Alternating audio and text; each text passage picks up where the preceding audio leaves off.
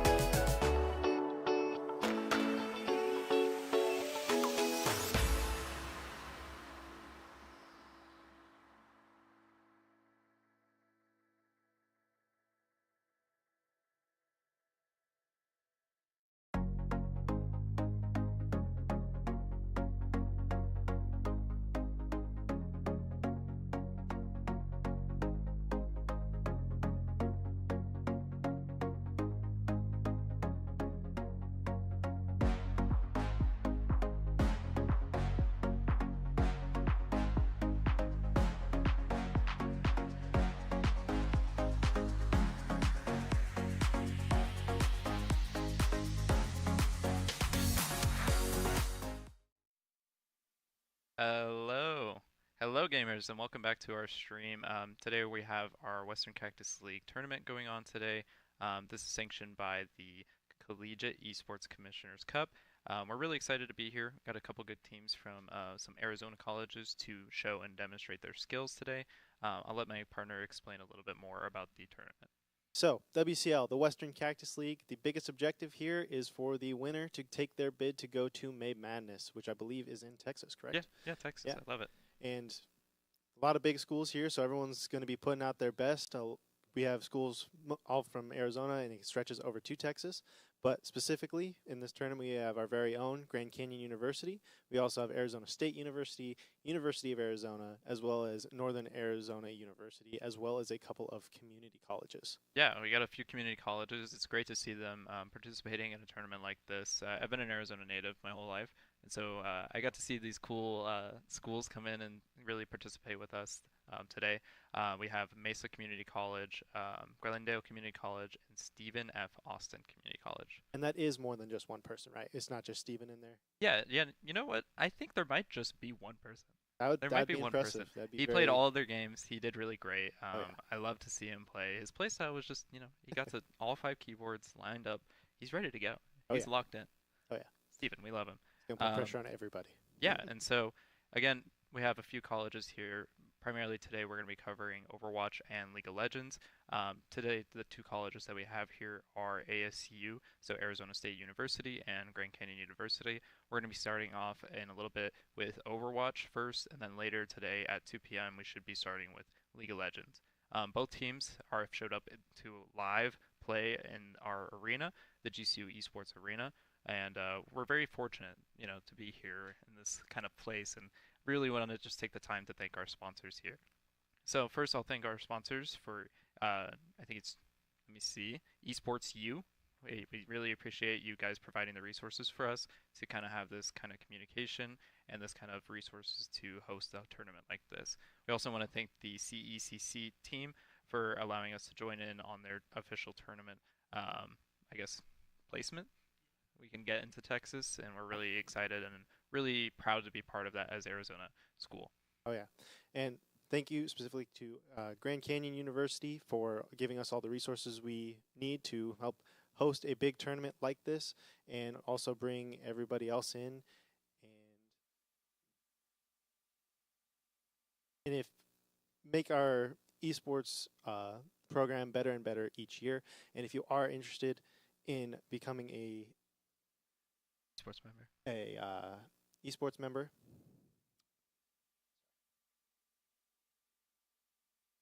sorry, No, don't worry. sorry, We're getting started.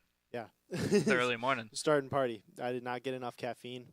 Gotta get the Rockstar Energy drinks. I forgot about that. Dude, I forgot. Yeah. We have a bunch of Rockstar Energies. It's a really good time over here at But, GCU Esports. yeah. You know. If you are interested in becoming a GCU student and having access to opportunities like this, make sure to visit gcu.edu to begin your application, and maybe we'll see you here next year.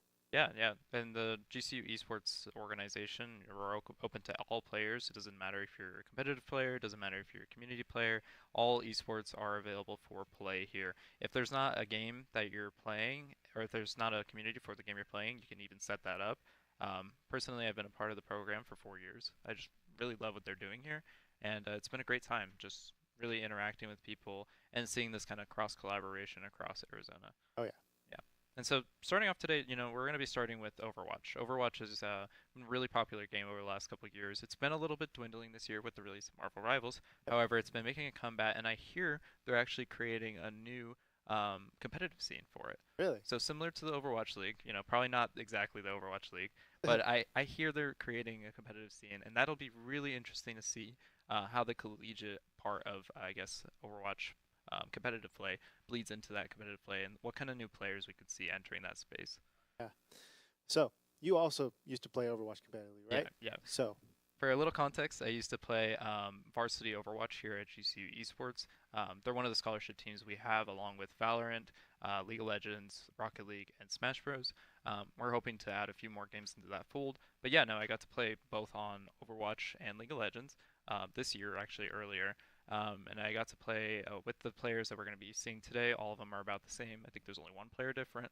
And I'm really excited to see what they have in store for us today against ASU. I got a little bit to talk with them earlier today, and they had actually just lost against ASU in the prior match.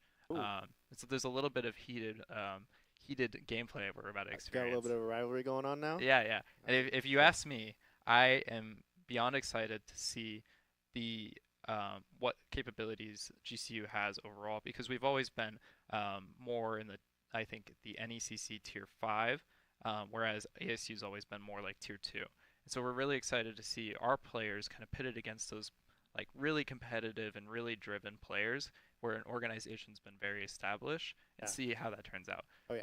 I think ASU and GCU will both see how serious the other side is. They're sitting right across from each other. Yeah. Which is crazy. Crazy. It's gonna get loud in there, I think. It's gonna get loud, yeah. There's gonna be some really loud comms, hopefully not too much trash talking. We'll see. We have security just in case. But yeah, no, it'll be a really great time to see how each team adapts to the other. I think a lot of the strengths of what GCU has is, their main tank, Roadhog. He's a really great player. He loves to play that Roadhog. He loves to kind of create situations where the enemy team is kind of shocked. Like they're like, okay, what do we do? How do we adapt to this? Forces them to adapt on the fly. Yeah. I haven't seen too much of ASU. I'll admit, but I think ASU has very consistent play styles. They have dominantly shown that their players are able to execute whatever game plan they have, and that's really big for Overwatch. Having that kind of communication and that kind of like consistency. I don't know. Have you watched very many like Overwatch at all, or?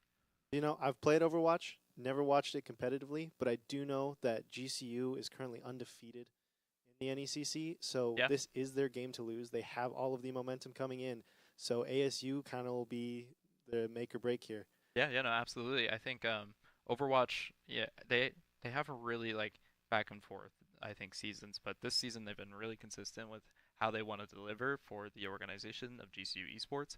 And I think a lot of what the coach does, Justin Ninja Cat, is he really tries to develop the players up. He interacts with them, does the VOD reviews for GCU Esports, and really tries to fit into that coach role and really bring those players up into standard that they can better play against other teams and kind of adapt into things.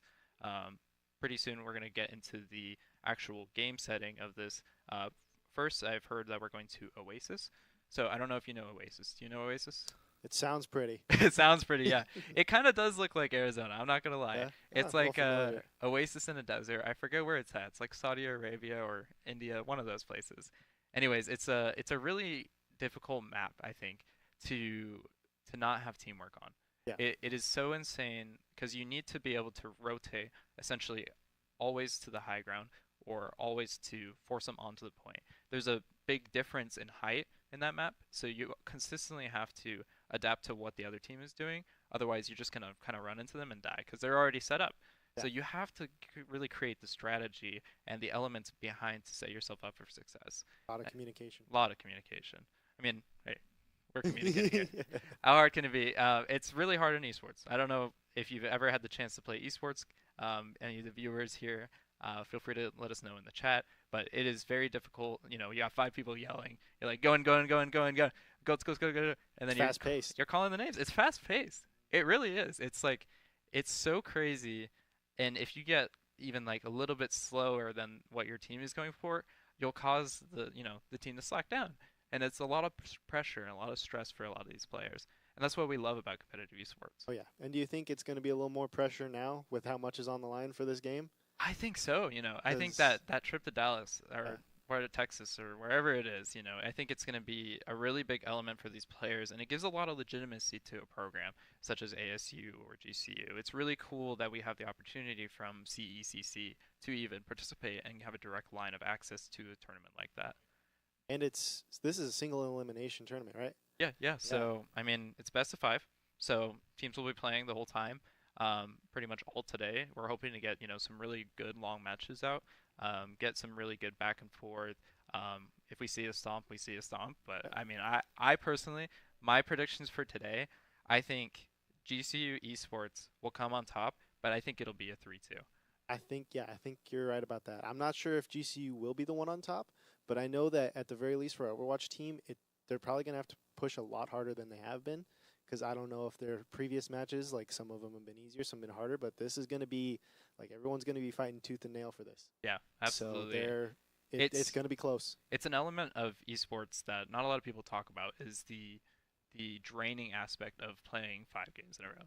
Playing 5 games in a row, especially like for when I played League, oh my gosh, those games are long. Yep. Those games are long, they're very thought out. You're consistently having to engage with your teammates, with the enemy. You're just having to navigate your character and your skills consistently. And it is draining. It's not draining physically, it's just like your It's headspace. all reaction time, because it's reaction time, strategy, and communication at a constant rate in a really short amount of time. A really short amount of time. Because Absolutely. those matches, when you're in the matches, they feel long, but outside of it, they have a really strict time limit, and just in any other sport, going that fast for that long, it drains you. Yeah, So absolutely. we'll see how well each team can keep their morale up. If someone gets on a losing streak, it's going to be about of keeping your head above the water, of self-doubt, and just keeping yourself in the right headspace to keep yourself rolling and come back and win the next bit. Yeah, absolutely. I think it's hard to kind of fully encapsulate what the players go through when they're in that like game 5. You got 2-2. It's that match point. That stuff that's riveting. It gets your heart beating, and I've been experiencing it. Throughout the last years I've been participating in esports, and I think I'm gonna miss it. Yeah. Once I graduate, it's gonna be like all gone. I'm gonna be craving it. I need to like, get back into esports or something. Yeah, but I mean, your doctor will probably like it way better for like Yeah. heart rate and blood pressure and all that after you're out of it. But yeah, in it. Yeah, one touch grass a day keeps the doctor away. 100%. That's what they say in esports, and I think it's definitely true. And it's so funny. Like I think I went to the doctor's office, and she was telling me that like oh, you're sleeping poorly, and I was like, yeah, but I love playing video games. Like, what's the mental aspect of me playing video games worth to my health? It's I all think willpower. Yeah, you gotta be willing to make that risk. You gotta be willing to take that damage, that DPS from yourself, 100%. self DPS. And I think it's really great, just how these players have trained all semester and been able to practice with each other. And even last semester, like they've gotten the practice, they've put in the time, they're really learning how each other works, and so they're ready to play their game. I think right now we're getting ready to start Oasis. As we get into the game, we're going to see GCU versus ASU again on Oasis. we're going to be taking the time to Ilios. Correction, Ilios. I just got it from production. Ilios today is going to be a little bit different. There's a few maps there that play around the actual environmental. So like Oh. pushing people off the map Oh. or pulling them off the map. All right. Let's see it. Yeah, let's see it. I'm pretty excited. Ilios, great place for Lucio. Do you Yeah. know Lucio? Oh yeah, I know Lucio. He's shoved me off a cliff a couple times. Yeah, he's more than a couple times to shove me off the cliff, and I'm really excited to see Lucio in particular from GCU. I love to see Sindechiki. I don't never know how to say his name. Sindekiki. I don't know. But We'll just he's stick to Lucio. yeah, he's cracked. Let me tell you, his aim probably one of the better aims on the team. I've seen him play consistently Lucio or Zenyatta or even Kiriko, and he's fragging. He's legitimately killing the enemy team on support, and so it's so interesting to see how much he can put out of DPS on a support champ and just provide extra DPS for his team. All that is despite the roll queue. Despite the roll queue, yeah. I think he was a DPS player for a long time, and then he just now made the swap to support this semester, and he's been kind of thriving in it. I think he's got a lot of the DPS element and that playstyle. As we see Genji pick out the Ashe on the high ground, we're getting a lot of control. It looks like the Arizona State team is trying to play more of a divier or flying comp, whereas GCU Esports is playing a little bit faster comp and then playing off their picks. So we'll see here that Echo is trying to fly and create pressure on the sides, but she's going to get picked out eventually. That's kind of the bad part about Echo on this map. If you have no support or no help, you just kind of get whittled down and you just fall Get over. isolated. Yeah. It kind of reflects that also in like the kind of the lighter team that GCU has right now, as far as like Lucio, Tracer, Genji, even Kiriko. They're all pretty like faster. I mean, Roadhog kind of have to wait He's on not him. that fast. Have to wait on him a little bit to get there, but I'm sensing that it's probably going to be kind of like a little more like hit and run strategies, right? Yeah, absolutely. And you'll see it here, like they had a sustained fight, and I think GCU Esports just couldn't match that sustain that the other team was pressuring out, and so they eventually pressured them off points with their picks. We saw the early pick come out first, but we didn't see the point get captured right away. I think what GCU Esports struggled to do right there was get bodies on point. They needed to make sure everyone was capping, making sure that we're drawing in the enemy team onto the point. Right here we're seeing them get cleaned up a little bit, and we're going to see a couple ults coming up pretty soon from the ASU side. We have a Diva ult and we have Echo ult ready to copy and take one of the GCU players' abilities. One of the coolest ulties in my opinion. Oh yeah, very, very utility. Oh, yeah. And I feel like this is probably also the downside for GCU's pick on the lighter characters is the smaller health pool. Yeah. It's like without their tank with them and being faster than their tank, it is very easy for probably one or two of them to get isolated. And once you get one or two down, it can become a snowball effect if you can't recover fast enough. Yeah, absolutely, and it's hard to get to this point without taking a lot of damage. And you'll see that as they walk up to the point, they're just able to put out a lot of DPS towards the GCU team. And you'll see everyone here just kind of struggling to just get in. The only one still alive is Roadhog, and I think the Tracer. Not anymore. Yeah, no, not anymore. It looks like they're kind of struggling to find a placement and like get a foothold onto this map. This is ASU's game right now. Yeah, ASU's game right now, 75% on the point. They're really just trying to zone them out and take a lot of the DPS and put it onto their champions right away before they get to the point. That way it's an unequal fight for them. And it's really hard for GCU, I think, to get around them here. Especially with their ASU's pick of using both Ashe and Ana, who are probably sitting further back and letting the tank and the other DPS kind of draw the characters in so they can line up and pick them off when they're lower, or just add a little bit extra damage for one of the others to finish them off. Absolutely, and we saw a really great Roadhog from Remington here. As we see, both their supports are still alive on ASU, so they still have the healing, but I think we're going to see a cleanup here from GCU as they take the point. We saw a couple ultimates be used there. We saw the whole hog, we saw the Genji Blade, we saw the Rush, and then we saw the Juno ult from ASU, and then also I think we saw a bomb at some point. That was a good clutch play to bring it back for GCU. Yeah, they did have to proc a lot of ults, so they're going to have a hard time holding here with their ult economy. If Elaine can get a really big pulse bomb here on Tracer, I think that's where they're going to really shine here with GCU Esports. So out of the ultimates, who would, on GCU's side, which would be the biggest game-changing? I mean, the biggest game-changing one would probably be the pulse bomb still. I think if the Tracer can get into the backline and hit one of the healers with this pulse bomb right here, I think think it got eaten. Yep. Well, I think they're going to have a hard time getting a little bit with that. They're down 1 member, down 2 members now. They're going to have Beat pushed out here onto the point. We have Tracer on the back trying to kill the Ana and is struggling to do so with the healers still healing them. And I think that's just it for Tracer. Now ASU is going to capture this point, and they might have a recontest here for GCU Esports with the Tracer, but I'm not sure that everyone else can make it onto point.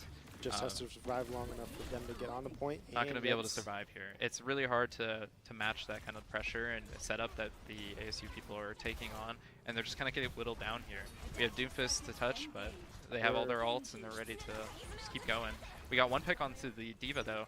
Might be able to hold a little bit with the Lucio and the healers. If they heal each other, they might be able to stall this out for a long time, but it looks like one of them's going to drop, and that should just be it. Alright. Well, good first point. Yeah, good first point for ASU. They did really well setting themselves up. I think GCU struggled to, I guess, get a little bit warmed up, get a little bit better with their communication on where they're going and how they're going to be approaching these fights. Well, what do you want to see from GCU to kind of overcome this ASU deficit? Well, I think GCU is probably going to see a slight strategy switch up because there is a pretty heavy reliance on long-range heroes on the enemy team. Mostly just because they keep pressure from far away, and being like faster characters, they can close the distance, but with other heroes on the enemy team also being able to catch them, they just have too many pressure points on each side. And so I'm guessing we already see a slight team composition change here. Yeah, and this is the elemental fact that I was kind of talking about. There's a lot of elements here in this map that will allow GCU Esports to really shine. You know, the Lucio boops and the Roadhog hooks onto the well. It can really bring and really mess up teams with the excitement and just the beyond pressure that it creates when on this well map. You'll see here they're going to really try to poke each other out a lot. Looks like GCU has a slight advantage on the high ground with the hook missing right now. Although they did just get picked by Tracer.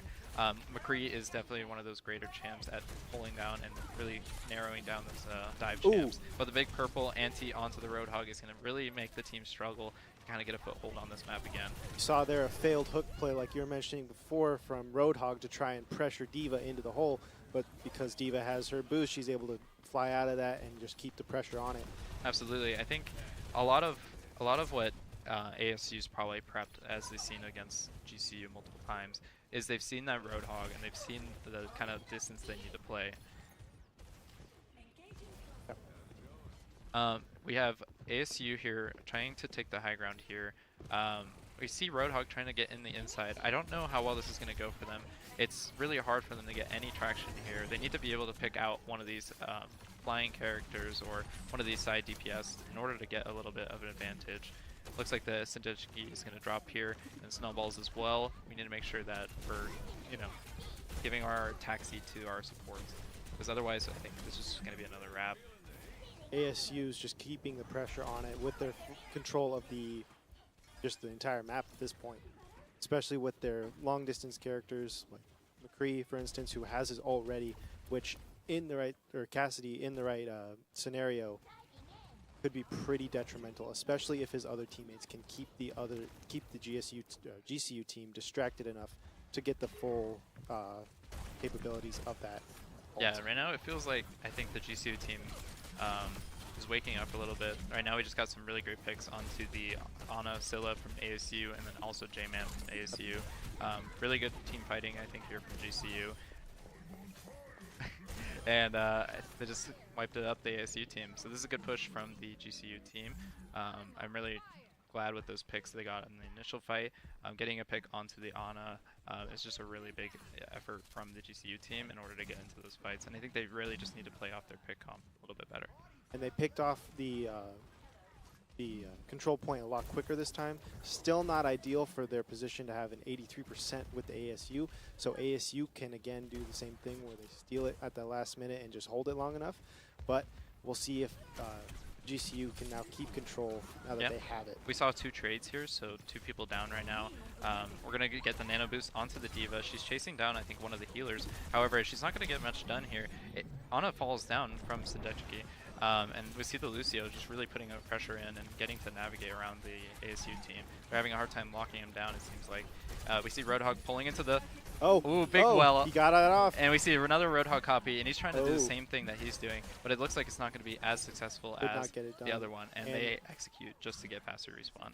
See that Lucio push, like you were saying, that pit is deadly. Yeah, absolutely. The Lucio push, the Roadhog hook, even the Diva Fly, if they get too close, it can be really detrimental to teams to have a full HP tank just fall into the pit. It's really bad for them. Here we'll see we have Cassidy ult and we have Diva ult from ASU. Really, they're managing their ult economy to win this fight and push out that last percentage that they have here. I'm really excited to see what they do with the Cassidy ult here. Oh, we insta-beat into engage. Cassidy is ulting in the corner. He is stuck. He does get one pick though from on the GCU side. The DPS did die with Omni falling, and then also their tank falling. Looks like J-Man was able to get a little bit of traction with his ulti, and he's popping off. He's getting his rolls down, and he is hitting his shots. I think this might be here for GC Esports on this last push. It's going to be rough to push in with this last percentage, 10%. It's close. We have 93% for GCU and 92% now for ASU, and they are just melting the GCU team. Absolutely. I think this is going to be game for here. They're going to get a touch onto the point, although Ana will fall, which is a really great pick for them. The healers are really peeling for each other here, and then J-Man really locking down these mobile characters. He's doing really great on the Cassidy with his flashbang and his rolls and just reloading really well. Lucio is going to fall. That's going to be pretty detrimental for GCU, although their tank is back onto point. He misses the punch, goes a little wide. He's trying to navigate and try to hit as much as he can, but it's really difficult when you're trying to survive at the same time. And then their last healer will fall. Lucio needs to make it back to the point fast, otherwise this Doomfist will fall just a little damage. It is getting intense. Oh, and then we have two. Oh, that's it. That's it for them. Ana really popping off there, I think. She got a lot of heals onto the damage that GCU was outputting. I was really interested to see what GCU had, and I think they demonstrated some of the strengths of their team, but they've lacked on the execution. I think a lot of what they needed to do on these fights was approach them in a little bit more coordinated manner with the DPS on the high ground and ready to output some DPS, especially on this last point. Whereas I think the Kree was able to play with his team really well and play into the team and hold that kind of team setting together and really lock down those other DPS. Yeah, they had a good balance of both long-range offensive power as well as close-range distractions, because the biggest thing with that was seeing the long-range characters hit pretty much all of their shots on GCU and put too much pressure, and then you see, like, especially those smaller characters that they were running start to get a little overwhelmed.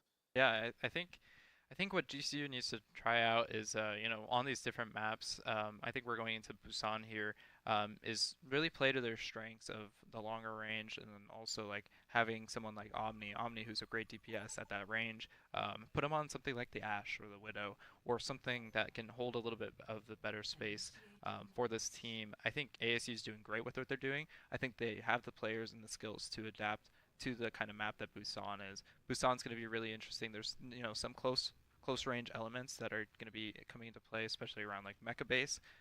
But when you're playing into like downtown, it's going to be hard to maintain that high ground difference between the teams, and I think they're going to really battle in that area. Oh yeah, and I do believe, is there going to be a game mode change throughout the rounds? Yeah, there will be a couple game round changes. It just, I think, was pre-chosen by whatever the coaches choose. That one right there was just control. I think Busan is also just going to be control. It's not a hybrid or anything like that. So we'll see similar play style from both of them. It's just going to be that central control point that each team is vying for. And I really like control because I feel like if you manage your ultimates really well and you get to a certain percentage, you can force out the enemy team's ultis and kind of adapt those into your play style.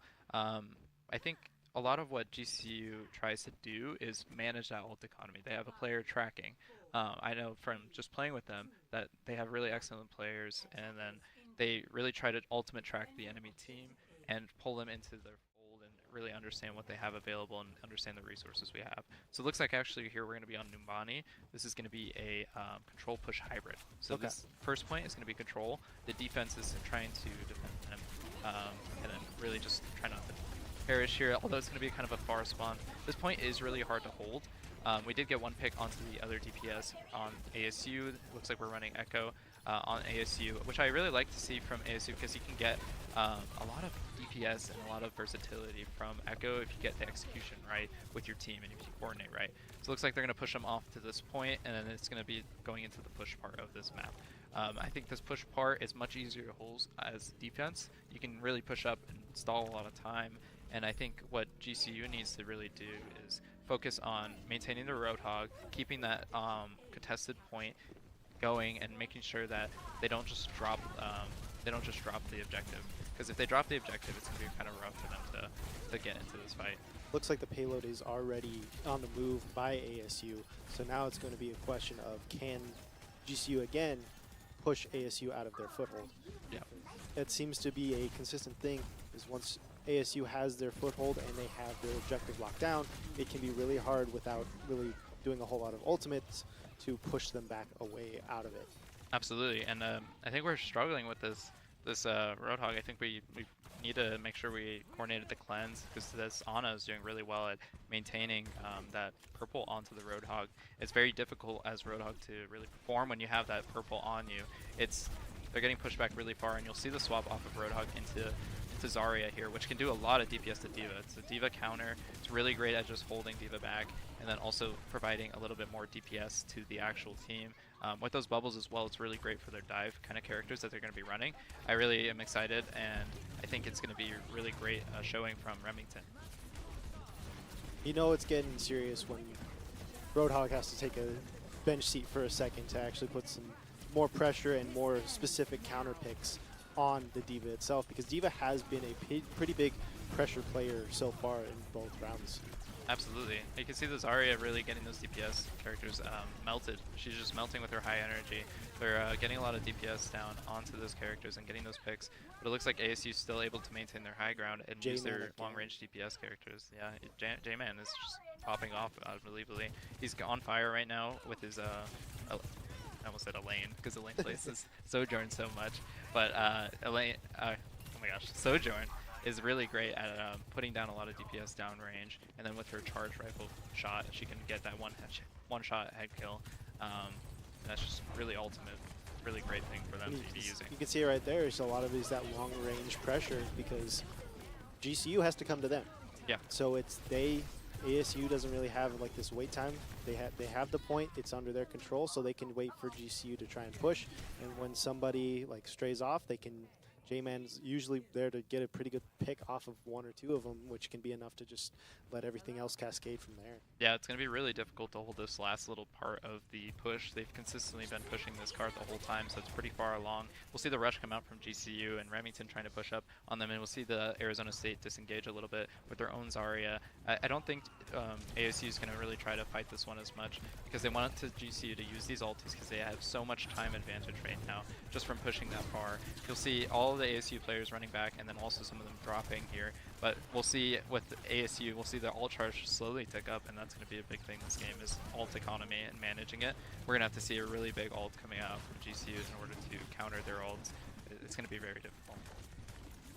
I see a couple of the ults are starting to get charged up pretty quick on ASU side, and so with that, it's a matter of both GCU managing their ults properly in order to maintain control, but also using them correctly in order to maybe counter to somebody else's. We see the beat and grab come out here. We see Sojourn up in the front, just taking everything right now. Absolutely just juking out and getting pocketed. It's really hard for the GCU team to have a little bit of a cold here in the ultimate fight here. And I think that's just going to be ASU here. That's brutal. 3 minutes, 28 seconds, really great time for them. And I think it's really great showing from ASU to be able to put those DPS characters on those swaps from the last game that we saw and change a little bit of their composition in order to fit more of that domination playstyle that they're seeking, where it's very oppressive. They have the high ground. It's going to be very difficult for GCU, I think, to adapt to that. However, on attack, it does change the tempo of the game. Yeah. Well, I think now it's going to be figuring out how to deal with J-Man. Because J-Man definitely seems to be the biggest issue for GCU right now, just with the amount of, like, I've seen him in the kill feed way too much. Yeah, I mean, someone's got to put him on the other side of that, and once that happens, then I feel like we'll see a turnaround from GCU. But the way that their tank plays mixed with J-Man, that dynamic, along with the support, constant healing. The health bar doesn't go down when they're shooting at them. So Absolutely not. No. once you get like those long range oppressors kind of dealt with, then you can start seeing some really good pushes. But Yeah, absolutely. I think it's going to be really exciting to see what GCU pulls out on this attack side. If they're going to keep their bread and butter, you know, that Roadhog, the Genji, the Tracer, the Lucio, basically just whole team comp that we saw from the first game, how they can adapt into the ASU team and really pull them off that high ground and try to play around their picks a little bit better. It'll be interesting to see if they roll this first point or if they get kind of held a little bit on this first point, because I think that's going to be determining the tempo of the second round. and GCU's been a lot more like frontal attacks so far, right? Absolutely. Like, I haven't seen a whole lot of like flanking too much at the very least. Because I know like you used to play Torbjorn, right? And you'd use like flank strats like that, right? I would absolutely use flank strats on Torbjorn. There's no other way to play him, in my opinion. And I think a lot of what GCU is trying to do here is get those flanks. The DPS from ASU, though, are constantly moving and shifting where they are and trying to wrap around and see where the DPS are going slippery. and adapt to it. Yeah, they're very slippery. And I think if they can get that lockdown onto these people, it's going to be a game changer for GCU. They play off these picks so well. They know when they're stronger. They know that if they can get these like healers just off the high ground and on the DPS, we'll see Tracer get a pick here onto the Ashe. They can absolutely just win this.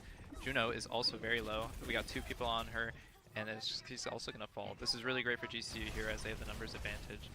We'll see just D.Va the last members trying to hold on to the a little bit. little bit of point they have. We might see a final contest here. And that was, although Auna's really far back. That was that flank that you were talking about, though, because you saw how they got all spread out and kind of wrapped around them, and that kind of forced a couple of the longer range pressure players to get kind of isolated away from either their tank or their healer or both. Yeah, absolutely. That flank was really great from the Tracer there onto the ASU side. We saw a lot of that pick potential going from their team. It's a really great pick potential from the GCU team, and we'll see this contest going here, but I don't think ASU is going to be able to hold it very much. You might see some swaps from the ASU tank after he uses his D.Va bomb. Might be adapting into something else here. We're starting to get into that position where the GCU composition of lighter, faster characters is starting to get a little more to their advantage. Yeah. With all the isolation and the fast movements. Like, some of those characters can be really hard to hit. Yeah, and it's hard to keep track of all of them. You have typically, in competitive Overwatch, you have somebody tracking. That's going to be your DPS. So your DPS are tracking the other DPS. But sometimes it's so hard for the healers to keep track of, like, okay, who's where at all times. Like, maybe you have the Genji ping. Maybe you see him constantly. But where's this Tracer coming from? Is she going to be on my flank? Is she just going to be hitting my tank? It's hard when you have double mobile characters and you're playing against them and you need to lock them down. Otherwise, they're going to, like, inundate you with so much information. I remember we were in games and we see a lane here with the big pulse bombs again. I swear that player also always hitting his pulse bombs. We'll see the beat come out for the GCU team as they try to get this push going here. Remington hiding in the corner with his ulti ready and available. He should be able to pull and get into this D.Va and hopefully get an ulti off and just absolutely shred the team. Should be pretty good. Big blade here coming in from the inside. We'll see Genji deflect and try to get onto the Ana, and Ana's absolute one, and then she gets the pick. That's a great trade for GCU as it gets rid of their healer, although they're going to lose their tank at the same time. Both healers on ASU are down now. Yes, they are, and I think the only person left, though, is the Lucio, and he's going to fall as well, with J-Man getting the final kill on that last part. This is again where you see once ASU, also knowing that it's the payload's pushing to them, they kind of set up there and waited for that perfect spot for their team composition to really show through, especially with all the different high ground positions for their long-range DPS to take. And so it's kind of paused it for now, but with, again, they're starting to spread out a little bit on the GCU side to try and put pressure in multiple points. Absolutely, and you'll see here they're trying to get a pick onto the D.Va, and it's that Ana nade again. It's just really detrimental to the GCU team, and if it gets onto the tank and then also one of your characters, it's going to be really hard to win the fight. GCU's going to fall here without very many ultis used from GCU. We used the Rush, but they used Nano and an Echo copy. That's really good for GCU as they can probably force them off of the high ground here as they're really rooted in there and really established in their placing right now. You could see there, Bridget there using the third-person shield to peek around the corner and wait for him. kind of acting like as a little bit of a spotter to let the rest of the team know when like how many they're coming and what else to expect, and if there's somebody missing, then they're going to put their head on a swivel. Absolutely, and we'll see the Echo fall down. Looks like she didn't get healed from the side as D.Va was trying to escape. We see the Roadhog ulti coming out to force him off that high ground. We see D.Va isolated on the side. She's going to pick off the from Tracer on the lane. Tank v tank. Tank v tank right now. D.Va's going to reset her ulti with that ultimate and try to get on the top side and contest a little bit better. But their healers are also alive, so they can do a lot for this D.Va. See Remington going up to the high ground here, hopefully getting a pick, and he does on the break. It's one healer down. They look for the Ana here and get that final pick and get that healing out of the team, because otherwise the pick comp can really shine here with low healing. Oh, and we got Bob out from J-Man, who's just another element you got to contest with. Not doing too crazy much on his own, but it's enough pressure and coming from one specific spot, especially for those lighter characters that, like, if you're not paying attention, and could melt you when you're not ready to. Yeah, and it's hard. It's hard when you can't lock down these characters on this pick comp, and they're struggling here on the second push part of the map. It'll be really interesting to see if GCU can pull it out and then see how they perform on the third point, because it looks like they're going to save up their ultis and then they're going to use them against ASU here, and it should perform pretty well for them. But we also have a Mimic coming up from Echo here. She's at 94%. Yeah. So it could just be immediately, you pop your ult, and then ASU throws that same ult right back in your face. That it is so insulting to me when an Echo copies you and then does well on your champ. It is so crazy that she can just take like a Roadhog, get like 3 picks, and then just die, but then she's still alive on her Echo. Yeah, it's like, so I could wipe the floor with you with your own character. I'm just choosing not to. Yeah, it's like a really, like I said, it's a really versatile pick, and they're looking to opting into taking the Ana. It seems like they really want to get that anti down, but it looks like we're going to get the rush and then also the blade out, and both of the pick characters are really dominating right now on the side of the GCU. Genji taking out the 2 supports, absolutely. And he also landed one on the Echo with that kill.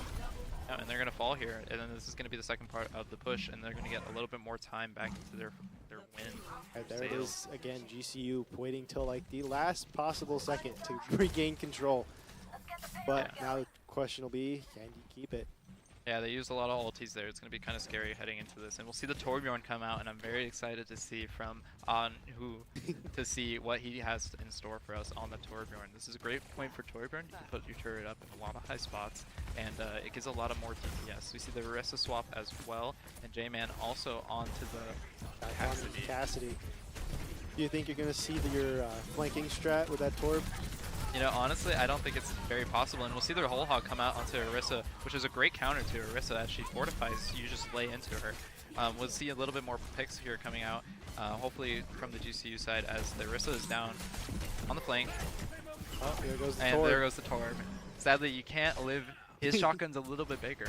Just a little bit. Just a tiny bit bigger. I think it's only the size of Torbjorn. It's only the size of Torbjorn. That poor man, like, his whole face is just covered with that shotgun. Whatever's left of him. Looks like GCU is going to fall here, and 20 seconds left on the clock. They need to regroup and regain a little bit of their foothold. Otherwise, they're going to fall to these pick from the Arizona State.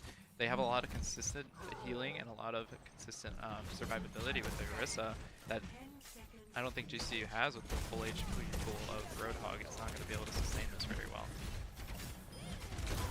As far as ultimates go, the only one we have right now is Kariko, who it's big hook support. Onto the Kree. He gets nano though, it's absolutely saved from Cassidy got pulled into the fray, which is not usually the strategy you've been seeing from him. But he's again slippery. He is every time. They are holding strong.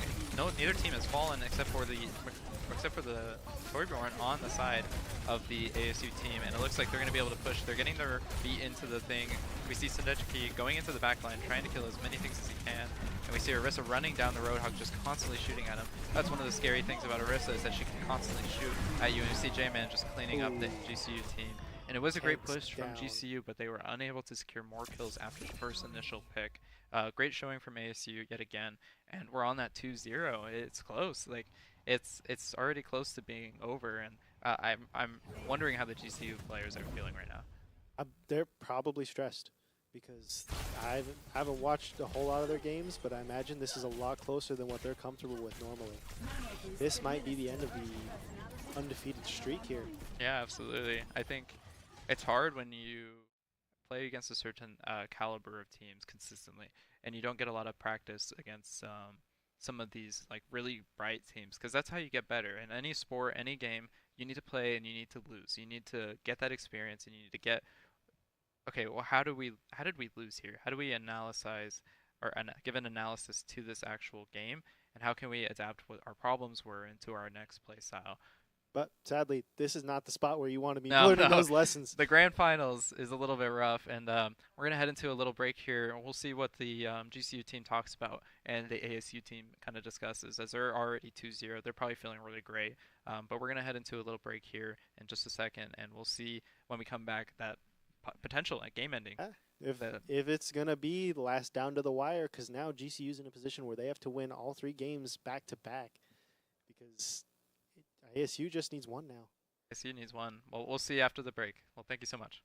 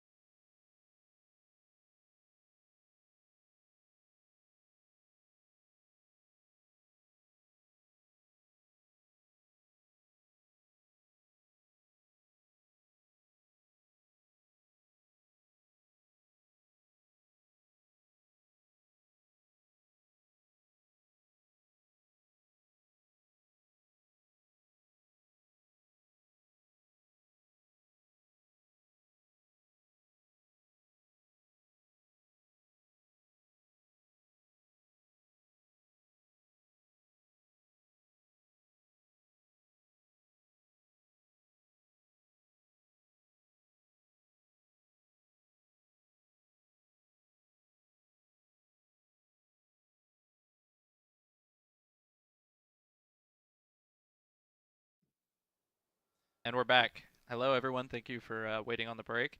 We hope you had a little bit of time to readjust yourself after those 2 games. I mean, ASU, ASU and GCU needed it. they're showing a really strong showing. The ASU is going absolutely insane over there. It's going to be really interesting to see um, what the kind of, I guess, feel of the game is after this third game. If it's the final game, are ASU going to be celebrating? Are they going to be really happy? They came all this way from Tempe. It's not that far, but it's still a little bit. Depends on traffic. Yeah, and they might just have to go right back. I mean, ASU is, if they keep playing at this level, they're gonna give GCU a really hard time on this next map, and it's gonna be really hard to see ASU win the game. I personally, I love GCU and I wish them to win, but with the gameplay that ASU is putting out consistently, it's really hard for GCU to get around it and really strategize and build up their team for that comp. It's gonna be interesting to see if there's a big shift in team composition too, because ASU I don't think would change a whole lot because well their strategy's working. Yeah. But with GCU they've been sticking to the same strategy for both rounds. So I'm thinking there's gonna be a change. I think there's gonna be like I don't know if they're he was like a heavier DPS character.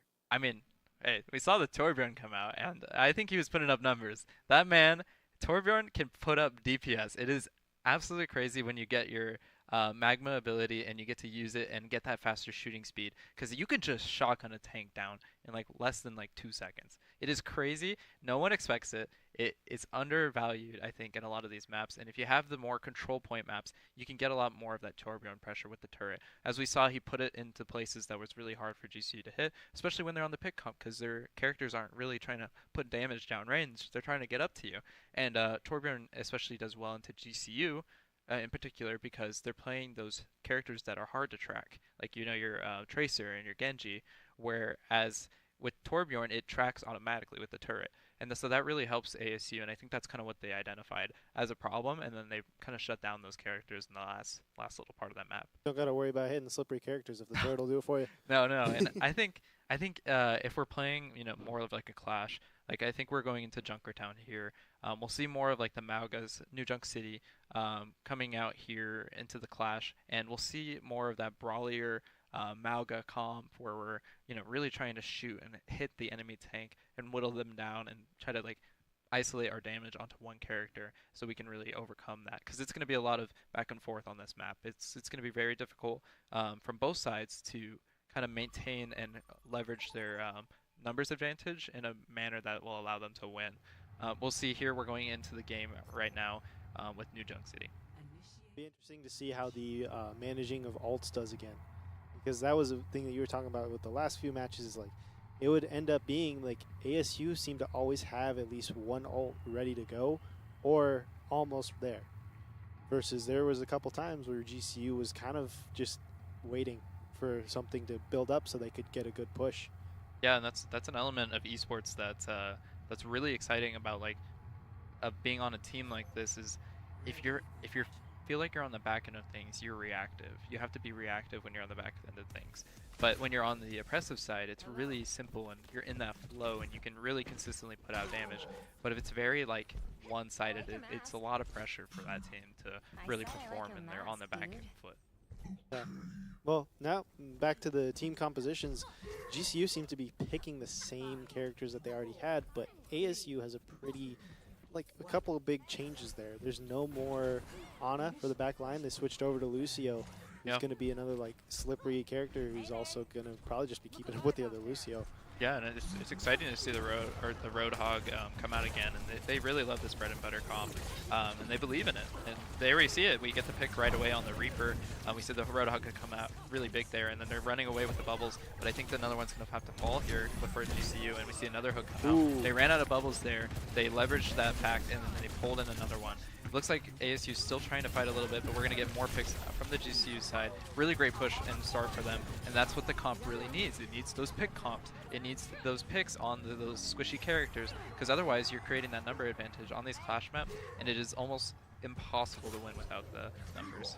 Yeah, already great start for GCU compared to the last couple times. This is the first time they get control first. Yeah. Before, well, without the game starting it off with under their control.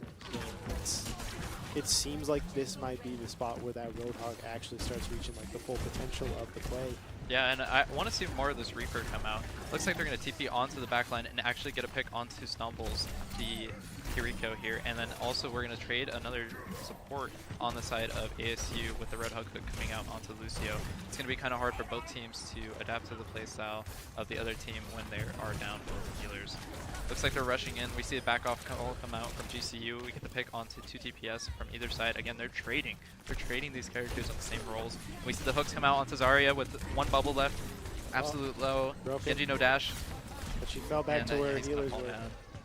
Goes. He got a really great hook there. I think the focus there was a little late from GCU, as they really needed to kill that Zarya right away, because otherwise he's going to get out and then all your resources have already been spent up trying to get that kill, and it's too difficult on the GCU side to not get those picks. Now the question is going to be what's going to happen with J-Man? Because he's not long range anymore. He switched over to Genji. Yeah, I'm excited to see his Genji blade because this man seems like he's crazy on the DPS. I hope that he, gets a really good dash up and then they get their combination with the Juno ult into that DPS increase. We'll see the hook miss there. It's on cooldown here. And then we have grab here while they're walking in. It's going to be a pretty big grab. We're going to need that be ready for that ult because otherwise they're just going to get absolute DPS. See the timer ticking down. Looks like they might not try to fight this with grab coming out and rush and all the ults coming out with beat coming out as well, and then we might see the Roadhog ult also come out, and then there it is. Zarya is dead. Trying to find the next step. That's 2. It's big ults, but they lost the point. So both teams used a lot of ults there.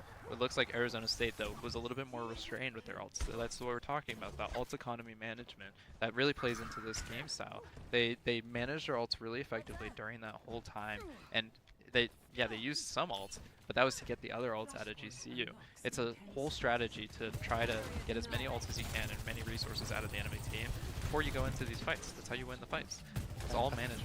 I think ASU here is going to try and play kind of the soft starts here, where they seem to be letting, or at least at the start here, they kind of let GCU take control just so they could build up and push it off of it later. And I think that's kind of where their strategy for managing their ults coming from too, because they were fine with letting their whole team get wiped because, I mean, they'd respawn anyways, and then they'd have the full ults while GCU doesn't have anything to really counter them. And you saw that happen there because now ASU has full control again. Yeah, and they used their ult early. I think they're going to be able to build up a lot of charge here, and they're going to rush in the backline with the Lucio speed, and they're rushing onto the DPS, and we'll see the Lucio fall as well. And they're going to get a lot of ult charge off this fight with GCU not gaining much at all. Look at the ult charge on Zarya. Again, she's already back up almost to grab. That's going to be a really big impactful ult for this team, and it looks like they're pushing it back all the way to the spawn. I swear, I see this every time I try and queue up in ranked. It's ranked is a little bit hard right now. I think a lot of the higher ranks are going to be those people that have consistently played the game for many years at a time. And when you're trying to get back into it, it's really hard to beat those players. They've been playing so much, so often, and it'll be really difficult here, I think, for GCU to push in.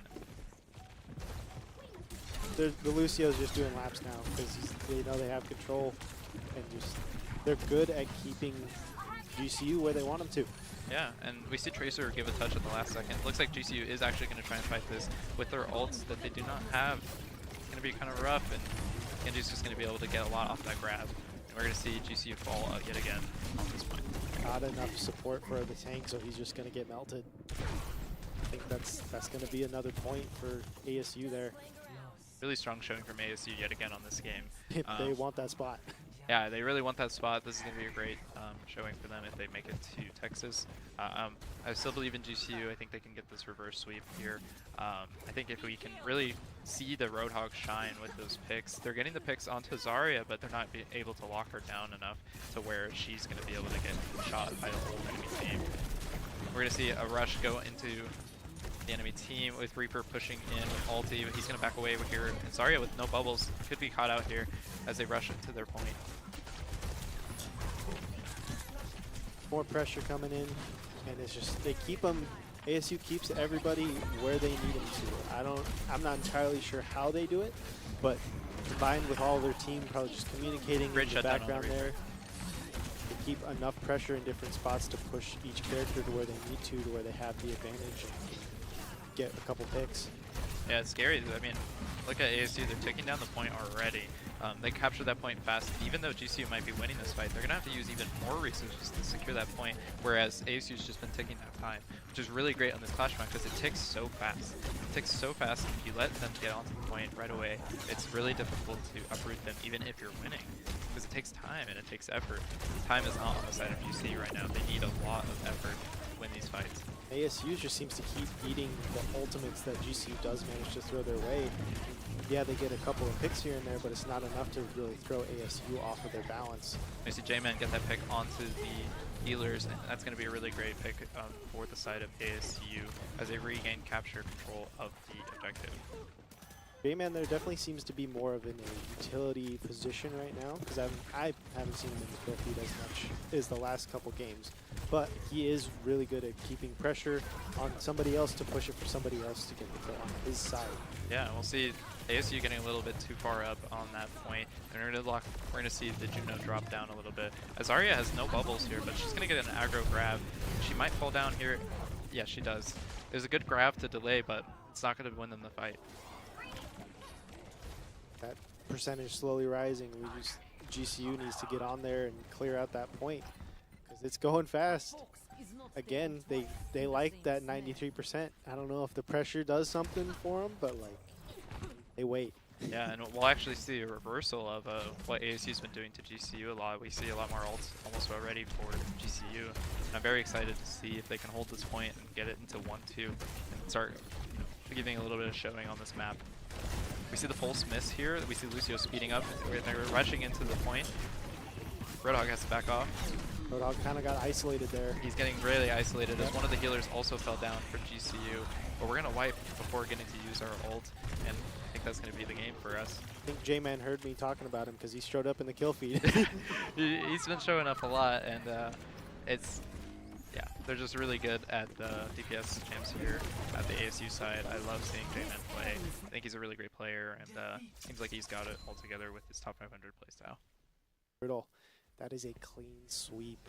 Clean sweep ASU. from ASU, yeah. I mean, we were very wrong. I thought it was going to be 3-2 at GCU, but I made my prediction, and looks like ASU again heard it, and they might have got a little like, okay, well, let me show you what you got.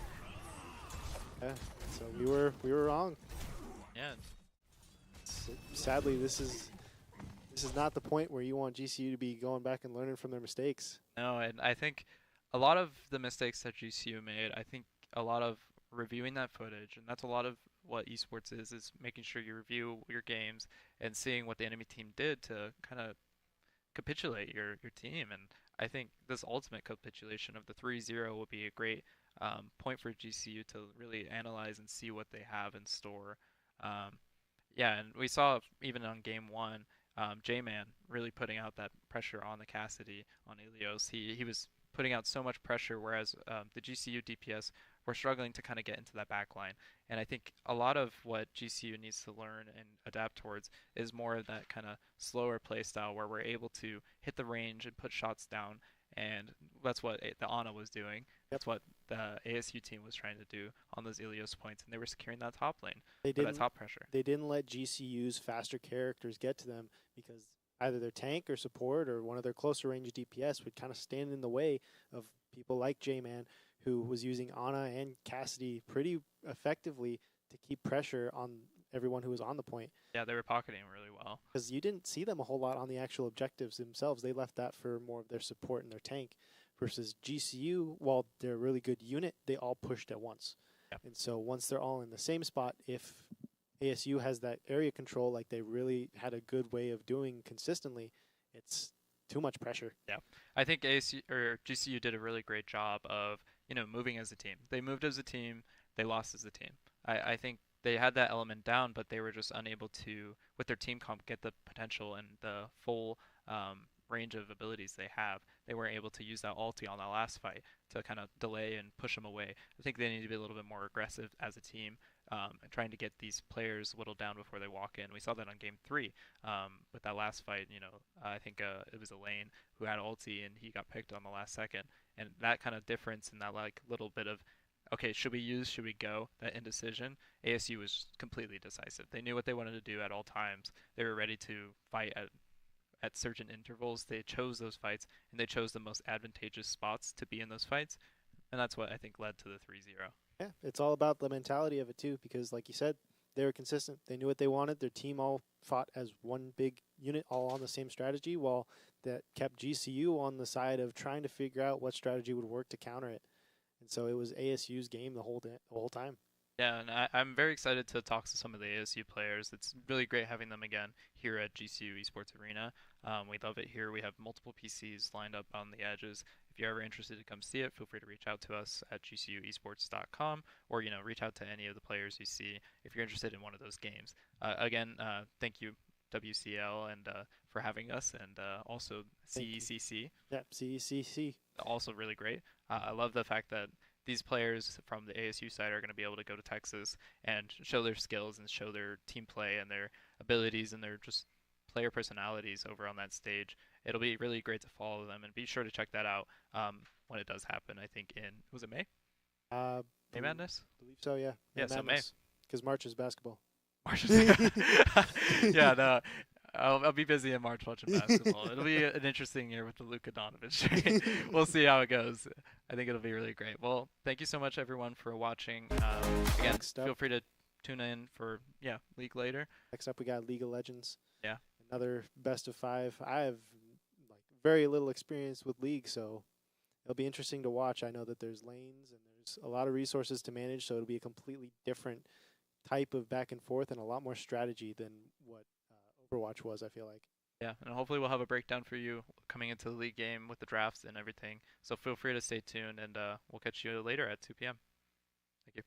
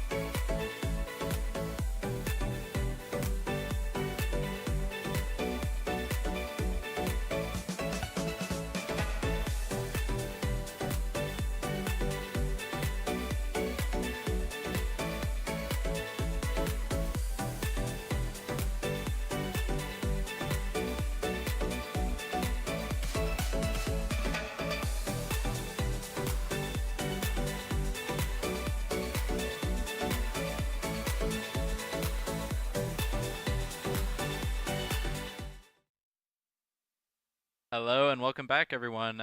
Today, again, we're here at the WCL at GCU Esports Arena. We're really happy to have you and really happy to be here.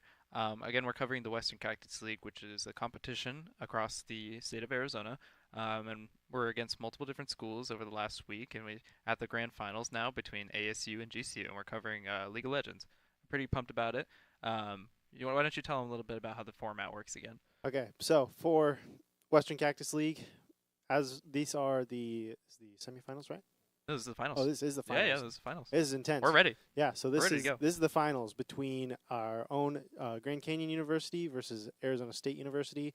It is a best of 5, and it is a single elimination. So some tournaments there'll be double elimination. This is it. This you got one chance. You got to beat it in the 5 games that the two teams will be facing off against. And before we get into it, we just got to make sure we thank everybody who can make this entire tournament happen.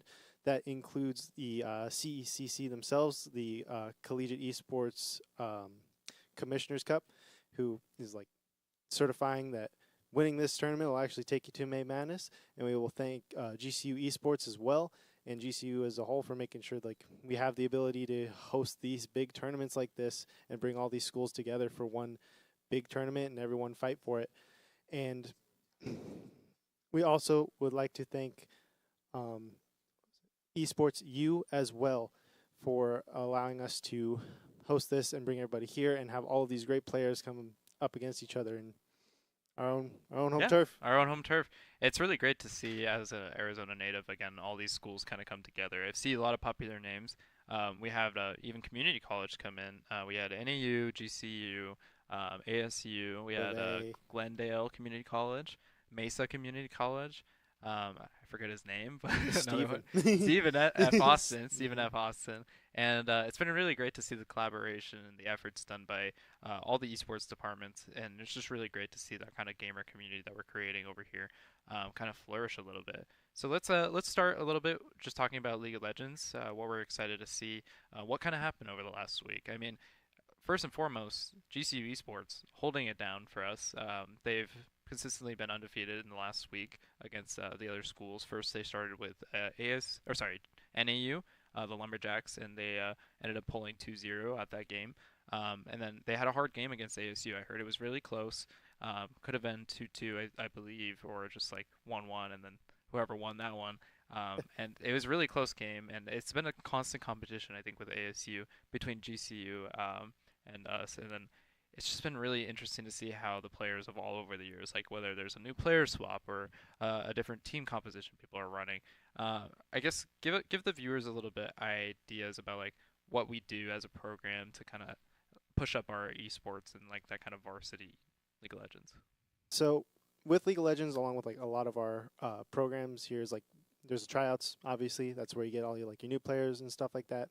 And all of our coaches are like very community focused, very player centered. So always kind of making sure that they're there for practices and that they actually have a community together. That is a big thing for our GCU team specifically.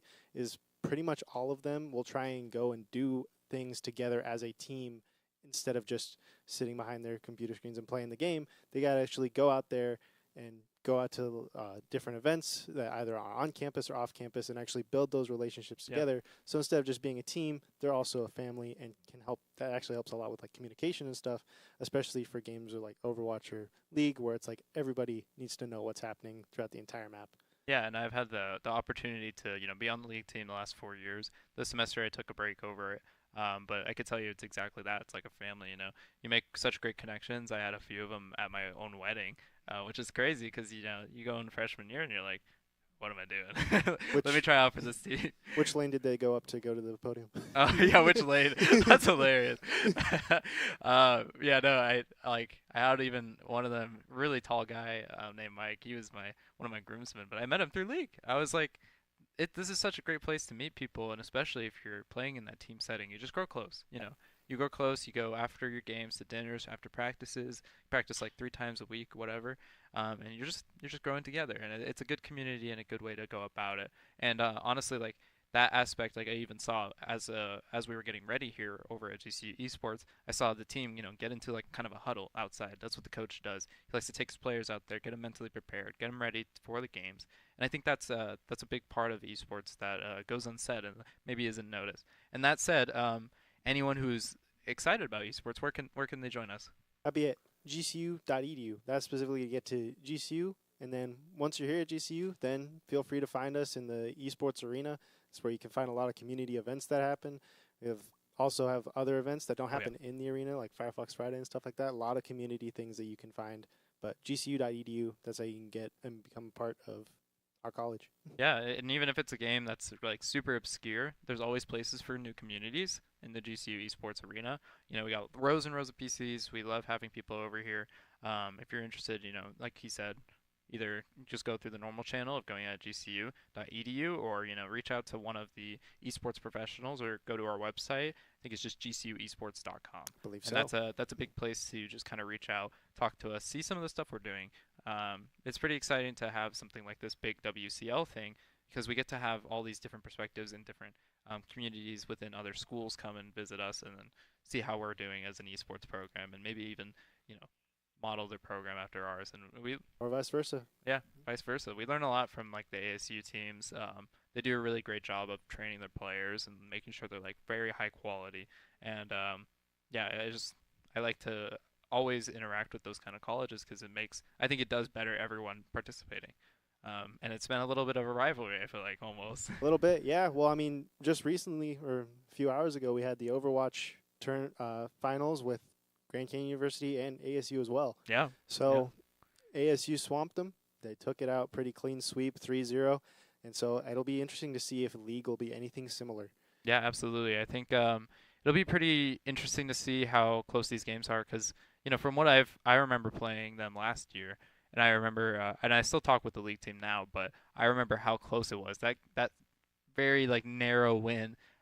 It was so even the whole entire time, and it was just so exciting to be able to play against and see the other team versus playing virtual. It's lovely playing virtual, but it's a whole nother thing when it's in person and there's like that element of okay, wait, they're right there, like They're across from you. There is a monitor between the two of you. That is all.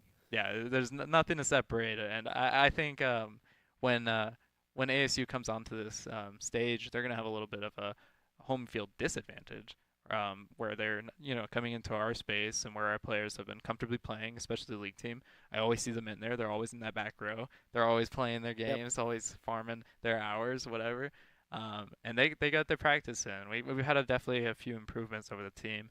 For context, there's ranks in League of Legends, as in most games, and a lot of them have been hitting Master recently, which is pretty high up there for the tournaments, like top like 1% or something like that in League for USA. And it's really exciting to see those kind of players flourish under like the leadership and tutelage of Jake Spade, the coach.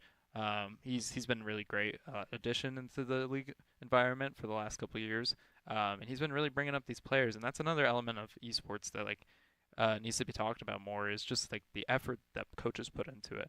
That they're willing to take their people to lunch. They're willing to take their people, go take them, raise them up, bring them into the fold, and bring them, better as people, better as players, better as students.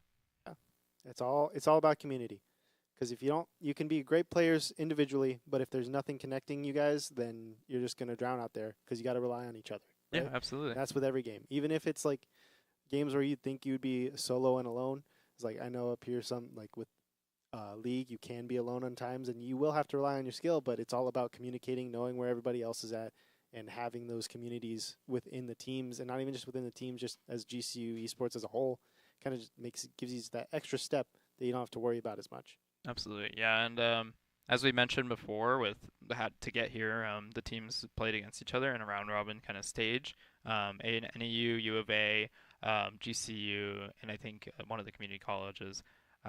They all kind of played together and got really a sense of what the other one's offering. And I think that's going to kind of play into this when we're drafting. Drafting is super important in these games because you already saw a little bit of what the other team had to offer because you had to give it all. You had to give it your all to make it to the finals.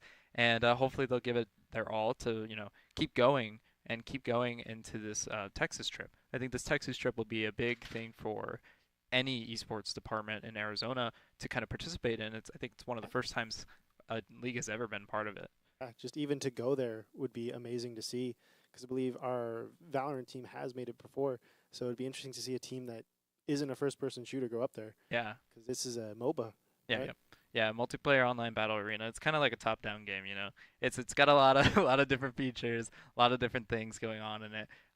Really hard to track if you're newer, and I think that's where a lot of people get a little bit lost in the game. But once you start understanding things and seeing the little micro differences, I feel like you really like are like, wow, I could.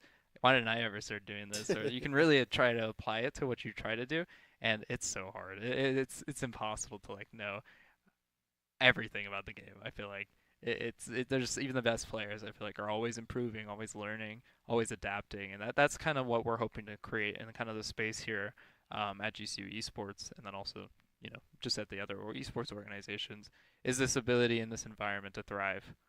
Um, as we said, the draft is going to be a very important aspect of this game because they've been interacting with each other. They know the play styles. They have their op.ggs. They have their profiles and everything. And this is going to be very important when it comes down to, okay, how can we set us up for the best possible game? And this will actually be Fearless Draft. And let me explain a little bit about Fearless Draft. Normally in draft, you can play the same comps over and over again. In Fearless Draft, as soon as a champion's picked, you cannot play it the whole rest of the series. So say I pick my top laner, his best champ, his favorite champ, and I pick it first game, he can't play it if it goes to game 5. Really? Nope, the whole time. So the roster slowly shrinks down as you go. So you'll see some really degenerate picks near the end. If it goes to game 5, you'll see a lot more degenerate picks, and I think that's where it really comes out that like perfect league messiness. That's like, okay, well, this off meta pick that no one's ever played against. You're like playing Nunu and you're like rolling your snowball. That's so weird compared to like, okay, I'm gonna play Jarvan the 6th time. And that's been a new development this year in the competitive scene overall. And I'm really excited to see what the coach has cooked up, because typically the coaches will be the one drafting, kind of adapting off their players' strengths and weaknesses. And so we should pretty much go into the draft pretty soon here. What are you most, I guess, excited about learning about League of Legends, or like maybe what are you most excited to see from the GCU team? Well, with the GCU team, I'm excited to see like what the difference is between our league team and our Overwatch team, because our GCU's Overwatch team in the last game was a little bit like they picked a strategy and they stayed with it. They adapted it where they needed to, but they didn't fully reinvent what they were doing at any point throughout the matches. And so I'm interested to see how League is able to, I guess, juggle their strategies or change what they're doing according to what ASU does, because that could be a whole like different determining factor in the match itself is how do you react, because Overwatch got stuck on the defending side trying to figure out how do you win around their strategy that ASU was using, and so it'll be interesting to see if they're actually to be able to create that back and forth, because both the ASU team and the GCU team are really strong in League. And hopefully this time we're not wrong. It will actually be a close game. Yeah, should we do our predictions? Should we give our predictions? I'm I'll go first. I think, oh man, best of 5 series, guys. Okay, best of 5 series. I think League does 3-1 GCU Esports, and I'm not biased. I promise. It's not like I know the whole team or anything, but I think they're gonna pull it out. I think it's gonna be 3-1. They've talked to the ASU team. They've played against them, and I think they're ready to incorporate their new strategies and put them into this game and really just dominate on the Rift. I'm gonna have to. I don't know if I'm gonna second you as far as like being that close. I think it will come down to one game. I think it'll be the 2-2 with a tiebreaker. Okay. You think it'll come down the last game? I think so. Dang, that's gonna be a long series here. We'll be here for a while. We'll be here for a while, guys. I promise we enjoy it.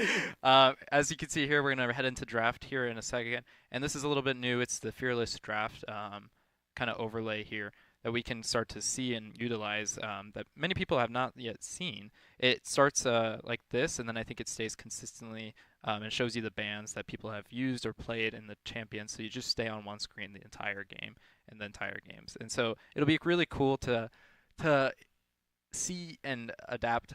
Okay, we can't play this champion because it's been banned the whole time, but the second someone unbans it, it's like, okay, well, that's just an instant pick. Yeah. It'll be really, really important and priority to not give away your best picks right away. I think that's what the biggest thing is here, is to hopefully not give away those really prio picks that you feel so confident on, but utilize your strategy and different things to pull away and do different things. So is there a specific, like, anything that you can see building from a draft? So say there's like five here, like champions that get picked. Is there any like strategy that can be specifically given away by having like a full roster of like the different types of heroes being picked? Yeah, I mean, there's definitely some team comps that want to go in. There's more team comps that want to go in than there is that don't. I would say a lot of poke comps are going to be priority more in the like the second or third game. Like that's going to be something you're going to see more of because a lot of these easier comps to play are these engage comps. These are the comps that have either junglers or supports or even top laners that really set up the team to go after the other one. And you'll typically see that in the first game because that's when people want to be most aggro. That's when people usually want to do that. But sometimes there's games where you need to scale up. You need to really get those levels, get those gold, and build your team up over time and try not to die as much as you can. Because if you get to that point where you're so strong, it's impossible and almost like so detrimental to the other team for letting you get to that point that it's just like it's a really great winning strategy. I think GCU in particular, very important for them to stake to their engage. They do really great at engage. I know ASU much more organized with their side lane picks. They're very good at keeping the dominant lanes dominant and trying to make those fights based around those lanes versus GCU's all in engage versus other teams. And I think that's where we're going to see a lot of. And in this draft, it will be important to watch. And so you'll, with the draft, do you think you'll see a whole lot of people drafting something just to make sure that a strategy can't be used, or will it be solely so that way they use weaker strategies first in order to try and save their stronger champions for a later push? Yeah, I think what will happen, especially in this first game, is both teams will try to their very best to ban out champs that they feel like would absolutely cause them to lose the game if they got them, but not all of them. I think it's important to let some people have prio picks this early in the game, and that's kind of where the drafting strategy is super cool in League of Legends, especially in competitive spaces. Is you get the ability to see what the other person plays. I look at you. You play Nunu, you play whatever, you play all these different random champs, and I'm like, okay, I don't need to ban this guy. And then I look at Spec and GCU Esports. This guy's playing like crazy on some champs, and I gotta ban out his champs, and I'm like, oh gosh, what? Now I can't ban anything else. Sometimes there's a player so dominant that you just ban his champions. I'm not kidding. Really? It's insane. You can ban out champions and then force them onto picks that you feel like you're more comfortable with.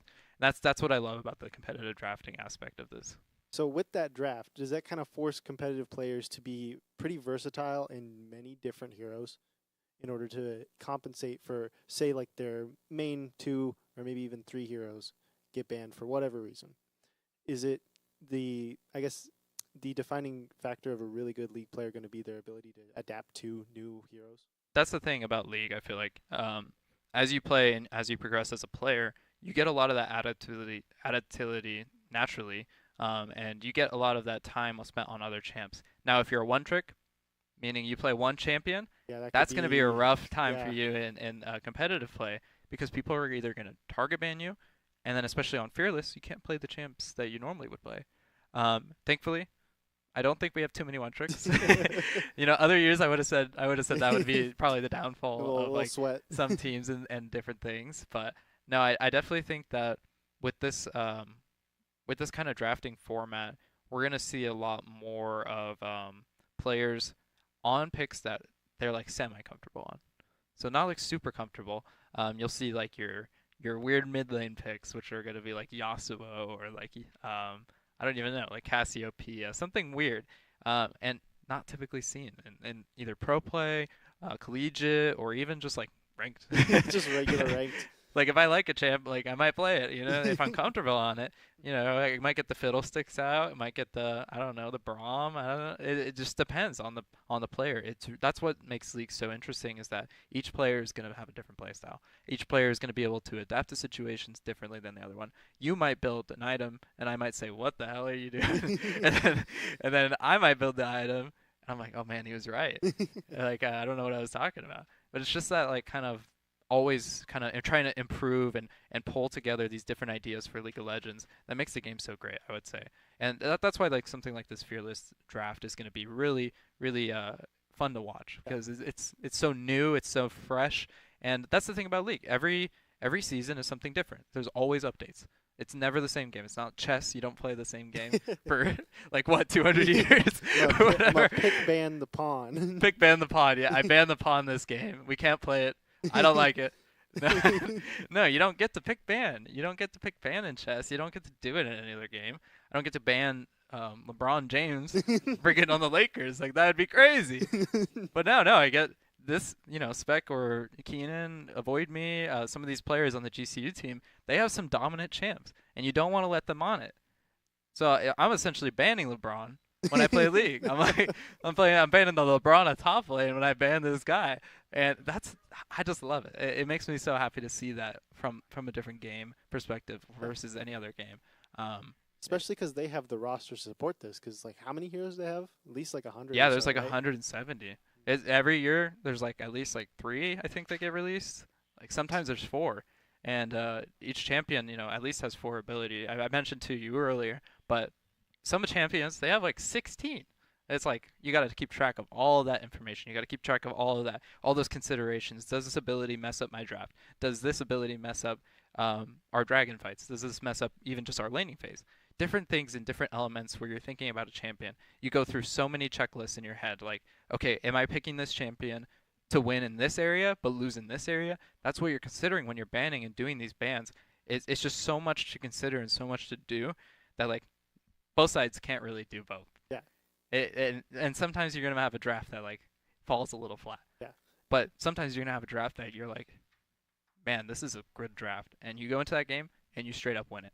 And I promise you, like a lot of what drafting is for both GCU and ASU is that idea of, okay, how can we take away as many of their weapons while keeping ours? Yeah, and that it's enablement. It's like enabling your own resources, and yeah, I mean, it just makes it a beautiful game, I think. Oh yeah, I'm excited to see this because there's a lot of other games that have pick ban stages, right? Yeah. But usually it's only for like the one match. Yeah, it's for the maps usually, and that's the thing about League. One map. Yep. One map. Not the same every map. It's the same map, for the competitive landscape, but it changes with the updates. It's not your chessboard. We talked about that earlier. It's not the same chessboard, and it's going to be very, very interesting to see how these players adapt to some of the new changes that come out. We'll see more picks based around the idea of getting to certain objectives, whether that be like Otacon, which is a new like boss that's been added that gives a really big buff to the team that claims it, and we'll see how that kind of develops and adapts draft more than we have in the past, and that'll be really interesting as we head into draft here. So I think we're about to head into draft here in just a second. Stay tuned, but I think we're gonna see a lot of banning of both sides junglers, I would say. Yeah. The junglers seem to be the strongest out of both of them. Yeah. So the junglers are kind of they jump from lane to lane, correct? Yeah. So they're always playing between, always trying to create an unequal advantage. It's going to be very difficult to figure out what your jungler wants to do if the other jungler is picking something that makes it hard on there. Yeah. If you were in ASU's spot for picking which champion to get rid of, what would you be going for? Well, I don't want to give him an advantage. I'm not going to give either side an advantage. I'm unbiased completely. But I would say some of the stronger meta champs are definitely like Skarner. Skarner is a really great champ right now. He's seen a lot of play in pro play, a lot of bans too. Definitely like the last weekend, there's been multiple finals for LCK, LPL, the different big leagues for pros, and they are consistently banning the same things or picking the same things. And they also had Fearless Draft. So that was really cool to see because I think it's the first time we've seen those kind of players interact with that kind of draft format. But you'll see Skarner banned every game. I don't even think Skarner got to be played in the LCK final, which is the biggest most watched pro play in League, and that's a lot of people watching and not seeing that champion played. That's got to be disappointing for people who do only play him. Yeah, the funny thing is he just got updated, so he's it's kind of like a newer old champ, it just got re-updated. But there's definitely some priority picks when it comes down to meta. Definitely some of the ADCs and stuff like that. Like Smolder was big for a long time, but we're seeing the return of like Aphelios and Ashe. Definitely those really set up champs, and then also being able to carry those fights, those long drawn out fights. So that's really what the ADC wants to do, is consistently provide damage on those long fights and really provide um, a lot of difficulty to the enemy team. But if they instantly kill that ADC, it's like that's gold. That's gold right there. You make heck of money because they're usually the one that survives the longest, and then you also get to win that team fight, which will usually lead into an objective, which we're pretty excited to see here. I think both of these teams do really great of setting up objectives too. So getting set up right before the timers. So you can see at the top of the screen typically when an objective is spawning, correct? And you'll see a lot of like the supports and the stuff. They'll start running towards those objectives, whereas normally they would just run to lane. But this kind of format and this kind of idea might even change. It might cause some bot laners and supports to go to a different lane and play in that lane the whole time. You'll see updates coming out soon that will kind of counteract that. But as of right now, that's still available and that's still an option. So we might even see lane swapping from either side of GCU or ASU, which would be kind of cringe, but but So will there just be a lane that is completely untouched at times during the match then? there's Outside a of the there's a little minions? possibility of like some lanes having 3 people in it for like the first 5 minutes of the game. Half the team. Yeah, yeah, and it's not normal. It's a new development, but it's one of those strategies. You know, the ever-evolving landscape of League of Legends has definitely adapted into their kind of fold. And you know, some teams pick it up, some teams despise it, some teams ignore it. It doesn't really matter. But like things like River Shen have been coming out. It's been really interesting to watching River Shen. Like that's essentially a character that should never not be anywhere near that. Be able to go around and do different things in the lanes, and then even on support they've been playing like Shen, who is a character that can ultimate anybody from across the whole map. Just wherever. Yeah, anyone. He shields them, saves them, does everything. Does a lot of damage. He's very tanky. Yeah. And I think those kind of picks that come out from this Fearless draft have been so interesting, and again, part of that ever-evolving aspect of League of Legends. Do you feel like I guess with the Fearless pick, do you feel like that can kind of stagnate the evolution of a character? Because I know with like hero-based shooters and hero-based games like this, there's always like new characters getting added, and then the professional players may try and pick them up and learn how to use them in a good strategy and figure out what their utility is and what kind of their routes are. But do you feel like maybe pick bans like this kind of slow down their evolution because when they're new and there's some specific ability that people just don't really like and they keep getting pick banned, do you feel like that makes it take longer for people to fully utilize the full potential of these guys, especially because there's so many? Yeah, yeah, I definitely think there's two sides of the argument, and I think you're onto one side already with that kind of a discussion is where like the disablement of meta champs, like if we're not able to play these like super strong champs all the time, are we fully utilizing their potential? But on the same side, we're seeing these new champs that typically aren't seen and seeing the capabilities that might have been before thought impossible or thought not useful. And we're seeing this kind of utilization of these weaker champs, weaker quotations champs that are actually super strong. They're like seeing like hidden broken champs. Like Gorky's been coming out the last year and he's been so strong. He's been insanely strong with just the bot lane and mid lane, that kind of mid prio with ADCs. It's a new development. And it's been really interesting seeing like things like a Mumu come out again. Mumu just high CC, high DPS for the jungler role, enables his team and really provides a lot of value for them. It takes a lot of time and a lot of effort to, I guess, understand a team's full potential in Fearless, and that's where it's become a new addition to the game. It's really been something a favorite for fans right now is the Fearless draft. Yeah, I could see why, because it helps build up everybody else that you kind of forget about, especially like the size I still can't get over because that's way too many people. I think. Yeah. But then again, you can do stuff like this with the picks, and then they're just gone, and you have to use somebody completely new. Is like with that, is there like a specific character that you would be really surprised to see get pulled up? Ooh, yeah. Yeah. Surprise? Yeah, yeah. I think something like Evelyn would be crazy in the sense that not a lot of people play against it. Very hard champion to utilize, I think, in competitive aspects. But her constant ability of being invisible, that's something to consider when doing these things, is you can do some crazy stuff that you otherwise wouldn't see from other champs. And I think Well, I champs mean, like that are going to be very interesting when it comes to actual deciding, okay, well, are we able to enable our team through this kind of champ, or am I kind of playing for myself? yeah, We'll see a lot of hindrance. that through these picks, especially in the later games. Like, it might even just be picking for themselves, more comfort picks, more, okay, I can dominate on this champion, but it's a weird champ. Yeah. Yeah, and I think it'd be surprising in particular to see like something like Evelyn. I think another one might be, let me think. From the top lane, Singed would be weird. That would be really strange. And I think a lot of different things would have been really crazy to see last year, but now it's like normal. It's like, But I mean, I guess we're gonna see what our teams pick here in a second. Getting ready for it.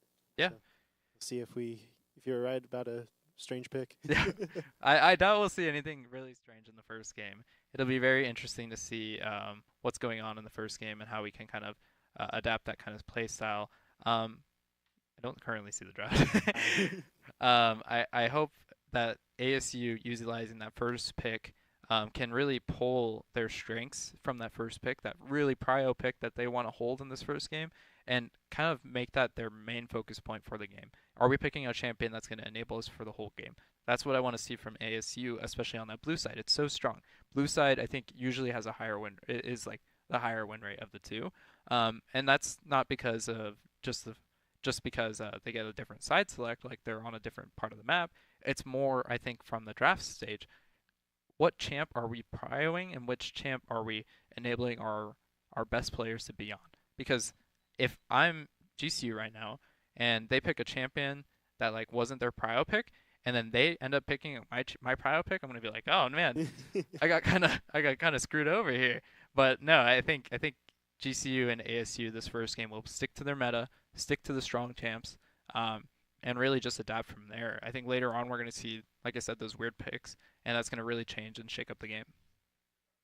So far we have 3 picks coming off of ASU, and GCU is currently on their third. Yeah, these are the bands right here. This will Bands. be the 3 bands. Looks like we have Viego, Victor, and Yone from the ASU side band, which are some really great bands targeting our mid laner, kind of our top laner, and our jungler. And then we're looking here at GCU's prio bands. We have their top laner band with Ornn, Aurora, and then Zyra on the third. And that's kind of enabling, I think, GCU to play more comps that can get in there, get in their face without getting peeled away. A lot of those champs can do a lot better appealing, whereas I think ASU's playing to ban most of our comfort champs, playing to ban most of the things they see us play and have played against. They've in that last week got a chance to experience things that they might not have others seen. This Gwen pick, I had heard from GCU, the team and stuff like that, that this guy is really good at Gwen. He plays a lot of Gwen. He's like challenger. That's a really good. That's like the highest rank I think in League of Legends, and that allows him to play at a level like other characters he can't play at. Yeah. And if he's a really good Gwen, then why would GC let this in? It's because of that fearless idea. Normally, if we were playing the normal format, GCU's banning Gwen, like 9 times out of 10. Yeah. But in this fearless draft, now that he's picked Gwen, he can never play Gwen again. Yeah. So it's this different kind of play style and this different kind of drafting strategy that'll be really interesting to see from GCU as they continue to pick their prio picks. We see the Quirky come out, big one that I said developed over the last year. Great ADC, great player. Yeah, and you've met like Doug. Doug's a great guy. He's really nice. He's a really good worker here, and his name's Clyde Tripes on the Rift, and he's been a really strong ADC the last couple of years. So with the current bans, it seems that ASU is more so doing a targeted pick against GCU versus GCU is kind of doing more of a broader type of pick, right? But you also it's weird because their actual team composition is also just another stage of that banning phase, where it's just, all right, do you lock your favorite or your best hero down now, or wait till later?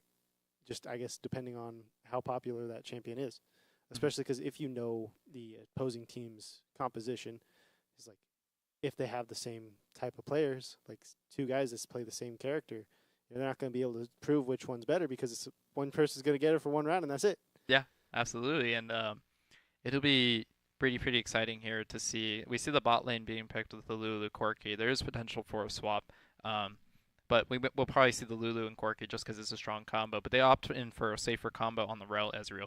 Ezreal is a champ that's very slippery, has a blink, can get away himself, has abilities that really lower his cooldowns, lower his abilities, and get away from these champions that might want to go into him. So we'll see how GCU kind of adapts to that Ezreal kind of pick, and they'll probably pick their jungler here just to match the other jungler, and then we'll see the next couple picks. We see the Skarner pick coming out. That's one of those big champs that I mentioned. It's been really popular recently, very strong champion, very good counter into something like Gwen because you might not know what Gwen is capable against other champions. She might, absolutely dog on somebody in DPS, but something like tankier, like a Skarner, where they can CC her and kind of pull her into different ideas, they might be a little bit more successful than another champ. And that's kind of another element of the game as we go into the next banning phase. So far, based off of the current bans, what is a ban that you like? I guess, do you feel like there's a ban that is missing for either side? I think as they're banning right now, they're trying to ban their top laner. It looks like with the Darius. I think getting that priority off of their top laner. I think he was quite good when the last time we played against him, and letting our top laner's abilities kind of shine. I think that's where we're going to be the biggest strength at. As you can see, the Jace been taken out as well. That's a top lane and mid lane flex, so that's the last two for the ASU side that need to be picked. But it's good to get it out of there early to get rid of that one advantage for either side. And I think it kind of bleeds over to that idea is that we want to have a stronger top side because this bot lane is going to be much safer than other games might be. This bot lane is not going to be very fighting all the time unless there's a jungler there. That's what we're kind of seeing in this bans phase. So we want to play for a stronger top side here from GCU Esports, but for ASU, they want to make sure they're enabling their mid laner, I would say. Do you feel like any of these are going to come back to bite them? Any of these bans? Yeah. I mean, I think definitely what ASU's banned is more meta, for sure. Like Victor, Yone, and Wei bans are really strong in the mid lane. GCU, on the other hand, I feel like they're banning more characters that disabled what they're trying to do as a team. And we'll see the Cassante come out here. This is another big pick here. Really prio for a lot of meta games is that Cassante could do a lot of DPS and a lot of tanking. He lives forever. If he's very fed, it's like almost impossible to kill him. But if you can get that peel and that kind of prio pick, you can get a really good advantage in the top lane. And we'll see that coming out of GCU when they're on this red side, is they're leaving up counter pick for mid lane.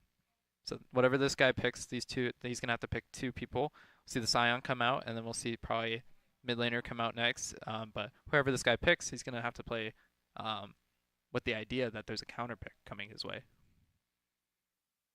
Is there any way to, I guess, mitigate counter picks? Because the idea itself kind of does. Because you don't want to pick a character who can counterpick broadly.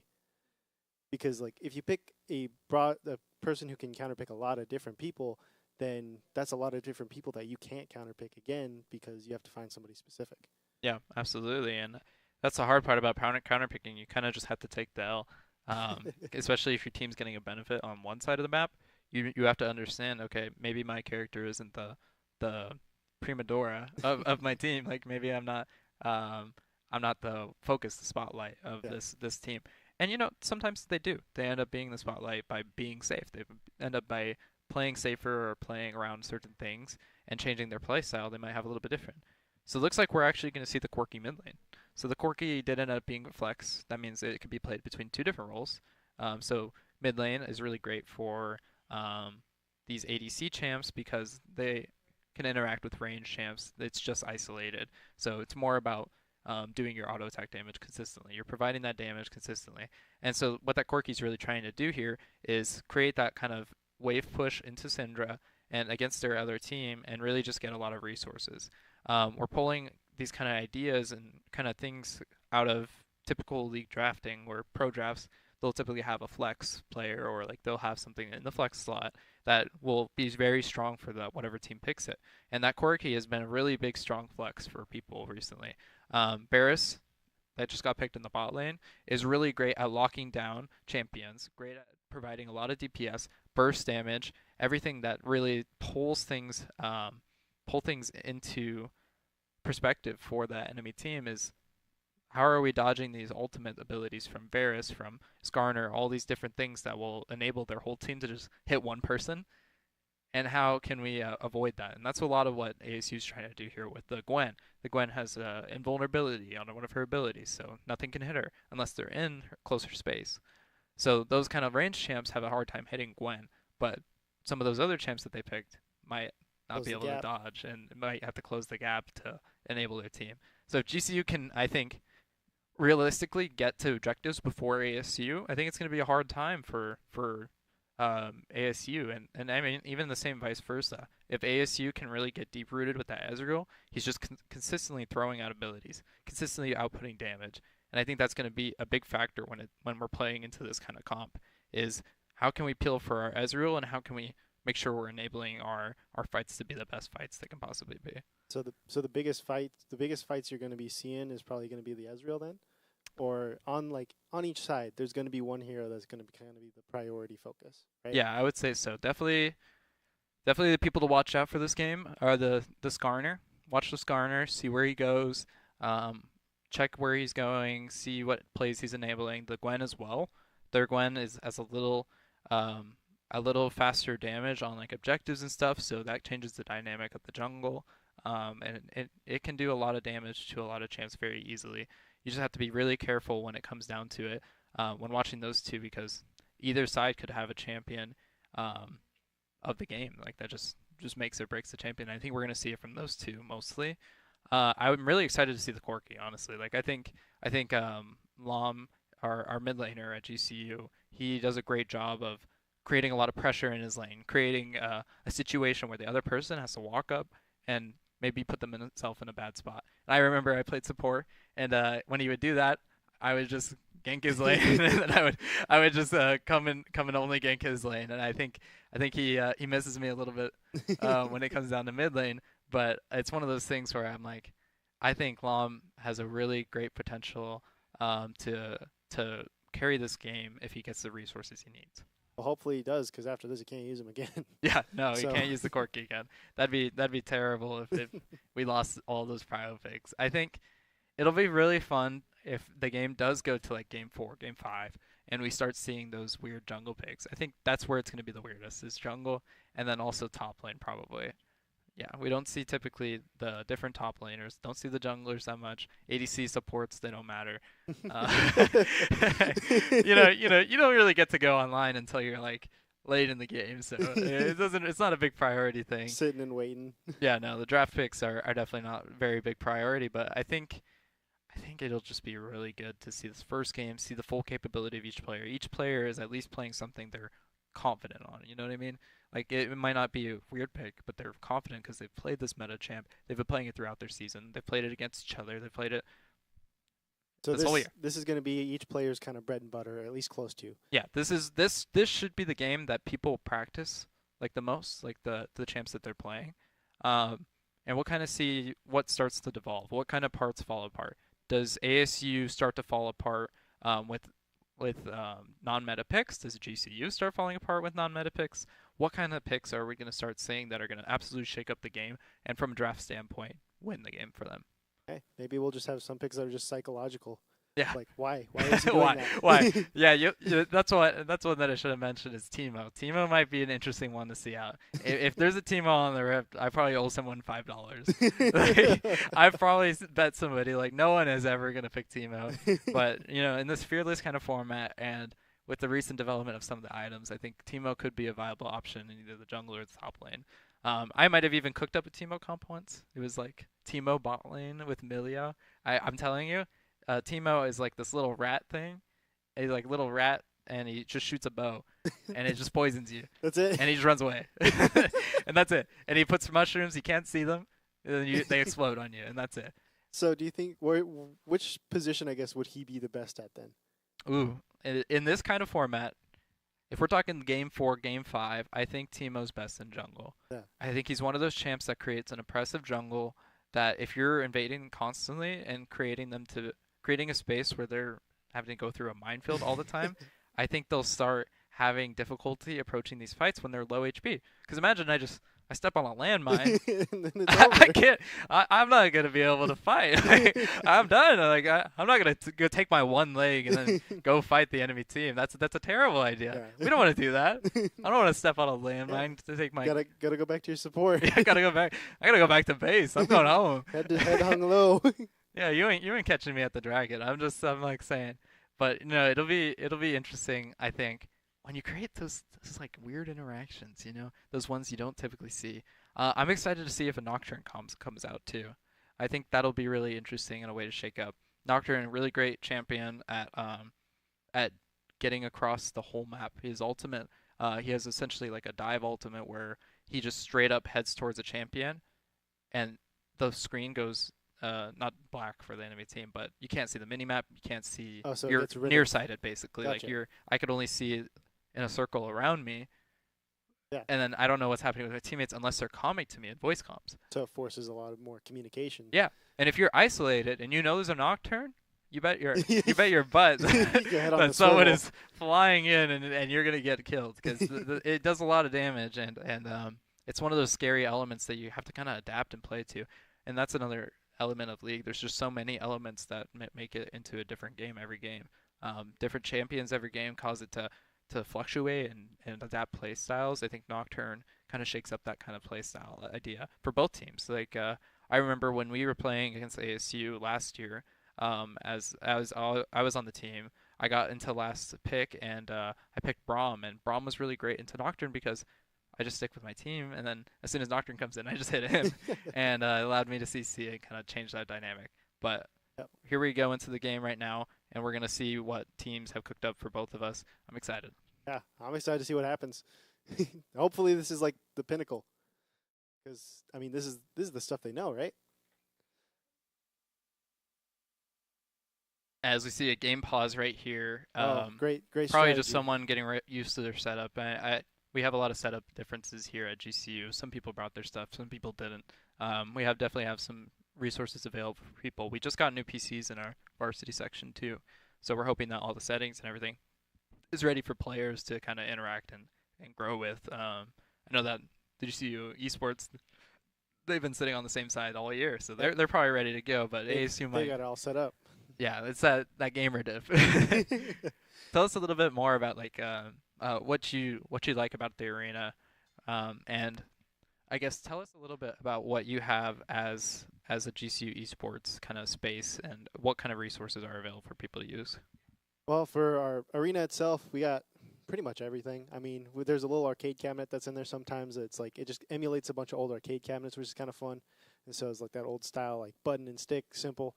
But you also have pretty much everything else. You have your PCs. You got plenty of them in there. There's a lot. And then there's also like each of the consoles. I believe we have the Xbox Ones or One S. I can't keep up with the names. What on what Xbox even is it anymore. nowadays? Xbox? It's Yeah, XYZ. I play League of Legends. I play PC. What is this Xbox stuff? I'm like, oh, I don't even know what this is.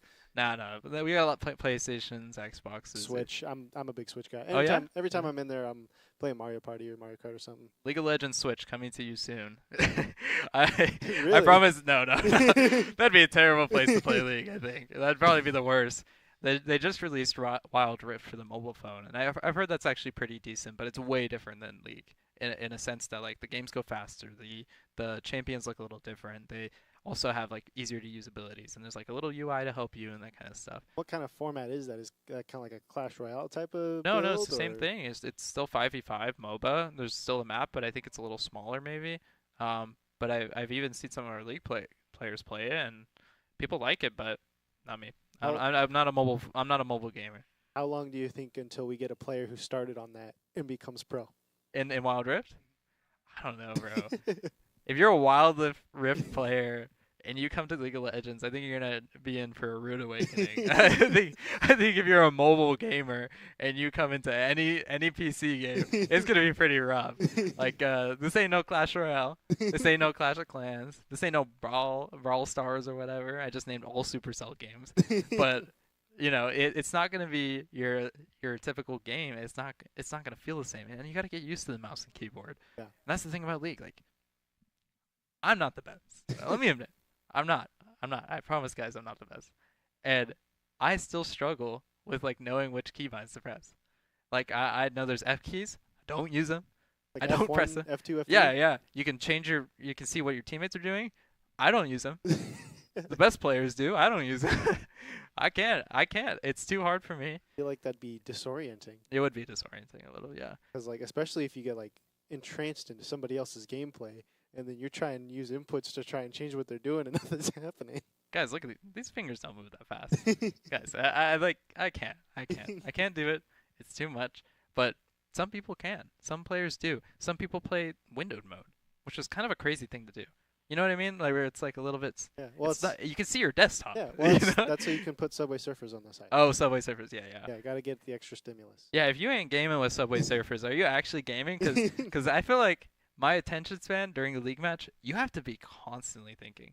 You have to be constantly thinking about what resources the enemy team has. You have to be timing some stuff. Sounds like In a my lot of head, math. in my head sometimes, it's like little jumps, you know. And I'm like watching it, I'm like, what is going on here, guys? Are we serious? Guys, what do you mean? What do you mean the enemy top laner has no flash? Some guy just yelled pentakill. I got nothing. Yeah. Oh, my bad, guys. I forgot to press my ability. Yeah, sometimes you have those awkward moments where you're like, oh, wait, I could have done this like right after the fight, and you tell your teammates, and they're like, Yep. It's like, everyone knows. Everyone knows. They're not gonna say it, but they're all thinking it. Yeah, they're all thinking it. Yeah, that's the competitive landscape too. Is like when you come back and review a game, and all your teammates can see your mistakes. Oh, my They'll heart, just turn and look at you. my heart comes like a little pitter patter. I'm like, oh no, please don't watch. Please don't watch. I'm sorry. You'll see. If anyone looks and wants a funny second to watch something, look at the varsity roster reveal for League of Legends. You'll see Keenan avoid me. His his clip he submitted is him missing ultimate on a character, and then also like writing one of the objectives and missing the tower or something. And he doesn't even get the kill in the clip. Like he like almost kills him and then misses like 3 things, and then it's like, Keenan, what is this? And I think it's one of the funniest things. But check it out, GCU Esports channel on YouTube. Go to the League of Legends roster announcement. I swear to you, it's one of the funniest things I've ever watched. It is so crazy that like that even got accepted. That's why, because you think about it. It's in your head. Yeah, yeah. My clips would probably be like me missing flash over a wall. Like it's just like me like trolling and then like emoting and being like, oh my bad. Yeah. I mean, what else can you do but dance at that point? No, there's nothing. You're just trapped. You're trapped with 5 enemy teammates or enemy players hitting you, and there's nothing you can do. And it's like one of those things where you have a lot of troll moments in league. I think like every league player has like some level of PTSD about something that they played against. My permaban Lulu, I lost a game so bad I haven't stopped banning her since. That was like 2-3 years ago. I don't even remember like playing. I don't even know how to play against her anymore. I'm like, what is going on? Like, this is not a champ I want to be interacting with at all. And it's like those like PTS moments that you're like, I hope this makes me better, but I don't know if it does. At some point, that ban is just gonna make you like worse at it. Because then, what happens when they do show up? Yeah, yeah. Well, from your perspective as a newer person to League of Legends, what has been like the most interesting, I guess, part about it that we talked about so far? I know we haven't actually got to see the gameplay yet. I think they're still figuring out their pause moment or whatever, maybe some technical difficulties. But as we go about like your, what did you say? Is there a delay of game penalty? No. They got 30 minutes of pause time, so we could be here for a while if it's something really bad. I haven't been told yet, 45 guys. minutes ish, right? Give or take. Yeah. The matches? Something like that. Yeah. They can be. Yeah, yeah. It's one of those things where League of Legends, it's super scary to play when you're still living with your parents. Because if you queue up a game and you're like dinner 30 minutes in, you hear the dinner, I swear my mom would come and shut off my PC sometimes. I'm not kidding. It was like one of the worst things ever. I would be in a live service game. Yeah, she would ground me and take away my computer cord, like my monitor, like the HDMI cable, and I just get another one. I just find another one, and I'd be like, okay, well here we go. I'm still playing. I don't care. No, that's League.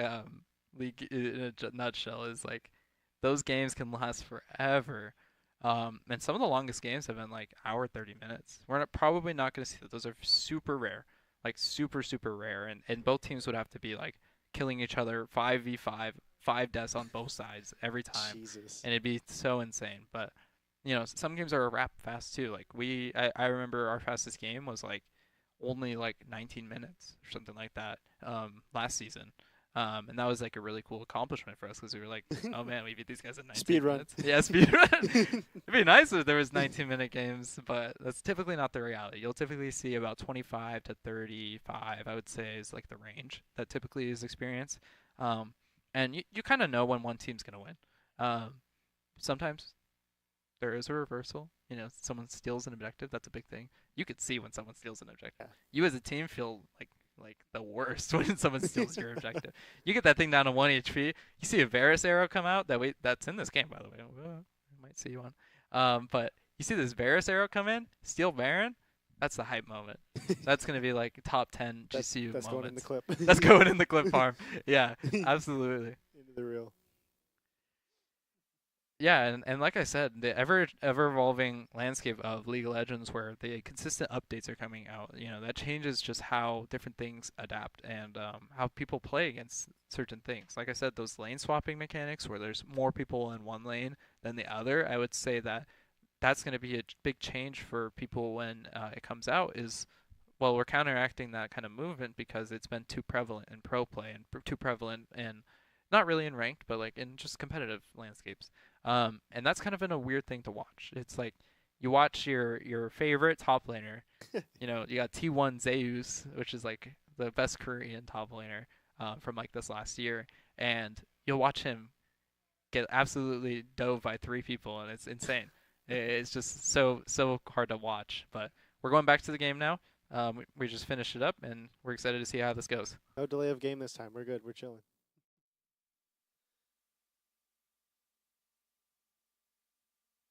It does appears to be frozen or pause. I'm not entirely sure. Hoping to figure out these technical difficulties. Oh, there we go. They're dancing. We are moving. All right, so as of right now, we have Syndra versus Corki right here in the mid lane. This will be an interesting matchup as it's a little closer range than I think Syndra would be hoping for. If she can space him out, it's probably going to be a little bit better. But you'll see some of these cool skins and stuff, and you can tell me which one's your favorite. It's nice that we can use skins. That's also the Lumberjack's pretty cool. I like that. Yeah. Well, Sion's a really funny character that's been a lot more prevalent with like the Baus and stuff like that. Who's a really funny foreign top laner who's playing for a really popular creator team right now. And he's been actually dominating these pro players that have been played for years, and he just like dies like constantly, and he has more gold than the other team. So I noticed that they didn't engage immediately. What is the strategy with not engaging, or was that just because of the pause? So, engaging immediately in this early stage is not advisable because you might get overextended, and you're level 1, so you only have one ability. Every level you get an upgrade, so when you get level 4 you should have most of your abilities, like all of your abilities pretty much. And so going in early allows you to kind of overcommit a little. It depends on the champ for sure, but some of these champs don't really want to go in until level 2, level 3, and you'll see a little bit more prio being taken as the bot laners and different things to get higher level. Like that Ezreal champ on like level 3 will be much more aggressive in lane and trying to hit these enemy people because it's going to be kind of his character's archetype. Here you can kind of see what top lane interactions are like. It's mostly just wave management. Yeah. You can kind of see what Cassante wants to do, which is shove into Sion, and Sion wants to do the same thing. So it's like this one's a little bit back and forth. It's not going to be too exciting. It's a little dance. It's a little slow dance. That's all. As the junglers start to move towards the sides, that's going to be a big element of this game. It's going to be really hard for I think Gwen to gank something like a Cassante because he can get away easier than the mid laner can. I think hopefully blue side's playing more towards their bot, and I think red side is more playing towards their top because I think that's going to be a big part of this game is playing towards that mid and top. With the lane differences, I know it's like top lane is going to be the slower burn as far as until something like big plays happen. But when it comes to the red side versus blue side, is it always going to be that like red side should be prioritizing top lane, or does it just depend completely on the team composition and who's playing who? Yeah, I think it's easier to, as a team, prio when you're on red side top lane, just because the map is slightly geared towards either side when you're on the other side. So like blue is easier to get into bot lane, and red is easier to get into top lane. That's kind of changed over the time as we see a first gank here in the middle lane. We see him have to flash away over the wall and get away as Gwen and Syndra kind of zone him out of the lane, and he took a big chunk here, so he's gonna have to teleport. He lost a little bit of resources, but nothing too bad. They might try to re-gank that, so that means now that they know his resources are down, they might try to re-come to that lane and try to bully him a little harder. So you do not want to be anywhere that's not in the lanes, because I know there's parts of the map that are kind of like those in-betweens, and what's in those? Are there any reason to go in there outside of just escaping harm's way? Yeah, that's where all the objectives are. So eventually, like, you're going to see towards like the 10-minute mark these objectives. Obviously, see a top laner gank right here, as they should kill Scion here because he has no mana. And he has really no escapability. It's just going to take a second to kill him, and then when he dies, he has a passive that keeps him alive for like just a second. So he's going to do a lot of damage here, and that's the thing about Scion, is he can die and have deaths, but he can still make some of that money back. That's what makes him a strong champ, yeah. He doesn't res or anything, he doesn't do anything, but he gets a lot of damage, and in these team fights, if he dies in the middle of your team, you best believe he's smacking on you. Yeah, it's going to be bad. So I just saw that GCU, we got an objective. Yeah, we got the first kill. We got the first kill. New thing that came out this season is actually these things called feats of strength. So to get feats of strength, you really have to do, you need 2 of them to get your feats of strength bonus, but there's 3 options. So you can get first tower, so destroying a full tower. You can get, I think it's 3 kills now. It used to be only 1. But now that GCU has 1, they only need 2 more kills to get that first aspect of it. And then also, I believe it's the first of 3 objectives. So if there's 3 dragons that get killed, one side gets that, as we see another gank in the top lane. This top lane has been really popular recently with the ganks from Skarner and then also the jungler from ASCU. Avoid Me should just get out of here. It does take a little bit of a chunk, but his wave is a little bit poor here. It looks like it's shoving a little bit because he has more of a wave. And then we're going to see both junglers trying to cross-map each other. So that's a big part of the game, is cross-mapping. Especially early on, is like whenever one side is stronger on the other side, you can kind of see what the other person and guess what they're doing is. So this Gwen definitely knows that he's doing dragon. And that's kind of interesting too, is like, okay, how do I predict where the other person is without fully seeing them? Yeah. So with the jungle area, is I'm imagining like the top laners are going to stay in the top lane, bottom laners probably staying in the bottom lane. But is there ever a point where it's like there's almost everybody or the majority of the teams in the middle, like any big objectives that push everybody there? Yeah, and you know, that's what the beautiful things about objectives is in this kind of game design, is that it starts to force people out of their normal, like out of their lanes, out of their different things. And we're about to see some of these fights to get a little bit more frequent as they get higher in levels. You know, some people are starting to hit level 6. The level 6 rel ult would be really big. We got level 6 on spec with the Skarner. That should be really great at grabbing a few of these people and pulling them into the team where they don't want to be. And you know, as we get closer to like the next grubs, those were the little things that Gwen was killing. Those things will be a big priority for GCU because they don't want to let them get all 6 of them. And is that another point? Yeah, so that'll be in a few minutes. We'll see it come up pretty soon. But that's going to be one of those things where GCU as a team is going to start moving up. And then they'll probably send their mid laner bot lane and then their bot laner to mid. And that'll be really interesting to see how ASU kind of adapts to it. If they're just going to give it away, maybe take the dragon instead. It's really just a give and take. What resources can you use to take away from the other team? And what resources are they currently using? It's just all resource management. As we see, Keenan avoid me going and engage onto the Scion. Looks like he's going to get the kill here. He hits the last Q3 as he flashes away, forces flash out, and then that's a pretty easy cleanup after he comes back because he will have no flash, no survivability. And Keenan should just be able to take this whole wave and set up his wave really well and then have Scion have a hard time here. So with the minions, obviously they're part of like getting XP and resources and stuff, but is there ever been like a point where they're the deciding factor of a game, or are they more so just fodder for everyone to keep killing, at least at this level, just to keep getting levels and stuff like that and getting the next ability? Because so far it's like It's just a bunch of them I've seen getting, like, there's 6 or 7, and they just meet in the middle, and they just wait for somebody to kill them off. Yeah, pretty much. You know, the minions are the things that tank towers. That's the idea. You want to have your minion wave under the tower so you can hit the tower. So you can start doing those kind of things to the tower. And here, I would say, you know, most of the minions aren't going to do anything early on, but later on, you're going to want to be shoving those lanes. You're going to want to be pushing them under the tower because eventually it'll chip away at those towers. And that's a big part of the game, is freeing up those lanes and making the kind of pressure at different points of the map. You might take my top tower, but I took your bot tower. So my top laner might just completely obliterate your bot side. And that's all you can do. Like, you created that pressure, that kind of indifference, and that's how it's going.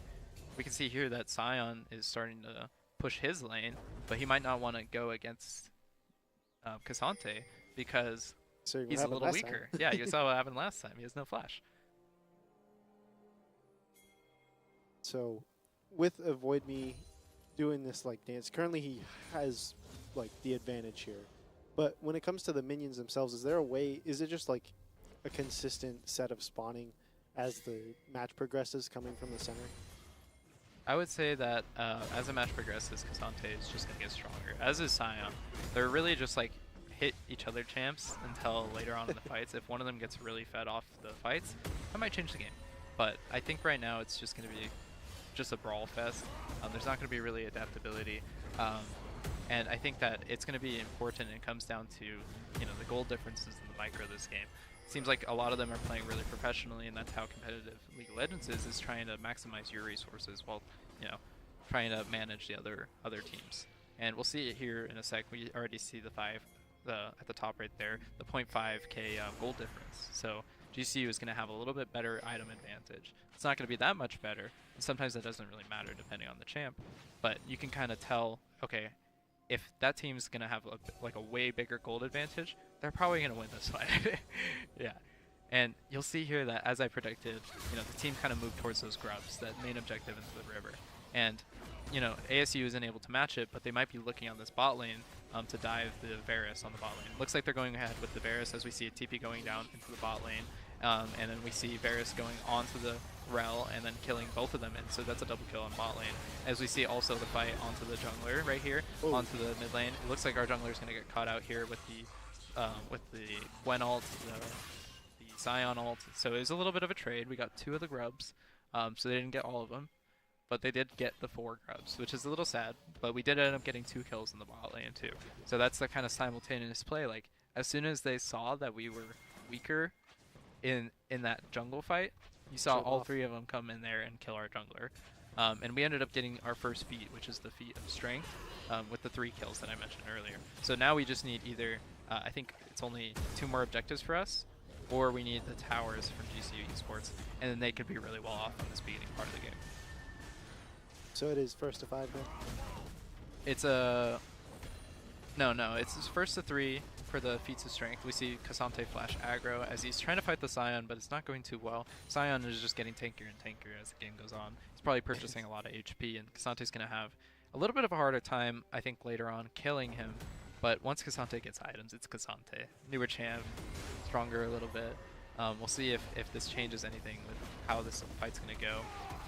Cassante's going to ult onto him and get a little bit of the healing aspect of his champion and use. We see Gwen on the dragon in the bot lane. If we could swap to that, to Gwen. I want to see what goes on from GCU side to kind of bully them out of the lane, to kind of take them away. As you can see, their bot lane is starting to head up into the river, and we're going to see that kind of fighting break out a little bit as Varus ults onto Rel and tries to take a little bit of their damage, and she gets absolutely chunked. So this might be a better fight for GCU as they also ulti onto the Gwen and pull him away from Dragon. We're going to secure that Dragon there.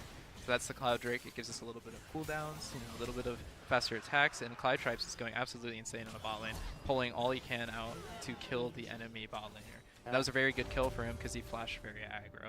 He took the aggro kill, took the aggro placement, and he used that gold that he got from that double kill earlier to have a better item advantage and do more damage than their bot laners. So all of the gold gets put back, like the items in their spawn, right? Yeah, we can take a look at the items here in the hotbar as we see another gank mid onto the Syndra, which is really great for us because she walked up really far into the lane. She wasn't predicting our jungler to be there, and our Corki was able to pull out a kill. And I think it's going to be very important to look at the items here in a sec to see, like, okay, what kind of things are GCU pulling together. As you can see on the bot lane, Varus on the very bottom right has his Blade of the Ruin King. That's going to make his champion much stronger. They have full items.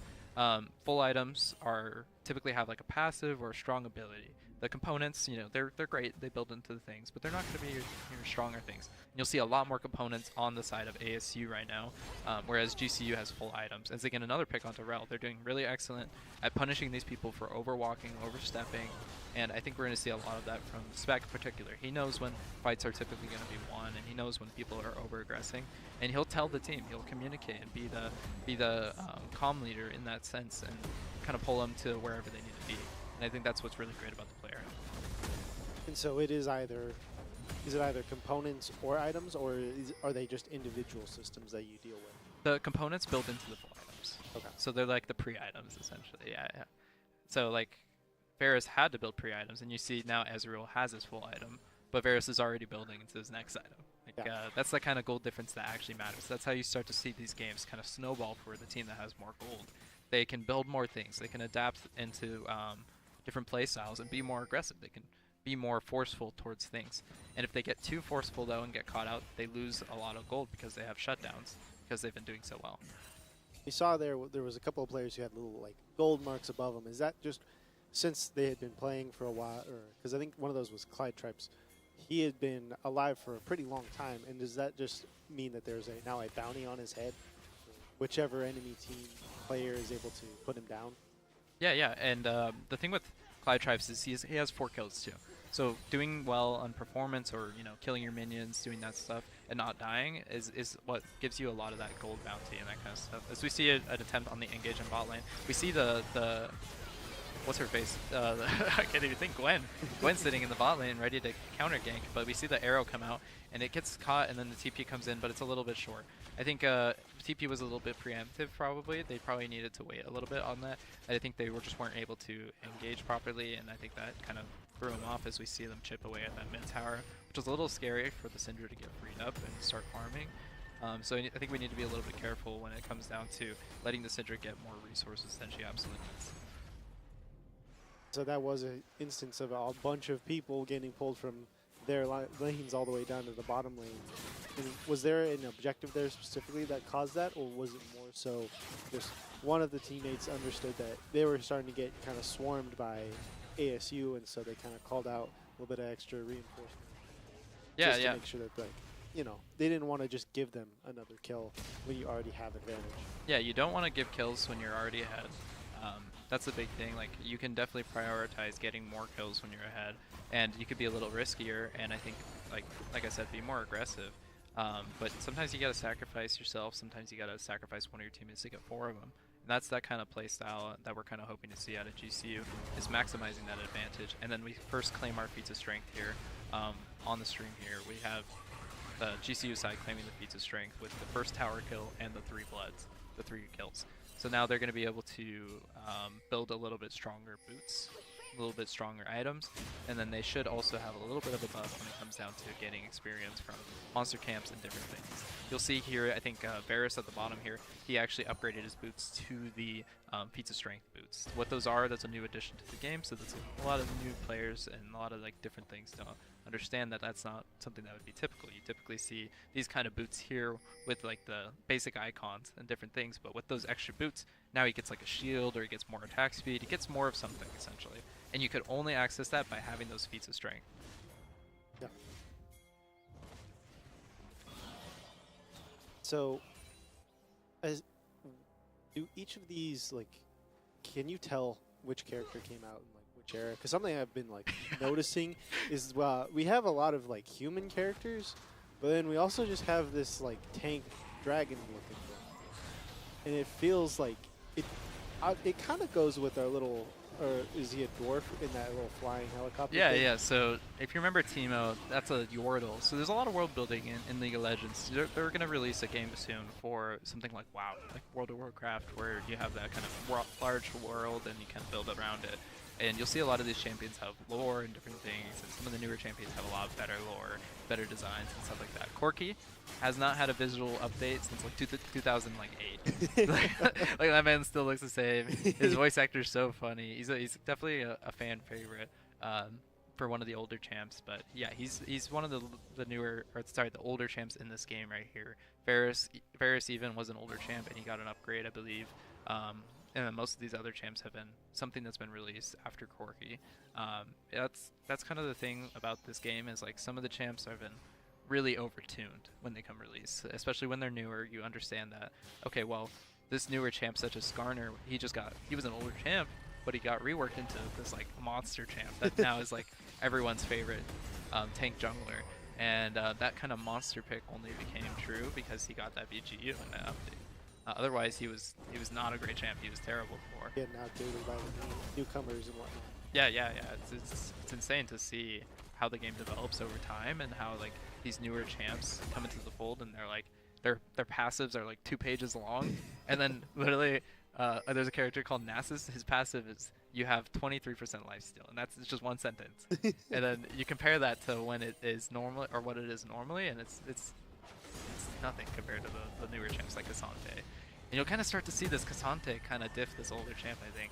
You'll start to see the Cassante trying to take these aggro trades because he knows he can win with ulti and get a lot of that resources back into his HP and stuff like that. We'll see here Atacon coming soon. Atacon spawns towards the side with the most kills. So you can see the top lane it spawned towards right here on the minimap, with the timer and the yellow hourglass coming up. Atacon is spawned top because there was more kills there, and now that's a big priority objective for if team steps over too far and they get picked. Atacon's going whatever team's away, and that's going to be a game changer for either side. Sion ults away, but he misses the ult into the wall, and he's going to get killed here. And he might get the wave back, but there's not really going to be much for him to do after this. He's going to be able to TP back. He's getting a lot of resources still. The gold shouldn't be too far apart, but I think it's going to be kind of hard for him to come back into this game and start doing what Sion wants to do, which is hit those towers, be really annoying on the sides. I think Cassante is just always going to be there for him and try to do those. As they start Atacon up secretly, I think you'll start to see the whole map move. The support from ASU is nowhere to be seen. He's diving bot lane right now. So this leaves a little bit of strength on the side of GCU when it comes down to this Atacon. And I think that's where a lot of this big plays are going to be coming from, as they do end up killing the Corki, but he takes the mid laner from ASU with him, which is a really great trade for I would say, Kaizen here. There's a pretty big point difference right now on the scoreboard with the 9-2. Like, what exactly, has it just been the objectives, or has it been the kills that put him up there? Yeah, the kills and objectives, as you can see, there's three dragons GCU has already killed. They're on that soul point that we discussed earlier. ASU is not going to want to let them get soul point. They are not going to want to let them get into that strong team buff, and it's going to be one of those things where if they're not fighting for it, they're just going to lose the game. They're going to lose the game after soul. Soul increases the win probability of any team by like 30%. Wow. Something like crazy. And so that is insane. And then also the fact that they are allowed to get Atacon right now for free is really disheartening from the ASU side. I'm scared for them as they're this Atacon, because once they get this Atacon, if it's the res buff, it's going to be very difficult for them to play into, and GCU should be able to get a lot of things off this play here. GCU does take him.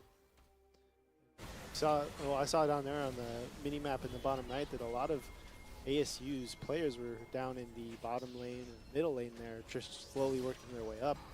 Yeah. They could not close the distance fast enough to make any sort of headway against them. Yeah, so ASU chose not to fight that. They chose to instead engage with the towers, try to take those side objectives. You know, that bot lane tower they got with the Scion, and they also took mid lane as they had 3 people hitting it. That's good for them because it opens up the mid lane. However, I think GCU from getting Atacon will be much stronger, even though they were already strong. This is going to be very difficult. We can see a lot of the vision, though, from the GCU side is not really well placed. We might get a person picked out here if GCU does not opt in to stay like away from their own jungle. You see the dragon spawning pretty soon as ASU is already ready and kind of warded up for it, and someone might walk into them or they might try to engage here, which they are trying to engage, but I think they're going to get caught out here as Clytripes misses his flash over the wall and ends up getting caught out by the enemy Scion. It does look like we might trade off for one of these kills at least. but looks like the engage falls short for ASU after that fact, and Cassante is pushing the sideline, so if GCU can stall this fight out, they are ultimately winning, I think, that trade, but as of right now, that shutdown on Clyde Tripes was very big. It's very hard for him to get away from that Scion ulti. He's unstoppable. Someone has to be hit by it, essentially, or he has to hit a wall. And if no one gets hit, then you're kind of just screwed. But he messed up his flash. If he had flashed over the wall, he might have lived longer. He might have been able to fight that fight. But it looks like he was just a little too short, and I think that's one of the moments that's going to come to bite him in the butt. So with the flashes, is there like a specific range that they go through the wall then? Because it did seem like it just was a distance issue there. Yeah, it was a distance issue for sure. You have to be pretty much upright against it, and sometimes the thickness of the wall matters too. Like that thin walls, those are easy to flash over. These thick ones, I can't flash all the way over. It might just push me either in the same spot, or it might put me on the side of it instead of where I intended to go. That's that kind of missing flash that I was talking about earlier that I've definitely had in my career, and I've had PTSD from it. Because I know now that some walls you can't flash over unless you're like, you move over a little. You got to make sure you're in the right spot. But for him, I think that's going to be one of those moments that he's going to regret for giving that shutdown, letting them kind of get a little bit more priority when it comes down to the dragon. And then ultimately, I think he cost his team a little bit there. But I think they're still in a tight spot where they're very advantageous. ASU got a lot of gold back over that last couple, like 2 minutes. Well, they took out Clyde Tripes, who had a pretty big bounty on him after being alive for the entire match, essentially. Yeah, I think he was worth 700 gold, which is almost close to 1,000, and that's about the difference that was experiencing before, was that 3K difference. You'll see the Baron spawn here, and this will be a big priority objective for the teams coming into this later half of the game. We're already at the 25-minute mark. How are GCU going to be able to push their advantage and hold their dragon advantage? And if they're going to go for Soul, are they going for Soul and trade Baron? There's a lot of give and take here, it seems like, from the GCU side, that I would have hoped that, I think, for the Atacon fight, I think they should have sent some people to the side lanes to be able to manage some of these advantageous positions that ASU was taking. So now I see the bottom, or the top lanes have basically just switched entirely. So our top laners are now sitting at the bottom lane and just kind of just hanging out with each other, really. I mean, you saw them hitting the emotes and stuff on each other because, I mean, not really going to try and take each other out when they're all by themselves. And so it's just a tug of war down there with no... Absolutely. And if we go back to that gold difference, I want to see the difference between Scion and Cassante there. Because that's a very valuable stat to see, is like, even though this Cassante doesn't have any deaths or kills, is he even getting more gold than the Scion that's able to farm and do all these funny things? You'll see right here, looks like it's almost about the same, only like about a K difference, maybe 2K.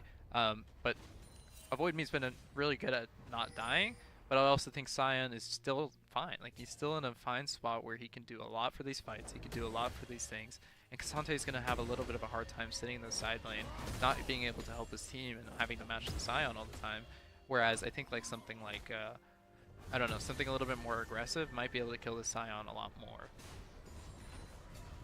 Cassante pick's really good, but I'm not sure like if the Scion pick might be better. It might be, yeah.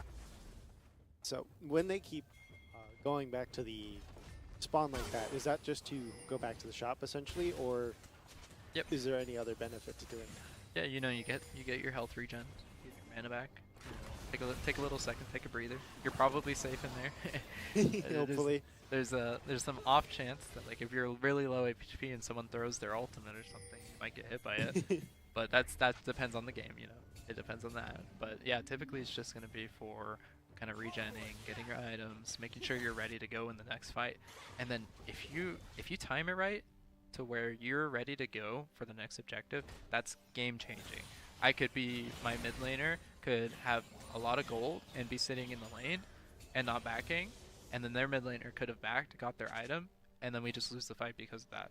Because my mid laner wasn't able to get his back off in time before this objective.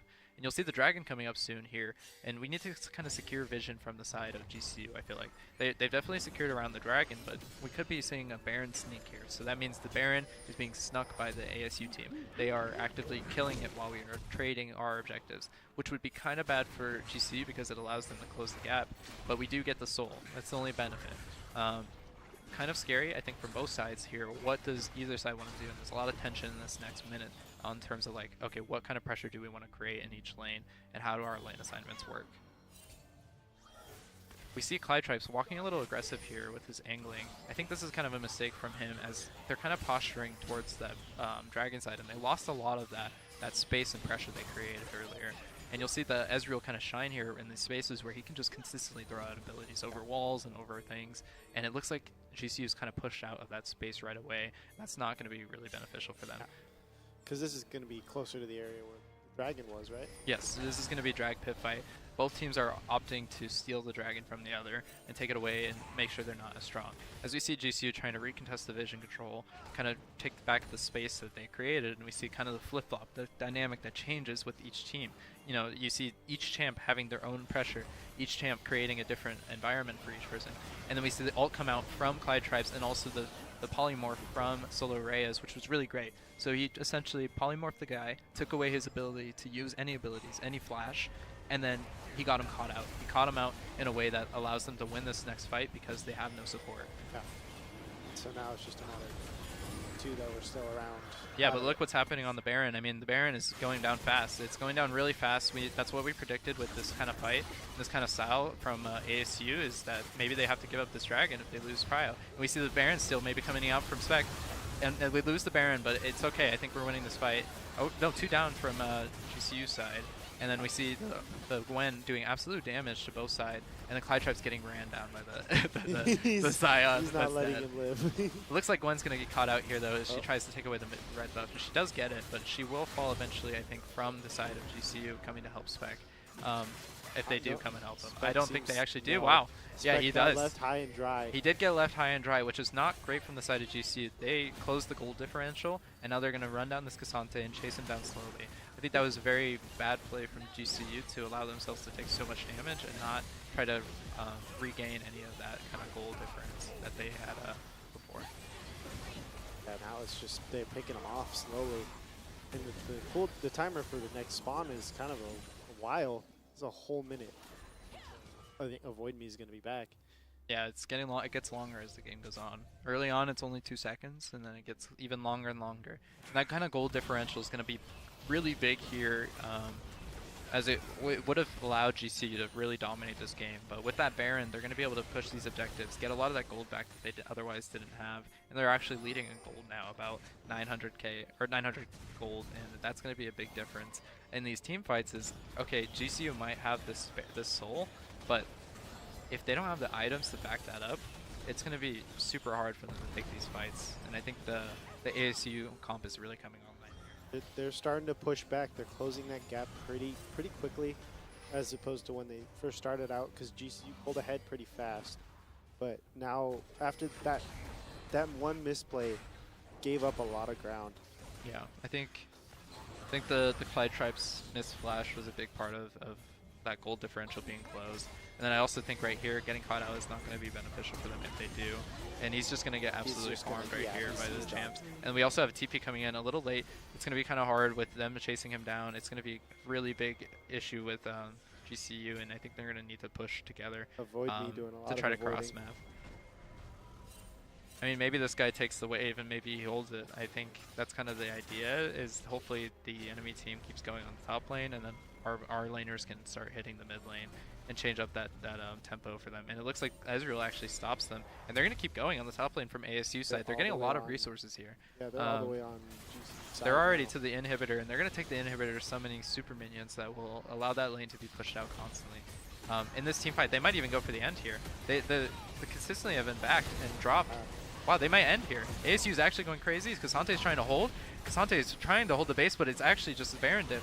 The Baron diff is huge on the ASU side, and they actually end the game right away. That is insane that they were able to get that far, that fast, and it's going to change up a lot of the tempo of the game. And that's crazy that they were able to understand and adapt that. Wow. So yeah, the scoreboard didn't really have a whole lot to do with the victory there, anyways, because they just steamrolled right through. No, it's insane to see what ASU was able to accomplish from that far behind. They were 3K down behind.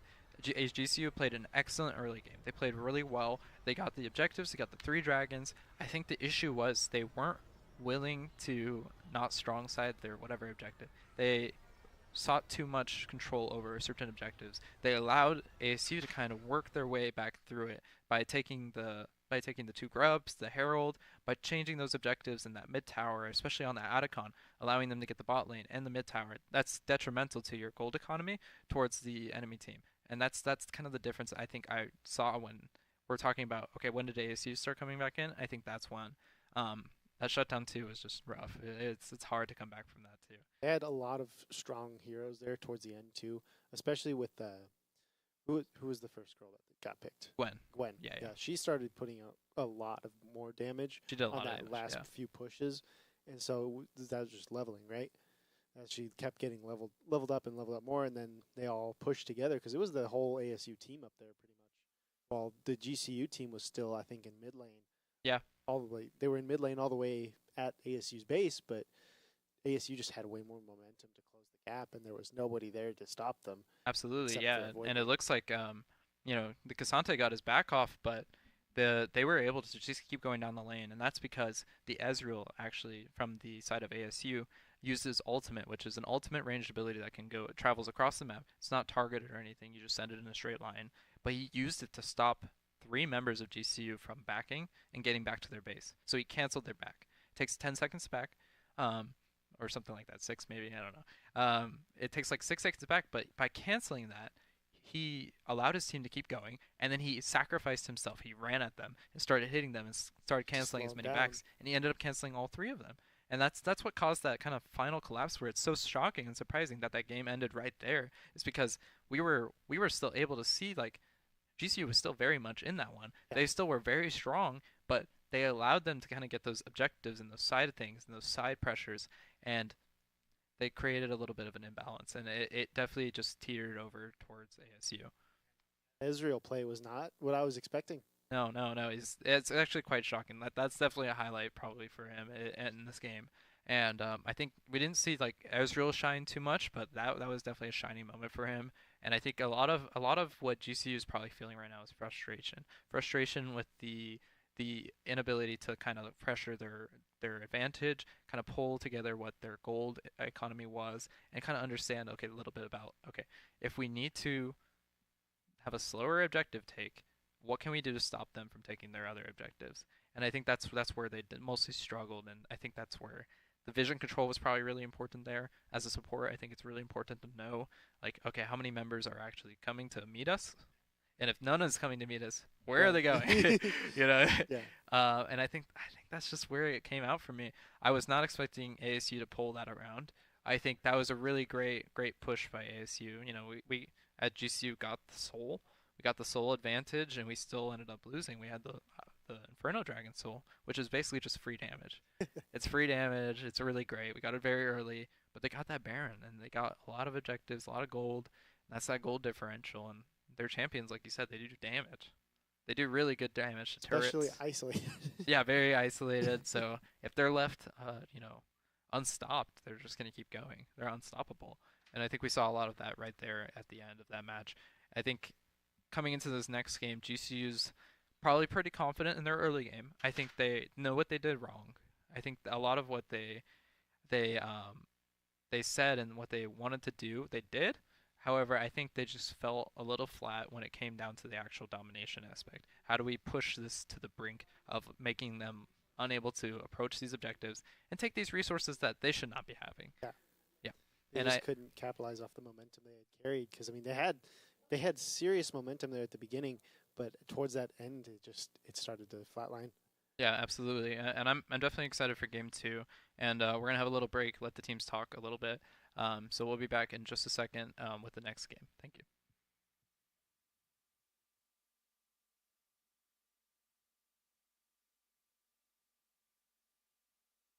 I think we're transitioning. I think we're transitioning. I'm not sure. You're going to have to stare at our faces a little. Here we go.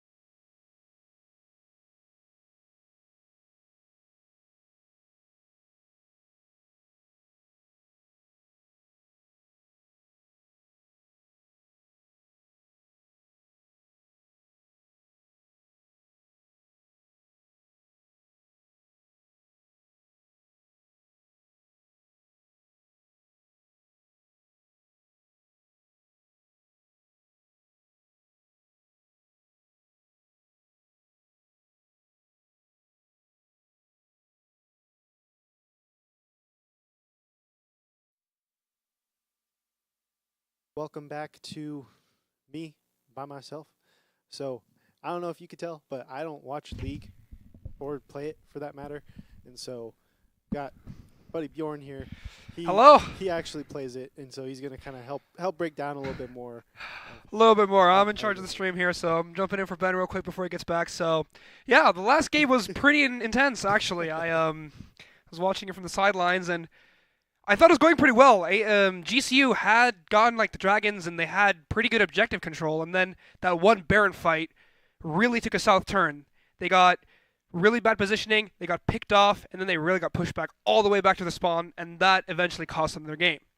So I think for the next game, what they should do is kind of keep their cool. They had the advantage with the objectives, and if they just played a little bit slower and a little less risky, definitely going to be better. What was it specifically that the Baron does for ASU that made it so like such of a swing into ASU's advantage? So there? the main part of the Baron is that when you kill it, you get a buff to your entire team that is alive that increases your minions' HP and damage against turrets. So this is usually what you do is you kill the Baron and you are able to produce this massive push that usually can get you like a tower or two or even maybe like an inhibitor. And in this case, it even won them the game. So it is a very, very important objective, and especially since the bad positioning that GCU had, it really, really cost them a lot. So I genuinely think if they just have a little better positioning and spatial awareness, it'll definitely go better. And that's it for me. Yeah, it was. Ben's good to see back, it. so Ben's back. Here you go. So What up, League fans? We're back here. I got to read some of your comments. Thank you guys for checking in with the stream. I messed up my hair. it's beautiful. We're loving the interaction over here at GCU Esports. We're really glad that everyone's having a good time watching and seeing what's I would happening. have loved to see what was going on in the arena when that last push was happening, because it got loud. Yeah. There's a lot of the ASU kids here actually. I got Really? to see a little bit of it. I wanted to go out there and see what the atmosphere was like. I got to see they have a little viewing party on the couches over here at GCU Esports, and that was really cool to see, like the kind of support that they're getting from their friends, maybe their family. I'm not too sure. But it's really cool to see those kind of players, and looked like both sides were still very locked in, very still mindful about what they did wrong, what they did right, those kind of things. And it was a crazy game at the end right there. I think not a lot of people were expecting that to end right there. And I think a lot of what GCU, as I said, is a little bit frustrated about is losing that advantage, knowing that they were stronger, but they still ended up losing the game. I think what ASU did really well there was capitalize off the things that they were giving. They knew what things they were able to take on that cross map. Those two towers initially with Atacon, they were able to take that bot lane and that middle tower, netting them a lot of gold. That's probably like about 800 gold with minions and different towers and different things. And they're able to get that kind of advantage and kind of close that gold lead, make it a little bit closer with those fights, and then just the picks on the ADC. Oh, that's hard to watch with the mid lane flash. It's hard to get that kind of shut down gold onto those kind of carry characters and not let them carry the game. I mean, it's just part of the game. Shut down gold, it's going to be really impactful during these games. Both teams are very careful about where they're stepping, very careful about how they're utilizing their advantage and how they're utilizing that gold deficit to, keep themselves alive. But if they get caught, it's over. It's over. It's hard. It's too much. Especially if you miss the flash. Also, guys, we do have chairs, just so the chat knows. I know that was a joke, but yeah, we do have chairs. It's we sit down after we're off the air. We just want to give a little bit more professionalism, to the analyst side of things. We want to make sure we are allowed to sit. We are allowed to sit. With the LCK, I think they do sit, or whatever. Whenever they're casting Worlds, I'm pretty sure they sit. But we do sit. Don't worry, guys. My legs don't hurt. I promise. For yourself. Speak for yourself. Yeah. And as a person with a little bit of, I guess, not a little bit, but like new experience to League of Legends, what did you like most about that game? Did you feel like what was the most exciting part about that game for you? Well, I mean, obviously the most exciting part was that ending. That ending, yeah. I don't think anybody was ready for that to happen. I know, like, Bjorn wasn't. Bjorn was about to go check on something out there, and he's like, wait, what? He ran back. You guys should have seen him. He sprinted across the whole place, and I was like, oh. I was like, wait, yeah, this is ending. He was ending. excited about that, but I always thought it was just like scoreboard, because like with most other games, it's just the scoreboard. That's it. It's like points go up, and they don't really go down, and you don't lose when you're ahead. Yeah. But it didn't matter nearly as much with League as it did for, like, say, Overwatch did. Yeah, no. It's like, yeah, it's advantage, and yeah, you have more buffs going on to your team and to your minions and whatever, but you could still, like, it's not over just because you're down 4 or 5 objectives. Yeah, I will say that, from a team standpoint, that, like I said, they're very locked in both sides. They both know what they did wrong. They know what they need to do. Both coaches are here. They're teaching their players. They're telling them what to do. I think the atmosphere is just completely different than Overwatch. For context, Overwatch was a 0-3 sweep towards the side of ASU, and there was a lot of, I think, bad atmosphere from GCU. They were tired. They were kind of like, okay, well, this is gonna be nothing's working. We're not really able to adapt into that, and I think that kind of plays into like the actual ability to win games. If you keep your confidence, keep your head, and keep your cool, I think GCU can still understand and pull back a little bit of that winning side that they showed very early, and keep it going in these next couple games. And it'll be interesting to see how some of the champs that ASU was super comfortable on that game aren't able to be used. That's I'll the have nice to thing. figure something else out now. Because imagine we had 3 games of Gwen like that. That guy was crazy on the Gwen. He was hitting his ultimates, popping off on the damage, and we saw a lot of that Gwen power come onto those early objectives, and then also those team fights. We saw Spec got absolutely bursted by that guy because Gwen does so much percentile damage. She does so much damage to those kind of tanks, and he really needs someone else to be there with him because he enables other champs. And we're going to head into draft here for the second game to look at this Fearless draft and see what they're going to pick. Who else is up for the chopping block? So we did get a switch here as far as GCU being on blue side and ASU on the red side, and it does. So the bans, they got changed. Yep. Yeah. So, like I said, at the bottom right there, you can see what champs have already been played. We're gonna see that if it goes to game 5, there'll be 4 of those. So, there's a lot of champs gone by the time it gets to game 5. If we get to the Fearless, and we see a few champs already, if you want to call them out. See, we already have Victor going in on the GCU side, and was it Hawaii? It's Way. That one's actually kind of hard to see. And say Milio is a really good pick that I really like from ASU. They'll probably play for more carry ADC this game. Either that be scaling or different kind of ADC than we saw last game with that safe Ezreal pick. And, Ezreal can't be picked anymore, so that'll be kind of interesting to see these more aggro ADCs start to come out. And do the bans change in this? Because I think I remember last round, Victor was one of the characters that was banned. Yeah, absolutely. Victor on the side of GCU or ASU is probably a prio pick. It's a really strong pick right now. If it's not banned, someone's probably going to pick it. And it was banned last time, but that doesn't mean it's out of the Fearless. The only things that are out of the Fearless are the plays and the champs that are out. As we see Clyde Tribe's signature Jhin coming out, actually. This man has been farming Jhin like crazy the last couple of weeks, and he's loved every second of it. Jhin is a really cool champ because he's different from ADCs, as where he only has 4 shots. His 4th shot, though, super powerful.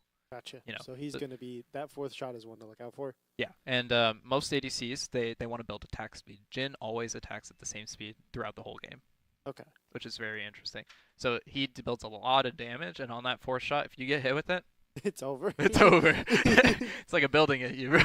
You just get hit by a truck. Yeah, that last shot is going to do a lot of damage to a lot of these squishier champs that ASU's picking. That's one consideration they need to do and keep in their in their kind of wallet and keep ready to play. So, is there any strategies that you kind of see and build up here so far on each team as far as their current picks? Because I feel like GCU is going to try and look at changing their strategy, right? Because I think they got comfortable last game having their lead. It's like, it's fair. It's like, if I was in that position, I would have gotten comfortable too, but that left them open with a pretty big blind spot. And do you think there's going to be more spread out towards that part of the game, towards that end game, or is it all still going to be pretty focused?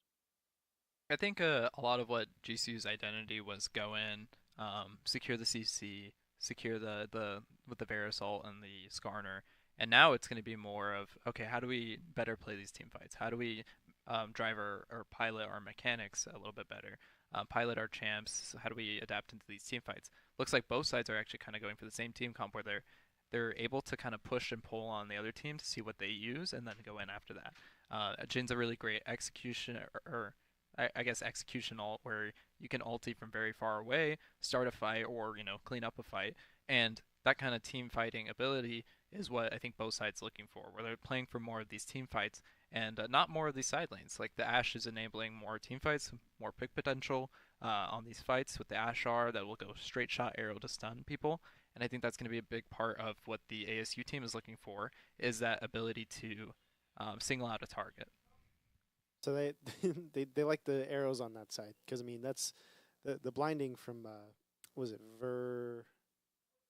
what was the last guy that you were saying was going to be an issue last game? Let me think. Varus. Varus, Yeah, that's Varus. one. I knew it started with a V, but he also that was like his range that Yeah. kind of cost the GCU the win there because he stalled him, Yeah. kept him from getting the rotation over. Well, Ezreal was the one that stopped them. Varus was the one on GCU's side that he had some really great R's, but he got caught out on the shutdown. And I think that's kind of a similar ulti idea with what GCU was trying to do before with the Varus R.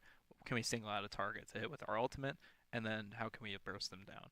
That's what ASU is trying to do here with the Ashe, I think. We see the signature GCU Aatrox. This guy has played pretty much Aatrox every season. He loves him. It's his bread and butter. This is a very comfortable pick for the GCU top laner, and I'm very interested to see what AC pulls out here to kind of counteract that. Oh, we got an alligator. Oh yeah, we got a big alligator. Renekton's been really popular, really fun champ to watch too, I think.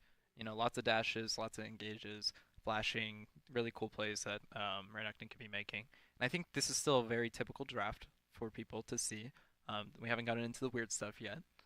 If we get into the later games, definitely with the Fearless still, I think there's a lot of room for this weirder picks.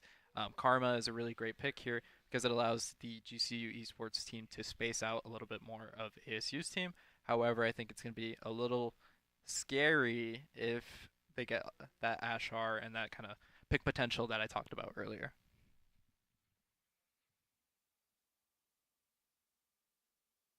So, with the current picks, I mean, this is going to be so that was two of our GCU guys picking the characters that they know really well. So, if they don't win this, how hard do you think it's going to be for them? Oh to win the man, third one. I think my game prediction for this one, I think it's going to go towards GCU. And I think GCU feels like they definitely let down a lot of people last game. I think they feel like they could have played a little bit better. And I'm not saying that they messed up, they did too terribly.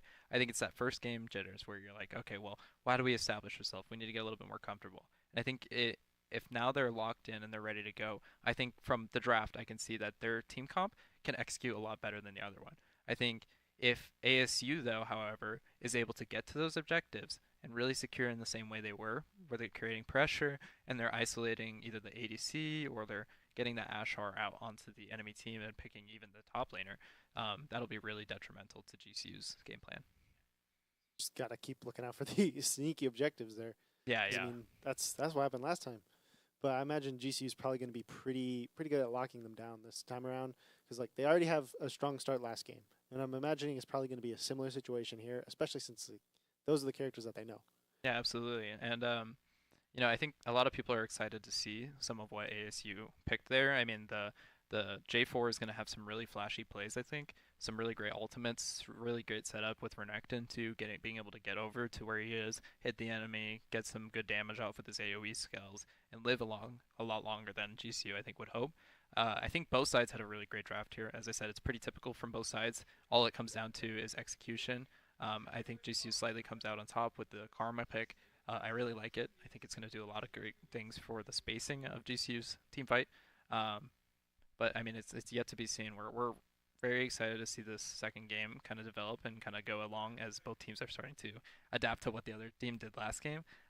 Is there anything you noticed that you feel like that I guess ASU really did to GCU last game that you feel like GCU's kind of learned from? Probably just the sneaking around Yeah. because they were kind of sneaky towards that end play there, where it's like, yes, they let GCU get another soul on. I think it was it just another dragon. Yeah, it was another dragon, last dragon for GCU's soul. Yeah, so they purposely kind of let that happen. I think there was like maybe one or two of them that went over to make them like expect a big push or something, just so they would stay on the defensive.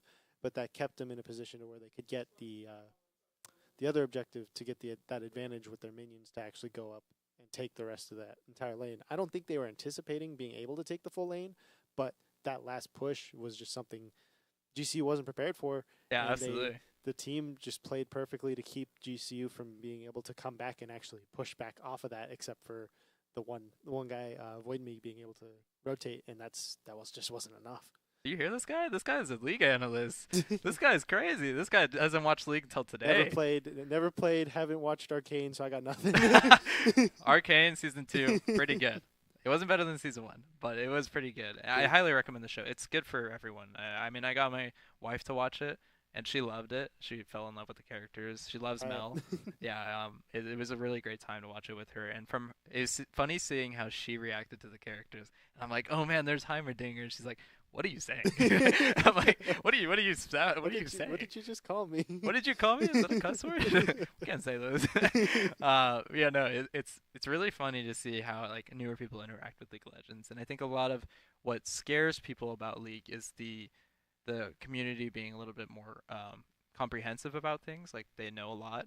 The people that do, they're subject matter experts, is pretty much everyone. And it's a lot to learn. You know, it's that big learning curve. It's a bit of a learning curve. Yeah, just a little bit. Just trying to sit here and watch it, I had to start doing a little bit of homework. But oh yeah, no, it's crazy how much lore there is too. There's so much like underlying things that like give a lot of depth to these characters. And I think a lot of what, like Bjorn, for example, when he came in here earlier, and what most of my teammates like, they like that like deeper character sense. That's why we play the game. That's why we love the game. That's why we want to keep engaging with these characters. We're like, man, this character looks sick. We're like, this guy just released and he looks like a cupcake. I don't want to play him. I'm like, oh, no, I'm good. I want to know the lore behind the crocodile, alligator, whichever he is. You know, as we're getting into this next game, I'm really excited to see what both teams are going to pull out after that little break and get together and all that ideation and strategy they're building together as we get into the next game.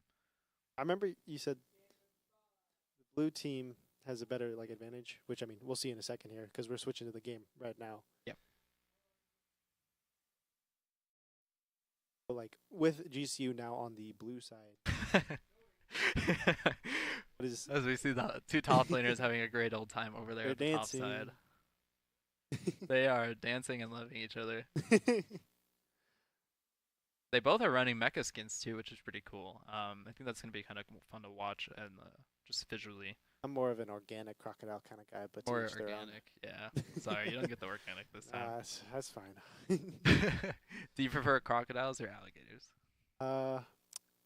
Honestly, I don't know the difference. I feel like what? I know it's sad for me to say that. You don't know the difference? Aren't you in an environmental science class? They don't talk about the cool parts of environmental science. Oh no. There's some really cool parts about crocodiles and alligators, but I mean here we'll see the croc go crazy. There's no alligator in the rift, I don't think. And we're gonna see the croc do a lot here, I think, from Incinerary. They gave him a sword, so it's gotta be good. I'm excited to see what Clytripe does on this Jhin as well. He's been really comfortable. I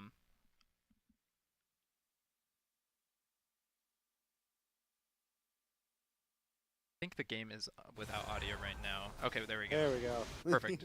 I was like, I can't hear the emotes going off. Yeah, no, it was kind of hard to hear myself. I was like, wait, I'm hearing myself, but I don't hear the game. As we see an invade from Violet very early on, I think he thinks he can win this, but if the GCU top laner comes down, it's going to be kind of rough for Violet. As Spec does trade into him, but he does not get his Gromp. This is going to be a little bit of a delay for Spec here as he tries to continuously do his Gromp, and he's going to get warded again. This is going to be kind of rough from Spec as he gets flashed on, and he's going to die. Looks like the ASU jungler is also going to die, but the mid laner is losing prio from his lane. This is going to be kind of a rough walk down from both sides of GCU, and no way he gets out here. There it is. Good laser. Little scary if he got out there. That would have been really bad for GCU, I feel like, as the goal differential would have been a little bit higher for ASU in that really early stage, and it would have delayed the jump quite a bit. So as we see Spec kind of path down into the bot side, you know, Jarvan's going to have a little bit of better cooldown, but I think later on Spec's going to be able to 1v1 him much better. So there seems to be a lot of pressure on the bottom. And why is that? You know, a lot of a lot of people call the bottom lane ADC for a reason. It's your attack damage carry, I would say.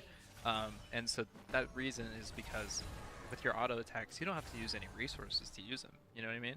Like, you just can consistently put out damage, and if you get peeled for, some characters make it so hard for people to kill them on a ADC that they just consistently put out damage and they die. It's how you get the most damage out of most fights is from the ADC. And I think if you feed him a lot, you're going to lose your game. You're going to have a hard time killing him. You're going to have a hard time winning those fights when he's hitting you for 400 HP every time he autos. That's a lot of damage out of autos. Just a little. Just a little bit of damage. And I think here we can see kind of how the Jhin and Karma want to play. They really want to push these guys lane in all the time, and they want to make sure their lane is warded, and they want to keep poking consistently. Thankfully, Emilio kind of mitigates some of that damage, but it's not going to be a lot. See some TPs coming back from mid lane here. Both mid laners have used their TPs. Looks like both have tried and fighted for flash as well. So those resources might be on the eyes of the junglers here coming up soon, as top lane is kind of an island as they keep trading and pushing waves. Although both sides are on the top side, this might be an interaction between the two junglers on their top lane junglers. They're doing a little dance. Doing a little dance. They're hanging out. They're just farming minions, and it looks like Jarvan's actually going to ruin that dance a little bit here with his first gank on the top lane. And it's actually quite a good gank here, as Keenan did flash away, but a little bit late, as he dashes and then maybe gets flashed on one more time. He gets a good pull onto Jarvan, as this is a big tower shot from Jarvan. And now we see as Xin Zhao comes into the fold, as he tries to 1v1 the crocodile. I almost call him an alligator because he... I'm making you confused. Making myself confused. Crocodile, alligator, I don't even know anymore. We got a dragon spawn, but there's nobody there for him. Yeah, it looks like Spec's gonna recall here and start heading towards the dragon most likely, as their bot side is still getting pushed in.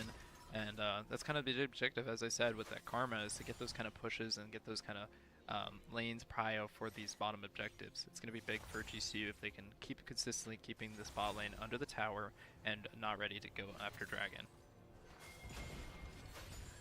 We are starting to, I'm seeing down there in the minimap, we do have somebody on GCU side slowly pushing towards that.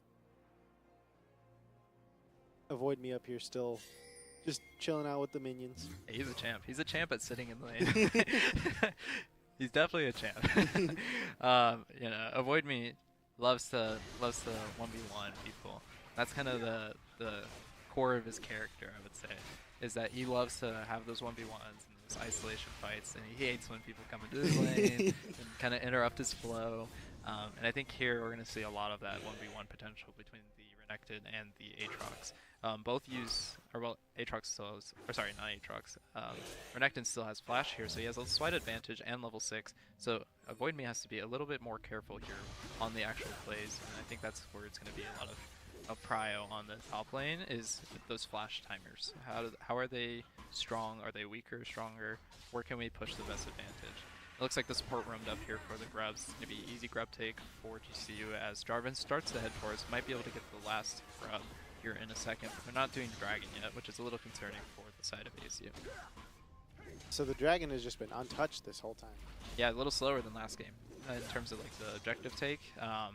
This is definitely a really great spot for GCU right now, taking that last grub as they both start to head up towards the top lane. And it looks like Avoid Me is doing his signature 1v1, as Renekton still has ultimate, but is quite low HP. He will get an HP boost when he ultis, but looks like Avoid Me came out on top with the Aatrox healing and his ultimate. And then it's a low cooldown too, so he's going to have a little bit of advantage here coming into the next fight.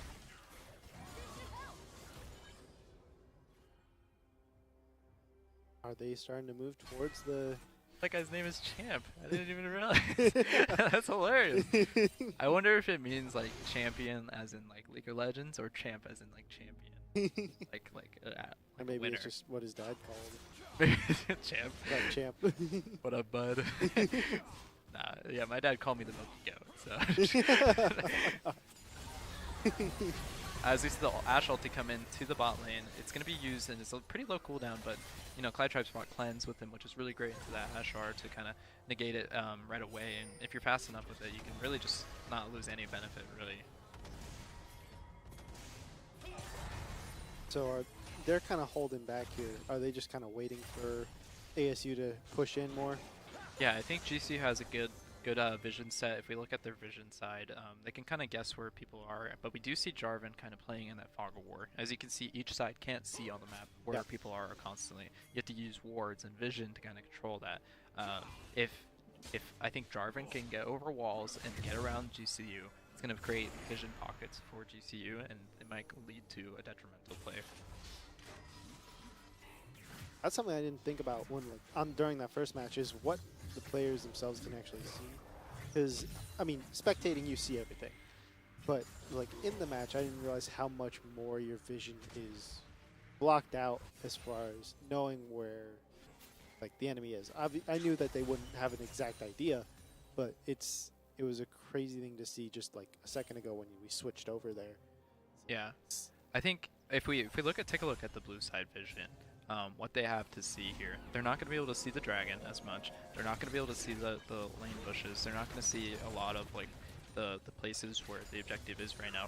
They're going to have to use their best game sense and their guesses to understand where the jungler is and what kind of pressure they're creating. Say the bot lane starts leaving the lane. Where are they going? Probably going to the dragon. You could also tell when someone's going to be backing. It's kind of things you pick up as you play more competitive and as you play just the game in general. You start to understand, okay, when do people have timers to do things? When do they have time to start the dragon? When do they have time to back? When do they have time to go roam and make my mid laner's life hell? So is the mid laner like usually a pretty like vulnerable character on their own? Because I understand that support usually sticks on bottom lane, but up there, like, are your mid laners usually pretty versatile and having like their own kind of utilities to keep themselves up? Yeah. Typically, I would say, as we see it right here, actually after this play, Aatrox does get out here with his signature dash, but it looks like J4 did try to get a little gank. He's going to try and reset, but he might try to re-gank here as the wave is kind of bad for Aatrox. It's a little scary, I think, for Aatrox coming into this. Alright, well, Jarvan backed and he's completely fine. Yeah, kind of going back to what you said, remind me what it was exactly. Let's see, I was talking about the vision, but also, after that I was talking about the mid laners. Oh, the like, mid laners, are they usually pretty like vulnerable, or do they tend to have a good amount of abilities to help keep themselves alive, or at the very least buff their defense to a state where they can?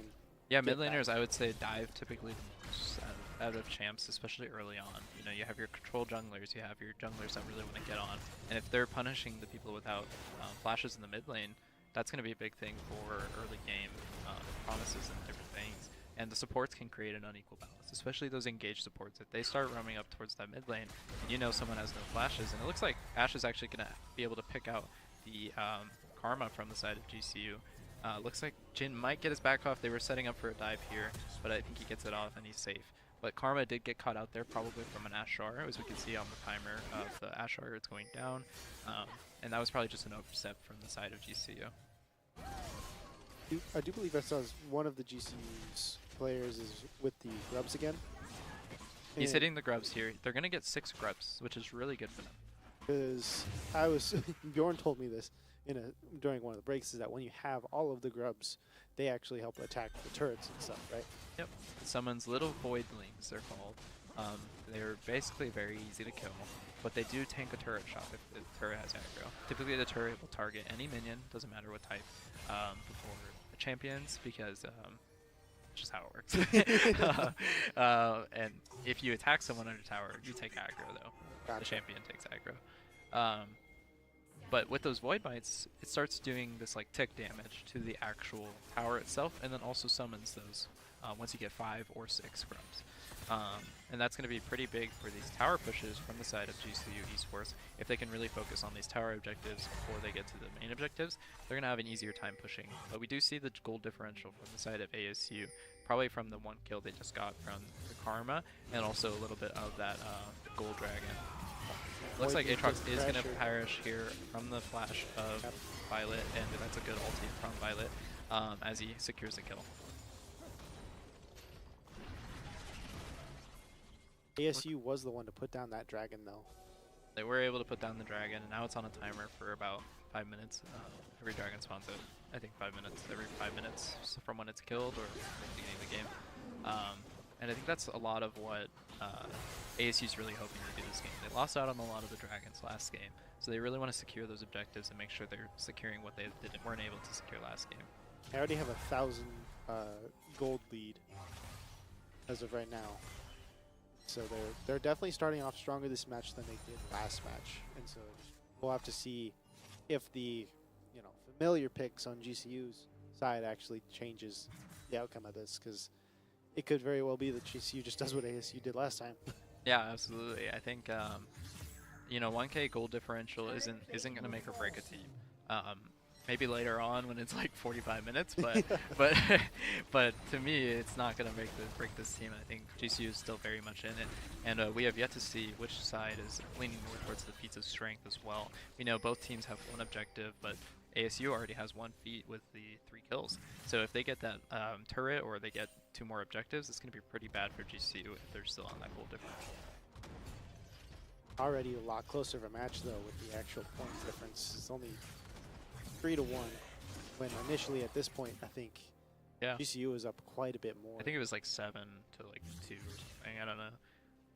But yeah, I mean, it just shows like how each different game can be from the side of just either ganks or how objectives are playing out. Last game there was already, Dragon. We were on second Dragon by this point, and there's only been 1 Dragon killed. Yeah, it took a while for it to die too. They left it mostly alone. Yeah, and I think if either side makes a mistake in this next objective fight, I think it's going to be pretty informational towards us for which side is going to be suffering this game. This is more of the laning phase. This is when people are hitting minions, getting their gold, getting a little stronger. There isn't as much action. You play around those timers, but there's not going to be as much interaction, and I think it's interesting how Violet's been playing towards the top side more and punishing Keenan's overstep a little bit. We see a lot of GCU Esports closing down on the Violet, and he might perish here with no flag right now. He has no ability to get out until after, and they look like they CC him down, and that's a great flash from the side of Spec. It looks like Solo Reyes is going down here though with slows from Ash, and then also Milio's cleansing and changing it up for the team. It looks like that bot lane is starting to struggle, which is interesting because I feel like if they had pressed the cryo a lot better, and they get some solo bolo from Kaizen, this guy just absolutely this guy almost made me say a few words I shouldn't be saying. But I think that Kaizen in this matchup is very comfortable on the Victor. He's been playing it a lot, and I think Wei is a great pick, but I think Victor is just a better champion here. And I think with the grubs, he's going to get a lot of gold, a lot of power, and we're going to see that gold differential really start to take in that mid lane. It's going to be a really big step for GCU in the step towards winning, and then I think it's going to be kind of a hard place for ASU to come back from with that mid lane pressure being so one-sided. And it looks like the tower does fall from mid lane with those 6 grubs. That's why it was so important to have those 6 grubs. Doesn't make a huge difference overall as far as like game shifting, but it'll weigh down on you. Pretty fast. And you can see here Aatrox is slowly sieging and whittling this tower down. It's not even with grubs, it's just he's managing his waves. He's pushing the waves properly. That tower should fall pretty fast if he ever gets onto it solo. If Renekton's not there to match him, that tower is going down, and GCU Esports is going to have a lot of side pressure and mid pressure.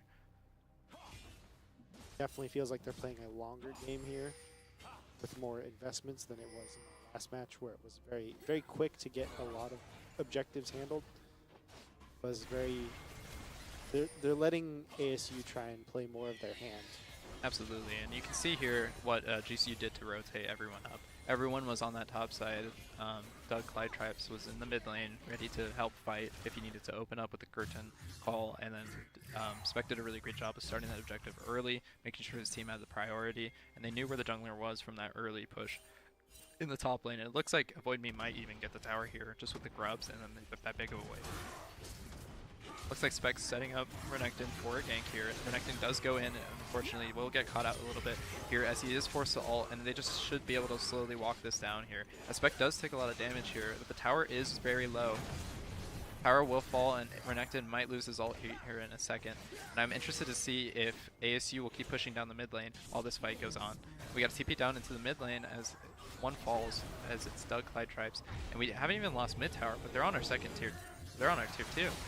That's insane.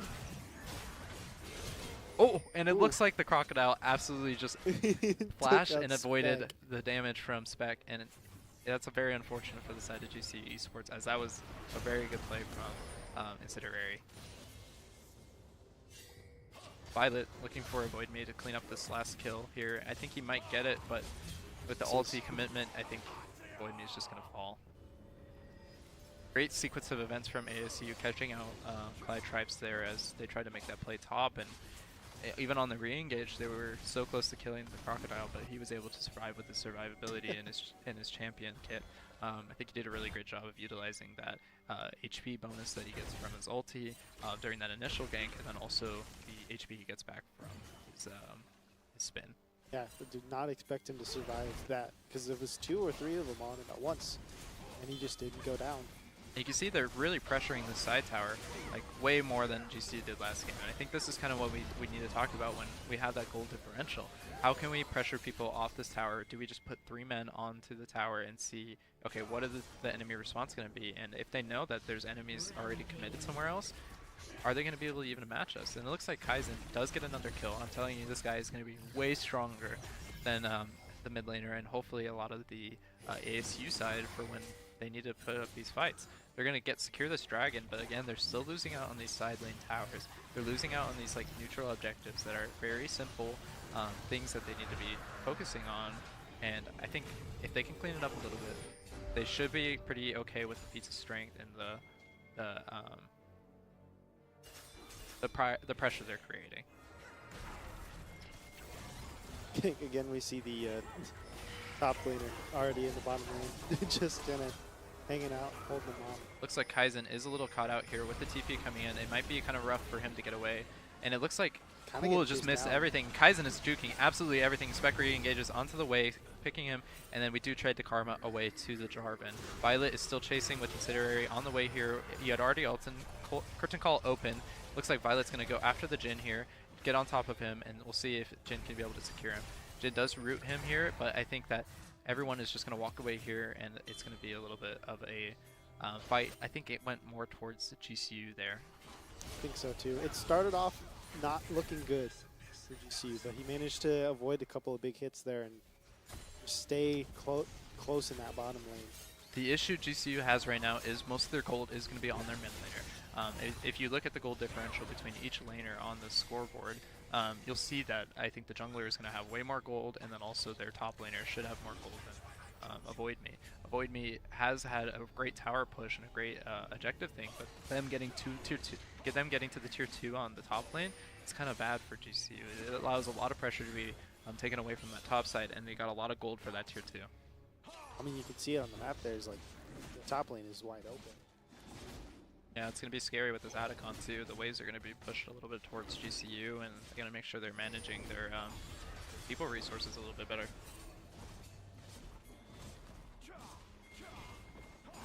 Both teams are just kind of scaling right now, trying to get a little bit stronger than the other, and it looks like they are setting up for an Adacon take here from the ASU side, and I think it's going to be a little bit of a struggle for GCU to get in if they secure a lot of vision.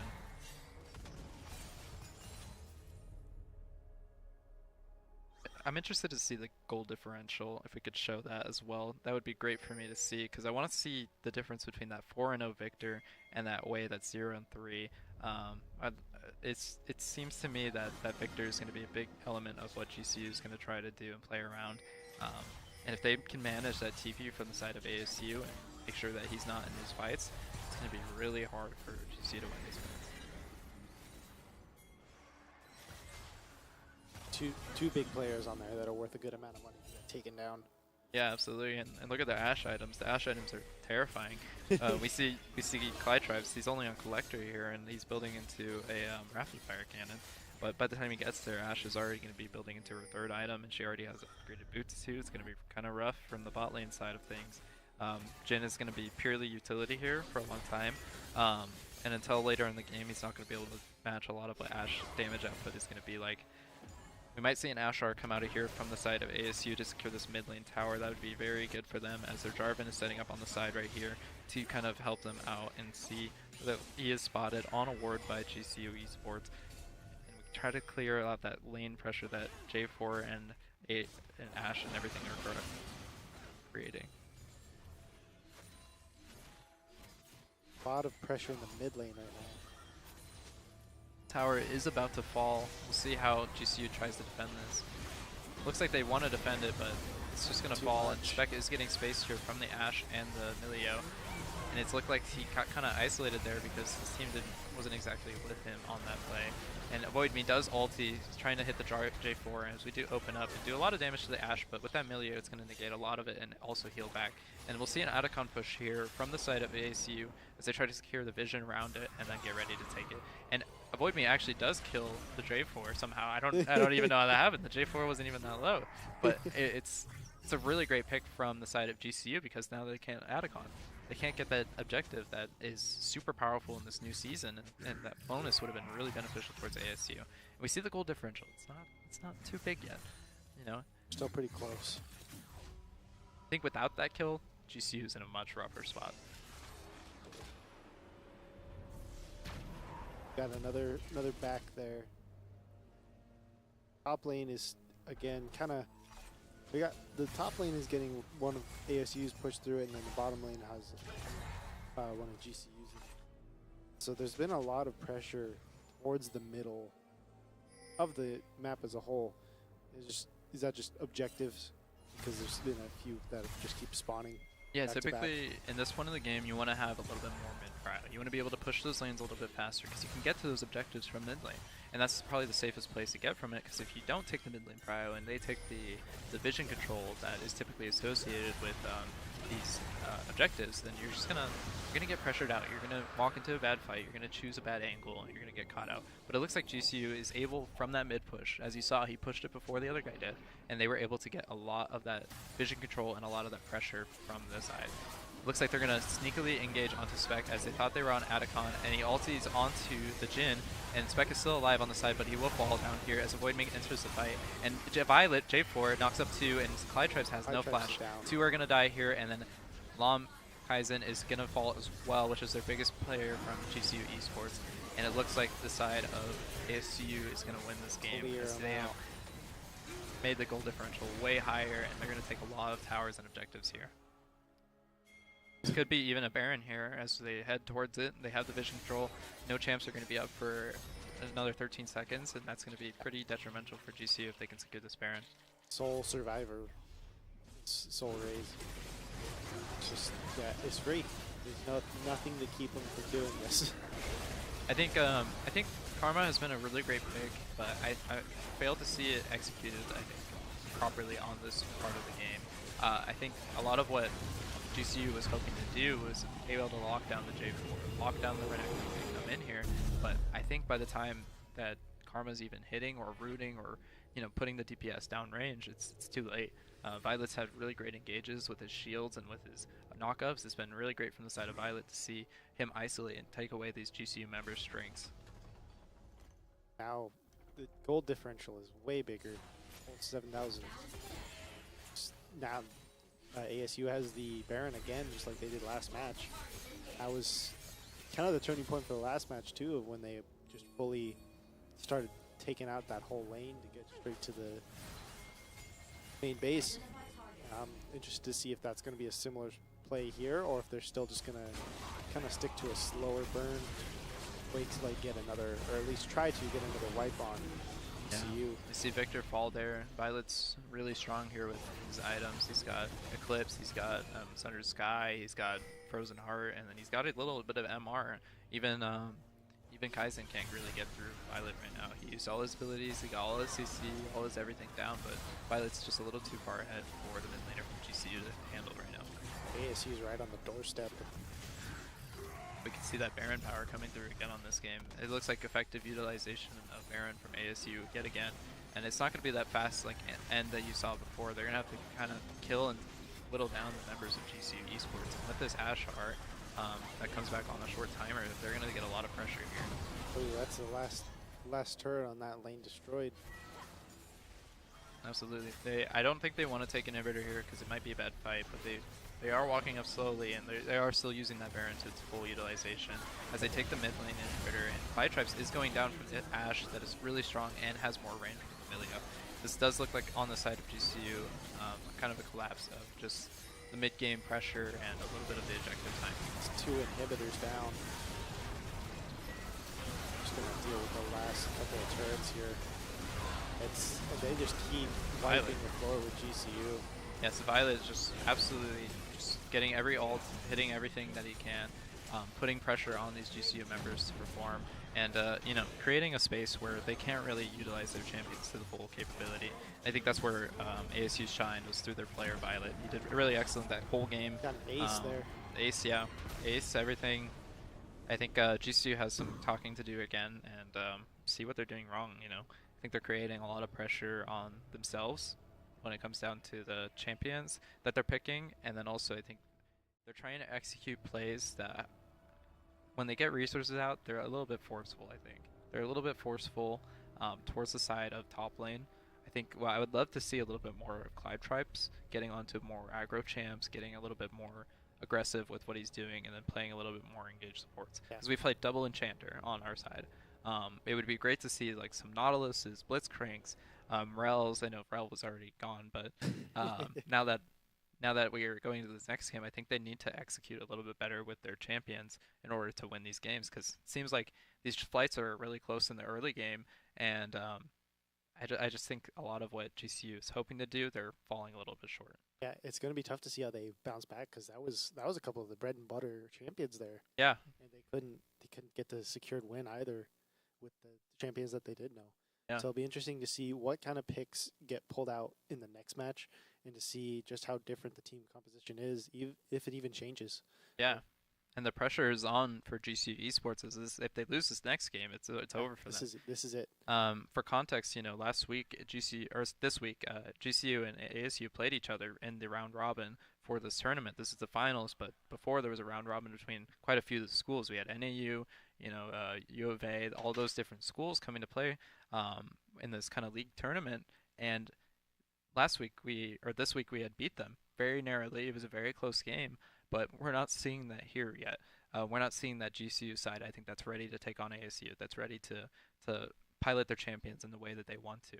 And I think with this next draft, I'm really hoping to see more of those shining moments from GCU where they're able to get those engages, get those really smart plays with the turret dives and different things that I've seen from them before. And I'm interested to see what ASU does in response to those kind of plays, where they're more proactive, where they're more engaging and more different things. ASU side, though, this game, really dominant showing. Really great carry from Violet. Violet, man in the match for that one. And I think that with what Violet was trying to do that game, with trying to create isolation on the top lane by making Avoid Me make mistakes, uses flashes, uses things, it allowed Violet to kind of snowball into the game and create pressure in other lanes. We saw the grubs. Those were taken by GCU, but ultimately, if you're not able to hit the towers, it doesn't matter. It doesn't matter. and Violet is doing that. You can't let ASU get the Baron because they got it both times and they won both times. Yeah, the Baron shows how powerful Baron is. Causation or correlation or what, but no, that Baron is too hard for GCU to approach in those things. And we'll see what goes on in the third game. But we're going to take a little break here. Thank you guys for watching again, and we'll be back shortly. Back in a bit.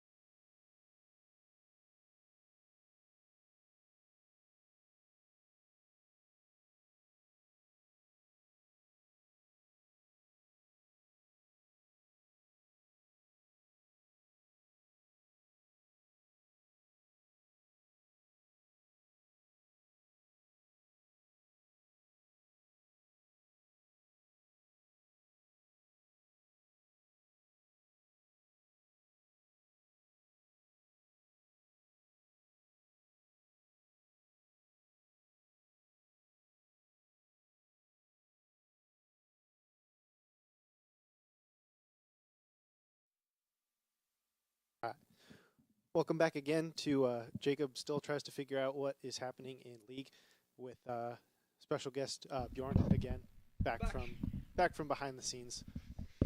So you were actually you were sitting just Yeah, I was sitting right off camera watching this game actually, and this was even crazier, I'd say. Now we actually got to see kind of how the players acted and how like they got to get to this dynamic of the game when like we saw that early play from the junglers getting these early picks and that crazy escape from Renekton when he was like 1 HP. How he got that away? Exactly, how he escapes that, and then we had ASU had fantastic team play that game. They really played into the Ashe that got really strong, I think. And once again, like you mentioned, they got the Baron and they won because of the Baron. But I definitely think that GCU was a little more pushed back this game.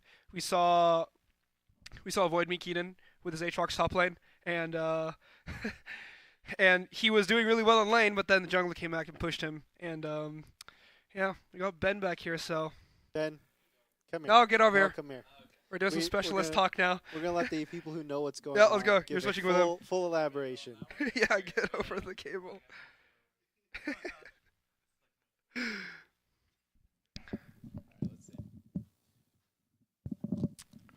Hello. How's it going, chat? All right, so should we read some chat? Huh? Should we get some chat questions?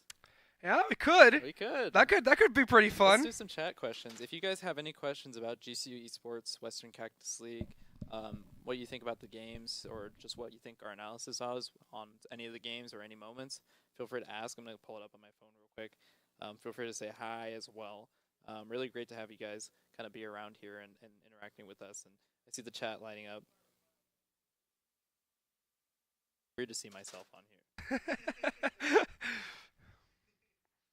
Any questions from the chat?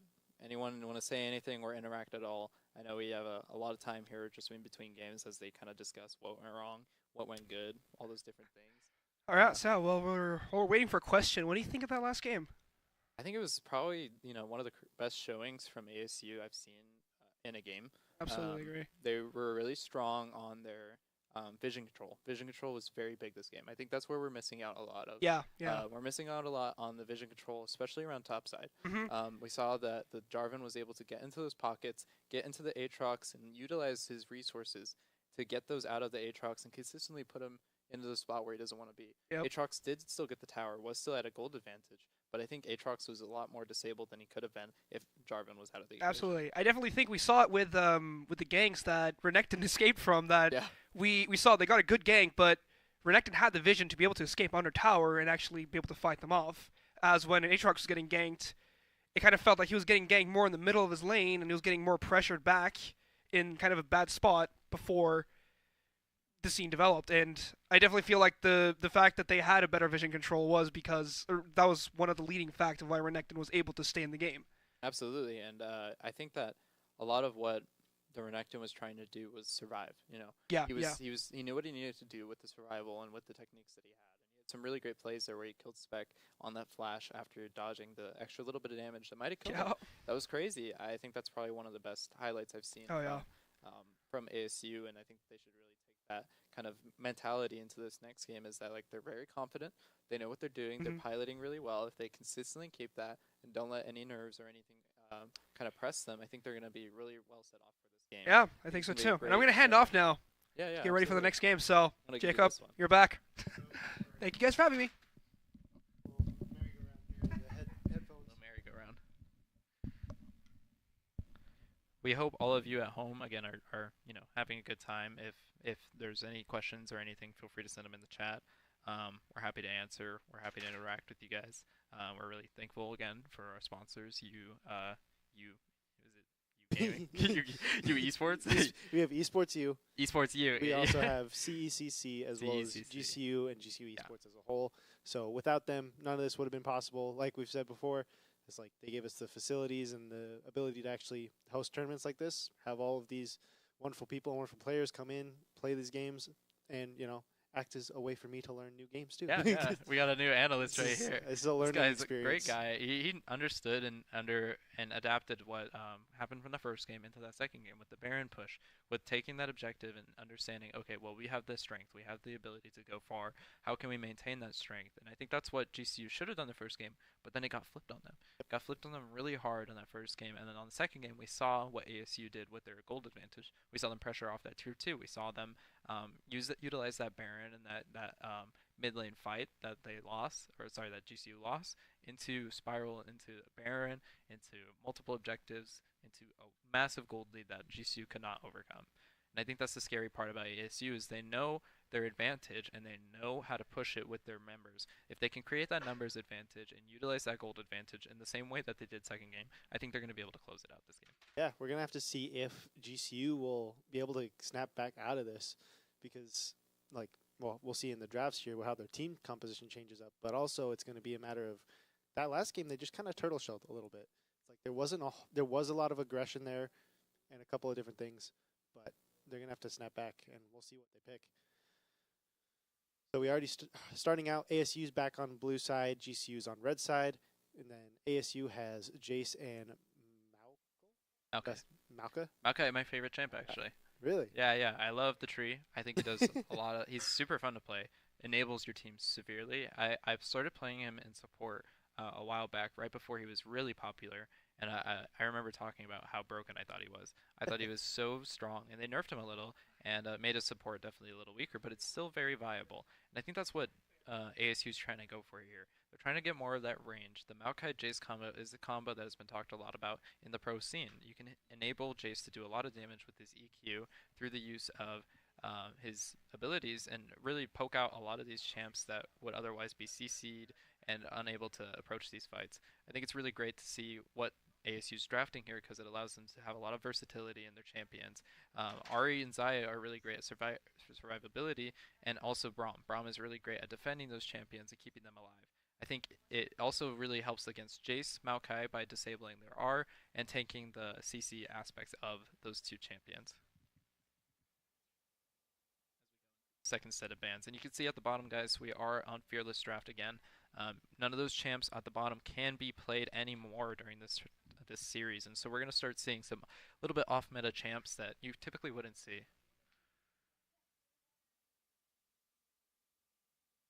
So, with all of these picks, so far it seems like there is a bit of a counter dynamic here, and it's with they banned this guy last time down there for GCU. Which champion is it, and why is he getting banned repeatedly? Talking about the red guy.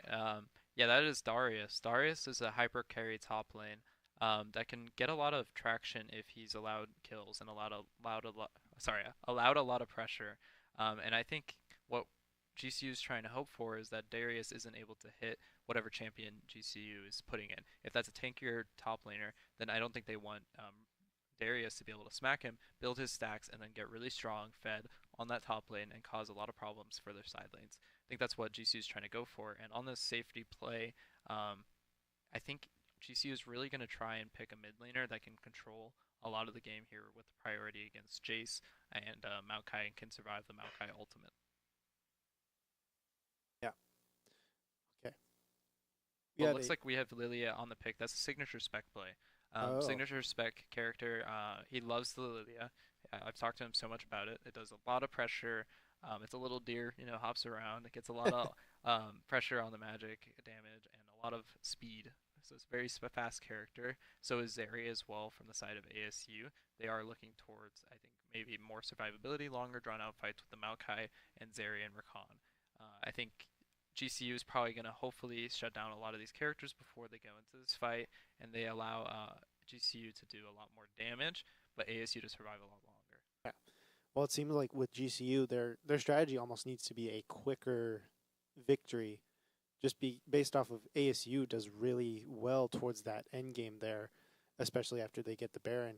And so I feel like if GCU wants to go for that quick victory, they're probably going to want to go for the characters that can do a lot more in the earlier levels at the very least, to put more pressure on them to try and get ASU into a defensive stance, because ASU really, outside of the first game with that first amount of pressure, they haven't really been on the defending side of these games for much time at all.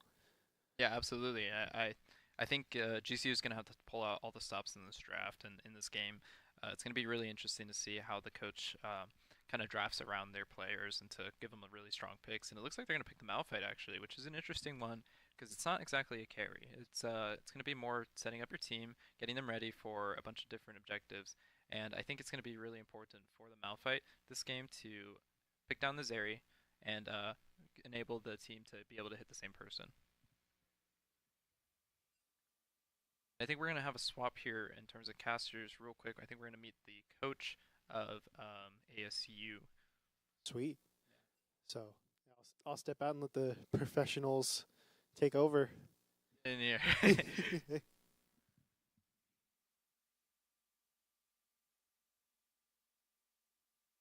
This guy. How you doing? Hello. How's it going? Good. What's your name? My name is Jaden. Jaden? Yeah. Nice to meet you, Ben. Ben. Yeah, Nice to meet you. Tell us a little bit about yourself. What do you do for, I guess, the ASU Esports team? For ASU, I am one of the play-by-play casters. I play-by-play almost every week, and I love casting so much. Yeah. I love watching my team, and I'm excited to be here today with you and to cast this game against ASU versus GCU. That's awesome. Yeah, it's great to see that you guys have a little community with you guys. Did you bring a bus, or is it just kind of everyone kind of came together, or came separate, or? Came separate. A few people carpooled. I came here by myself, and I wasn't expecting to cast here today, but you know, this is going to be a fun experience for sure. We're happy to have you, and I'm sure the chat will really enjoy the kind of caster dynamic that we create. I'm really excited to see what you have thought about ASU this season, how they've been playing. Are you guys doing NECC or CLOL right now? We're doing CLOL right now. I've casted maybe 2 or 3 of those games, and from what I've seen, I can say that our team is up there. I'd say we can play from any state, from behind, from ahead, and it's really been interesting to see how GCU has fared against our team, and it's very exciting to say the least. Yeah, it's been a little bit back and forth over the last year. I remember when I was playing, you guys came over here last time. It wasn't for WCL or anything. I think we barely squeezed out the win, but it was a very close game. And I know last week, I think it was a close game as well. I didn't catch it. I don't know if you. I didn't catch it you either. didn't catch it either. We can ask the coach later if he comes on here. What do you think's changed from last week? But a lot of what GCU and I feel like ASU have in common is their adaptability. Of course. It seems like right now ASU is obviously adapting a little bit faster than GCU. Do you think that's kind of the strength that GCU brings to the table during these games? And is that kind of where their strength lies, is their adaptability, like you said, from behind, ahead, either way? Most definitely. I feel like, we can adapt to almost any game state, and it's just really fun to watch, in my opinion. No, I love watching all my former teammates be playing, and I'm sure all the ASU people here love watching their ASU team kind of collaborate and come here as a community to see if ASU can pull out the last victory. Do you think it's going to be a 3-0 ASU? Some part of me is hoping it's not. I want to see a series today. I want to see a series today. Yeah. I'm hoping that we can get to the game 5. I have somewhere to be after this, but if it goes to game 5, I have nowhere to be, I promise. I'm really excited to see what GC pulls out this time with that kind of comp. The Malphite was surprising, wasn't it? It was. I heard about it briefly. Definitely a good answer to this area if they're able to lock it down. Definitely going to be a big threat for Hazem, yes. Yeah, I was very surprised with the Malphite because he's not typically a Malphite player. I know him personally, and I know he's a very carry, champion, heavy oriented. I know he likes the silly champs sometimes, like Gragas. Yeah, that's a good pick, I think, in itself, because it disables his ability to play something like Gragas. And I'm interested to see what the coach was thinking with the Malphite, if this is something that's going to really enable, because that ultimate is just so strong. It's going to be really great, especially against Maokai, if he can kind of coordinate that with his team. Okay, I'm going to ult past the Maokai ult. We're going to negate some of that Maokai ult, and we're going to be able to push through it, even though it's, in front of your face. Even though it's in front of your face, because you won't be CC'd by it. So that'll be kind of interesting to see from the Malphite. I think that's where I'm going to be trying to pay attention to the most, is if the Malphite gets full feasibility and usability. Other than that, I really like the Zeri pick. I think it's great for the survivability of the ASU team. I thought it was interesting that we chose to take away the Xayah. I think that's kind of... I think I would have rather had the Xayah be on the side of ASU there, because it allows the Xayah to play a little bit further. it allows the Xayah to be a little bit, I guess, protected from the side of ASU, but it also allows ASU to be a little bit slower than GCU would want. I think GCU should have probably opted into an engage versus that. I'm interested to hear, do you feel like the Xayah from the side of ASU would have been like super strong? Have you guys played much of that, or do you feel like it was just like a good combination in that moment? I haven't seen much of Hazamon Xayah this season. I haven't really seen the Zeri either, but I feel like you're right. I think the Xayah would have been better in this circumstance for sure.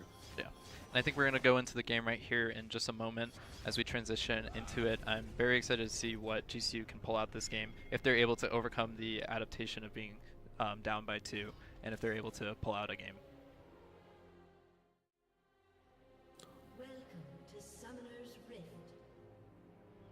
We do see Spec on the signature Lily. I'm sure you've seen this before if you've watched any of the games against ASU and GCU.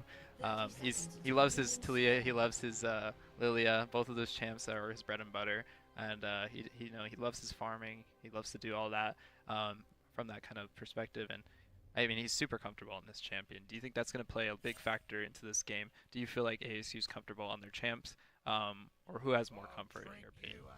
Well, you said that Spetch got the Lily, right? And that's one of their signature champs. Absolutely. I mean, I feel like Cool 811 with the Jace here is a very comfortable pick. I saw it played yesterday, and it was very strong. Violet on these AP carry champs and these tank champs, such as Maokai and what we saw earlier with the Gwen, is just like, it's really strong. So I feel like both teams are even in a sort of way. Absolutely. I can't wait to see the tankier side of ASU on that survivability will survive the yes side of GCU Esports. I think with Spec Lilia, it's really hard to tank that kind of Lilia damage consistently if you're not able to get your teammates behind you. Because if he takes that time and he takes that that spacing very seriously from the side of Spec, he can outmaneuver a lot of what I think Arizona State's going to throw at them.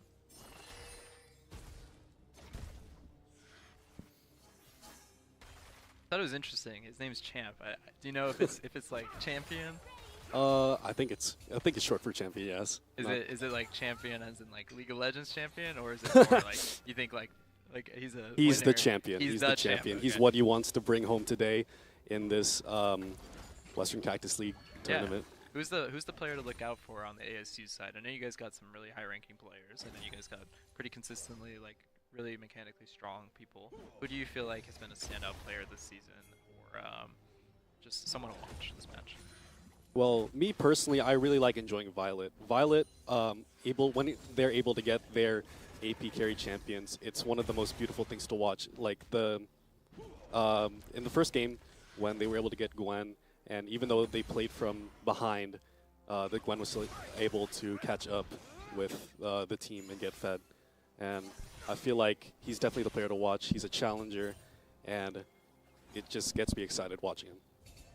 Yeah, I know Spec's been having a hard time in ranked recently, so that might play a little bit into the actual mindset going into this game. I think it takes a lot of time to hit challenger and a lot of effort, and that's really awesome that he got to that accomplishment. I know a lot of players here from the side of GCU Esports, as I mentioned, have been really climbing this season.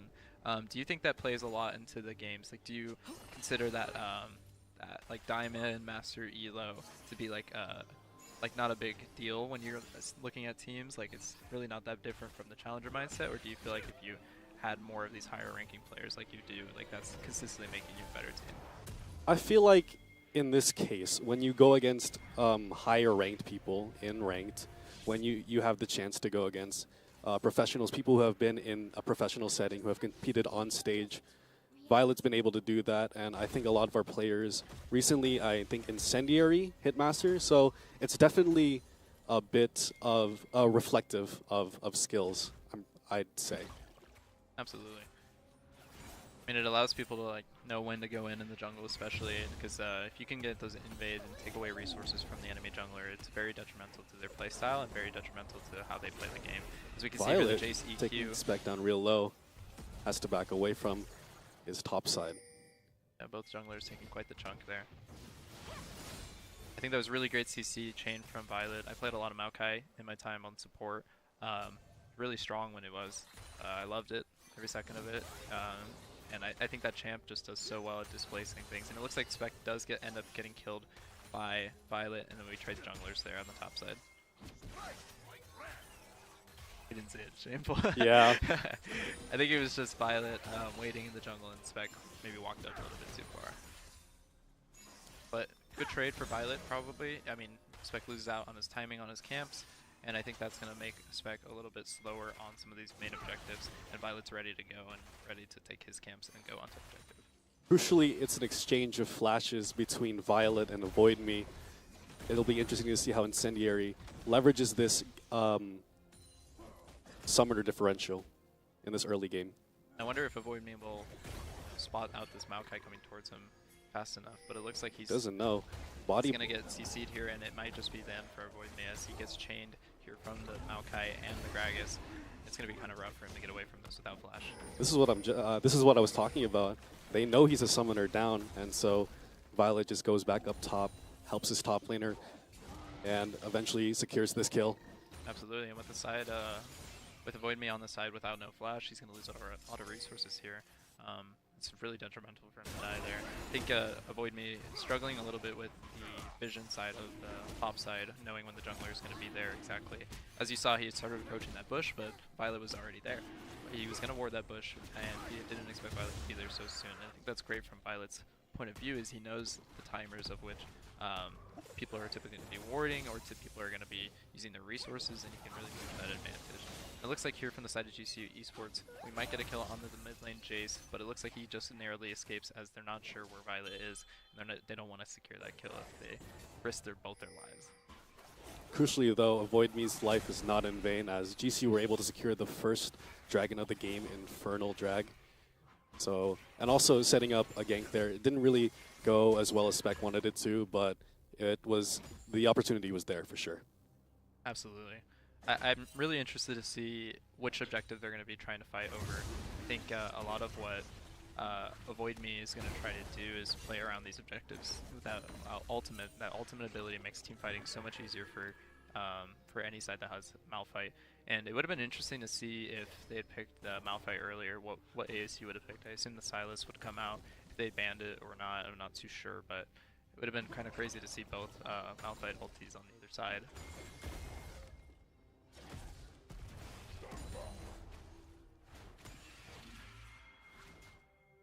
Violet being able to take all three grubs here. ASU like to favor these grubs for other objectives.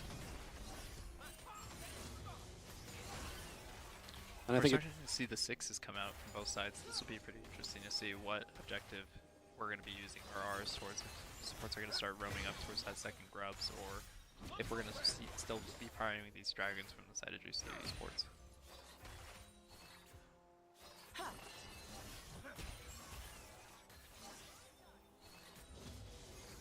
Simple laning phase right now. Yeah. Nothing too crazy.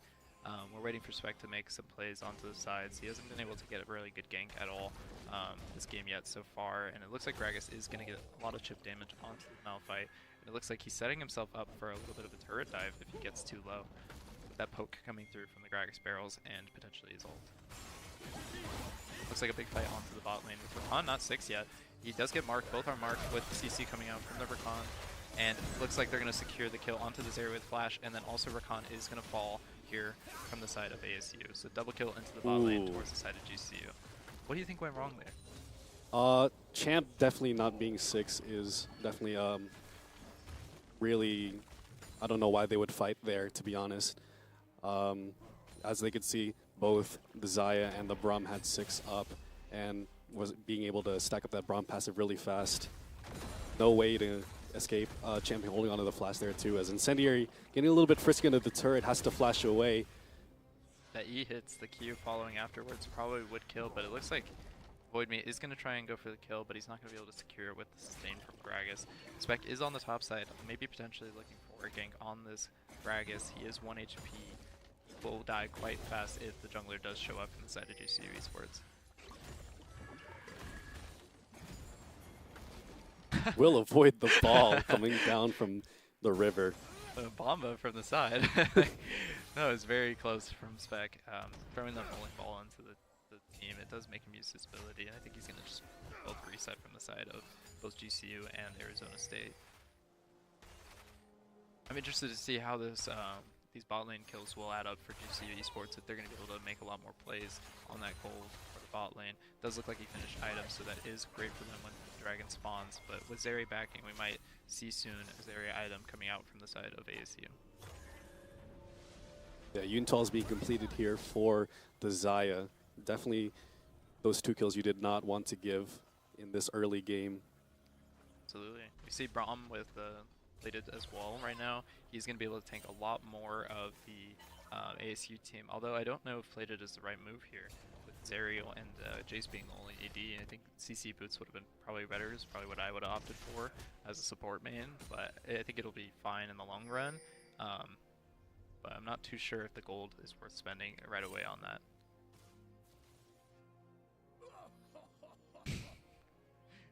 We see the 2 top laners engaging in normal top lane behavior as they interact with each other. And Spec is on the side here with the Maokai, and he is getting engaged on with the ulti and Maokai Q. We will see him get away slowly, but that's quite a chunk of health he did lose against the Maokai. Violet is going to secure that scuttle grab.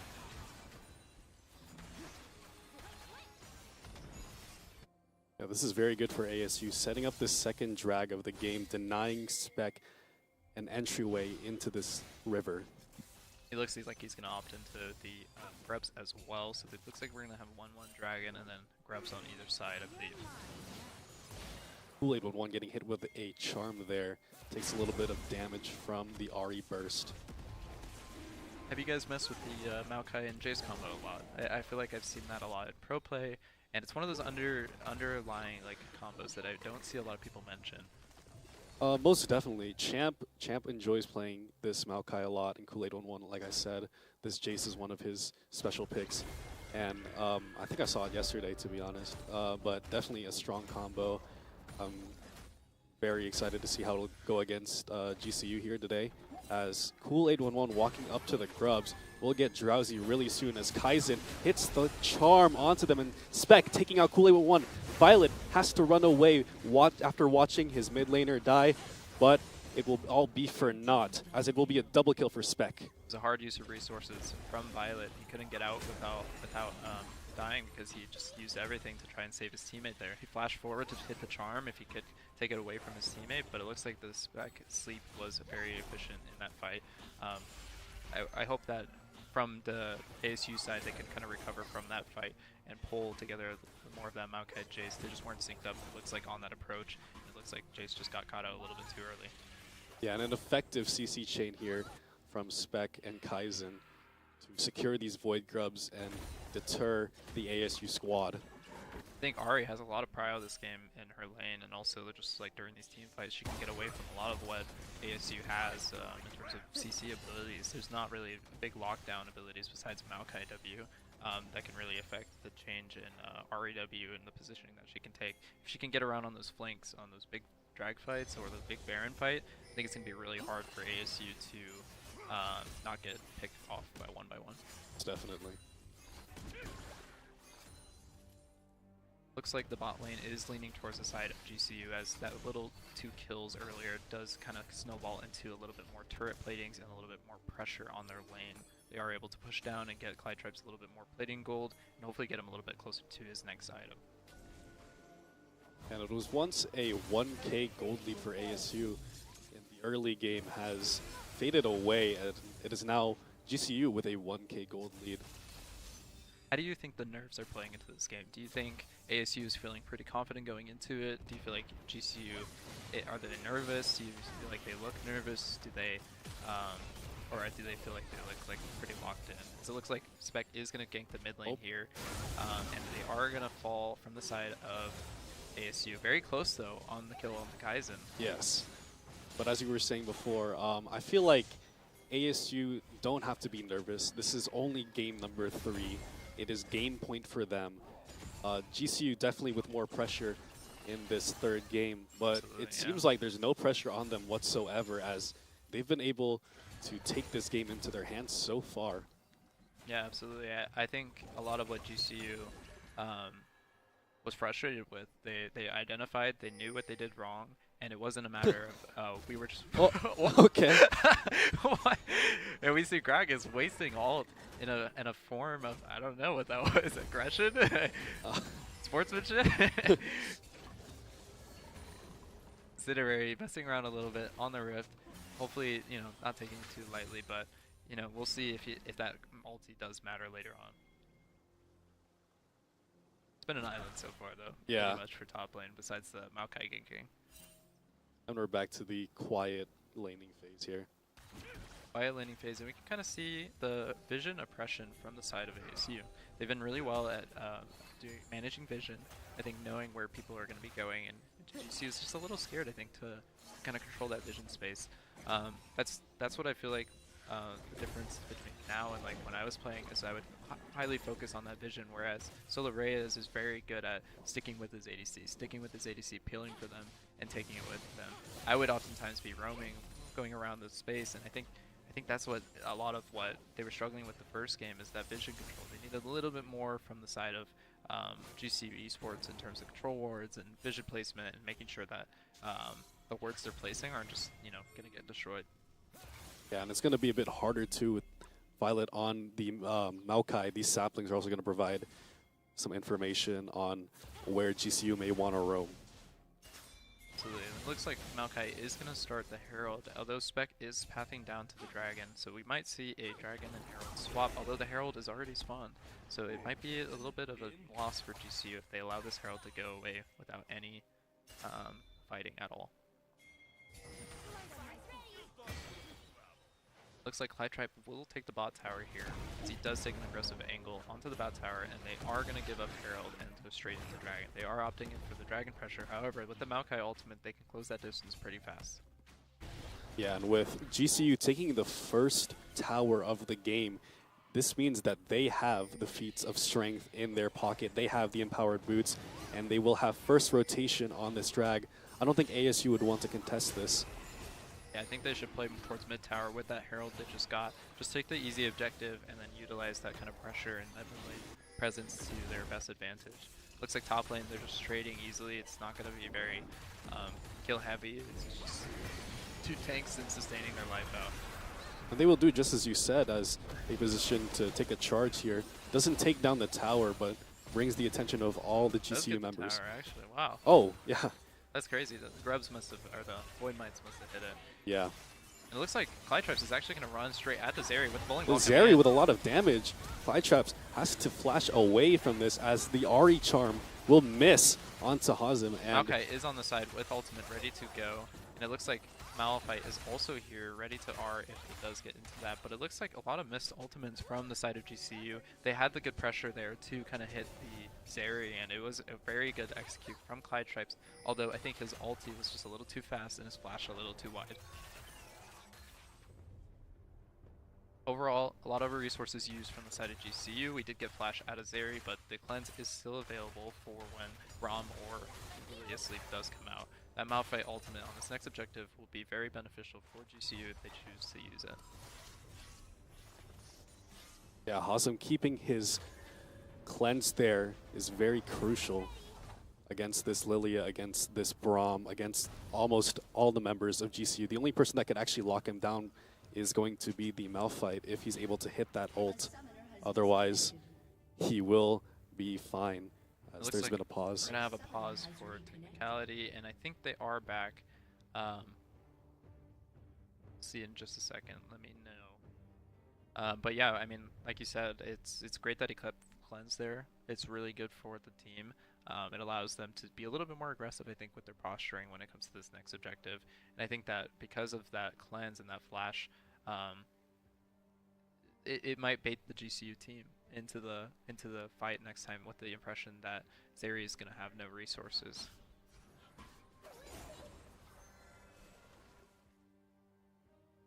We are having technical difficulties, so we might take a second just to fix them real quick, unless the video keeps playing. And we are back. Never mind. Sorry about that, everyone. We are back. Considerary still on the top side, fighting a Void Mage slowly but surely, whittling each other away. And it looks like a Void Tower is going down pretty fast and can get killed if they start to rotate enemies towards the top side.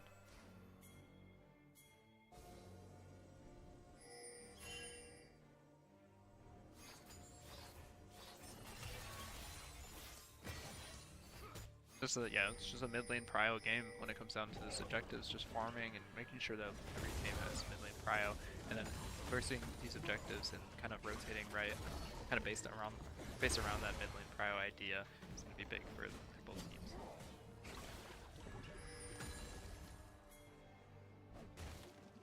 What do you think are GCU's keys to success in this game number 3 against ASU? I mean, I think this cross map by GCU is not great. I think they're trying to be more reactive here, and I think Avoidme's going to have to use his ultimate to get away from this. And he does take the Maokai with him, but I think they should be on the bot side ready to start hitting that bot tower, getting that lane push when they see all that members of ASU coming to the top side. But they are just going to try and hold the tower here. I'm not sure that this will be very beneficial for GCU Esports to be here, and this seems like kind of a waste of time. I think the key to success here for GCU Esports is going to be cross-mapping correctly, playing around their Zayas. We see TP into the mid lane and see TP fight going on in the mid lane, and looks like we're getting Ahri ulti out and TPs and stuff as we could swap to Observer if possible, but it looks like both teams just make it out. Yeah. Avoid me low. Doesn't know that Soraeus is here. He will find vision on it now as ASU will take the top turret. Violet and Incendiary are down a member here as it is a 3-2. Violet's asleep and eventually goes to die as Incendiary trying his best to get away from the situation. Takes the flash from the Malphite and is shut down. Meanwhile, ASU taking the mid turret, mid tier 2. They're showing that cross map again that they were so good at that game 1 where they took the mid lane tower, they took the bot lane tower while they took Atacon. We saw that happen and GCU lost a lot of resources off that and they closed that goal differential and they made it an even game, and we're kind of seeing that right here. They got 2 kills out of that, but what else did they get? They only got the 2 kills. Everything else, the objectives and stuff that went towards the side of ASU. And we need to see a little bit more out of GCU on this Atacon to see if they can really clinch out this win. Kool-Aid11 might have found Kaizen here, has to ult away, gets down real low. Meanwhile, GCU's members here, low from the Otacon, Kool-Aid11. If he plays this right, it could be free pickings for him as as Incendiary will TP up to this Otacon, and they might just be able to take it for themselves if they please. Pause them with a low health bar. Only 1 TP on the side of GCU, and that's on Avoid Me. And I don't think that GCU want to contest this any longer. They are getting quite low from the side of ASU, but they have the sustain from the Con, and I think that's just going to be an Atacon over to the side of them. And it sucks because GCU had to reset there, and they can't really match with only 2 members. They're going to have to head towards that dragon, hopefully salvage a little bit of what they got off the Atacon. And it is that stronger Atacon buff with the res. That'll be very interesting to see how ASU pulls that into their game plan and integrates it by just aggressing really hard onto the GCU team. I find it hard to see GCU kind of pulling back from this game. I think that it's going to be kind of a struggle to see Baron be fought with these kind of buffs up on the screen. We're going to cut back because I think it is bugging out real quick. We're going to try and restream the game real quick just to make viewing experience a little bit better. I mean, we can definitely still learn a lot from that first initial part of the game where we're seeing a lot of what ASU strives for, which is that cross map, like as soon as a play is over, where are we already moving towards? And I think that's a lot of what GCU is struggling with is that reactivity. They're trying to be a little bit reactive where they should be proactive on the side lanes, on the opposite lanes. They came to match that dive top, but I think they could have been already on the bot lane tower, causing the whole ASU team to move away from that top lane tower. Yeah, and as we were talking about before the game started, the adaptability of ASU being able to fight from behind, keeping the game between striking distance. It's been very exciting to see. Absolutely, and we're actually getting back into the game after the technical difficulties have been solved. So if we go back into the game real quick, it is still bugging out, unfortunately, but we're hoping to get it. We're having really bad problems in here for production, so give it 1 second as we try to figure that out. And we can still hear game audio, which is a little bit poor, but it's alright. I guess, what are you seeing from the side of GCU that might let them come back into this game, or do you feel like this should just be a closeout from ASU with that Atacon buff? Well, crucially, they've been getting the picks that they need to. The 2 picks they got on Violet and Incendiary were definitely something that they need to keep on doing. And taking that Otacon there, starting it up, was a little bit greedy, I'd say, as they were already sort of low. They didn't have all the members in the area, and ASU were just able to regroup very quickly for that. Yeah, they got the TP in after the death as well, and they're just taking all their resources from the side of GCU Esports. Spec is going to have a very hard time maintaining any I guess, closure with Maokai. Is going to be kind of gapped a little bit here in terms of gold and experience. It's going to be kind of rough to come back from that from the side of the jungler. Yeah, and I saw a glimpse of it there. Clyde Tripes and Sol Reyes were down around this this earlier fight that I heard. So it's like they got caught out on the Otacon maybe. Yeah. Yeah, I think that Otacon buff being used by Zeri, being used by Rakan was very impactful and detrimental to the side of GCU, and I'm interested to see how, I guess, GCU can come back into this game if ASU oversteps on a Baron play, or if they get slept here by Spec here on the side with the Maokai. Things were coming down mid, hoping to find a pick onto Hazem. As Gragas, Kaizen no pops TP the yet. ult. As we run into Maokai with the exhaust, and he is caught here, but Rakan does get a knock up, and then we catch out the Zeri here, and it's still going towards the side of GCU as Maokai does get picked out as well. Gragas now in the mid lane, being able to contest a little bit towards the Baron fight, as they do start up the Baron, but it is still a scary Baron for the side of GCU. They get chunked out here from either Gragas or Jace. It is going to be pretty rough for them to handle. Jace does miss his EQ. Incendiary still has the cast up, as nobody on GCU has an ultimate available to them. And this Jace definitely a threat to be reckoned with. As it looks like the Baron is low, but it's not getting finished from the side of GCU Esports. Avoid Me still is in the pit, getting chunked out, and it looks like they are too low to continue this fight. And they do need to be considerate of the champs coming back up from the side of ASU. Yeah, Hazem's running straight to this, as I saw a charm hit onto Incendiary there, has to back away, but no Baron being taken here by any team. If ASU starts this Baron up, it might be kind of rough for GCU to approach it with all their resources being used. And we see top lane taking pressure by instantly TPing, and we see the Zeri already hitting. Zeri full HP back from base, and Maokai also full HP back from base, are going to start hitting this objective and start chunking it out, while as the team from GCU is just still on their way here. Hopefully GCU can get a little bit more ground into this base and be able to take this Baron. Crucially, the Malphite has ult back up for this fight, and Braum does too, as the sleep will come up as well. Incendiary boxing with the Braum and the Lily so far will get charmed by... And he does get the steal, but it looks like the fight is going on the side of ASU. I mean, the steal is pretty good, but no members die from the side of ASU. Very close fight. GCU walking out with 3 Baron buffs to their name.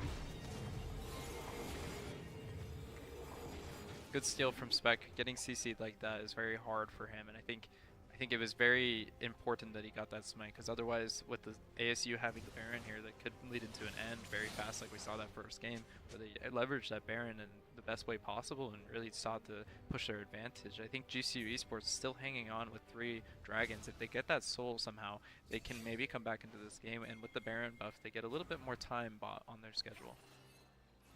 And now they have the Baron. What are they going to do with it, as ASU take their second drag of the game, as Kaizen heads up top to maybe take this top tier 1 that has still been available for their for the GCU team.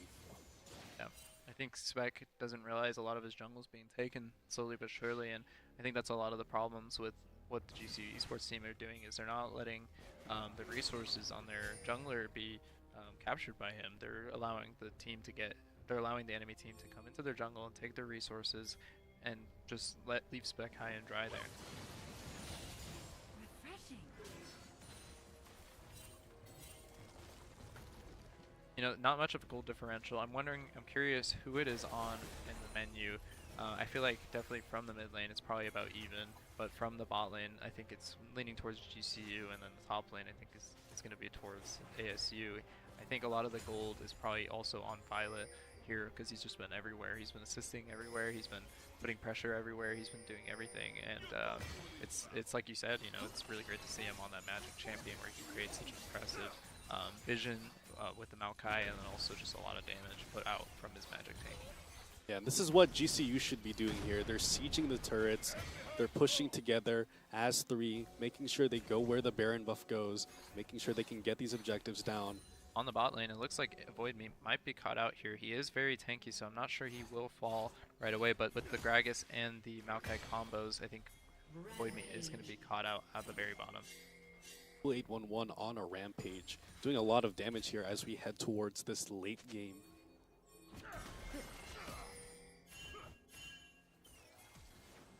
See a flash out from Spec as Rakan does off his R and does chase him down, but we're seeing Spec lose even more of his jungler here. How is Spec supposed to get levels? How is he supposed to get gold? We don't know. He's going to have to take it from the lanes or take it from just getting kills, but these guys aren't giving the opportunity to get kills, and without Flash, it's going to be even harder for him to get back into the game.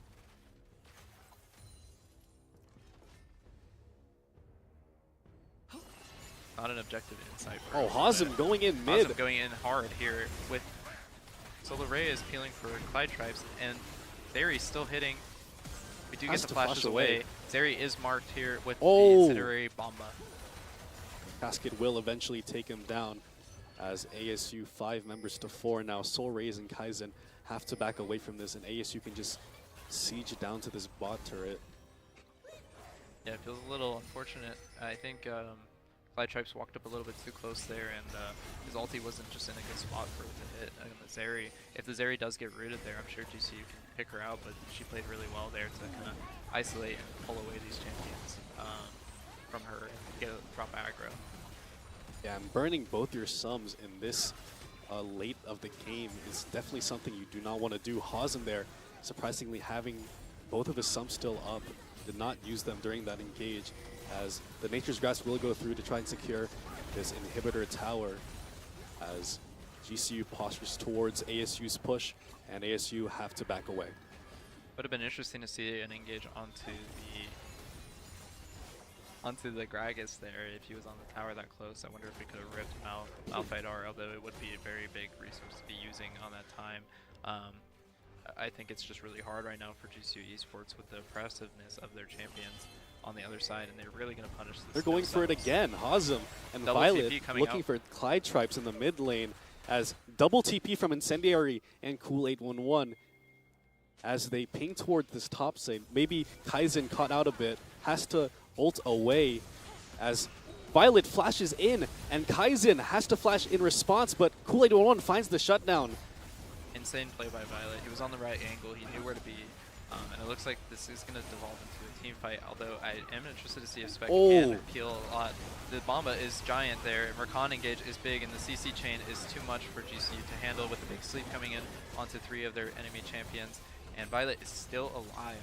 Yeah, sleep will only find Violet there as Violet slowly burns down. ASU are able to take an inhib here.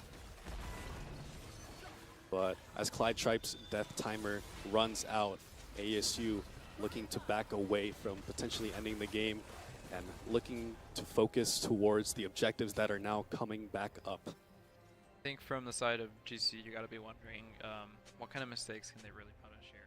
What kind of things can they really pull out from here? They are early to Dragon, but are they strong enough to take that fight if they come and engage onto the GCU side?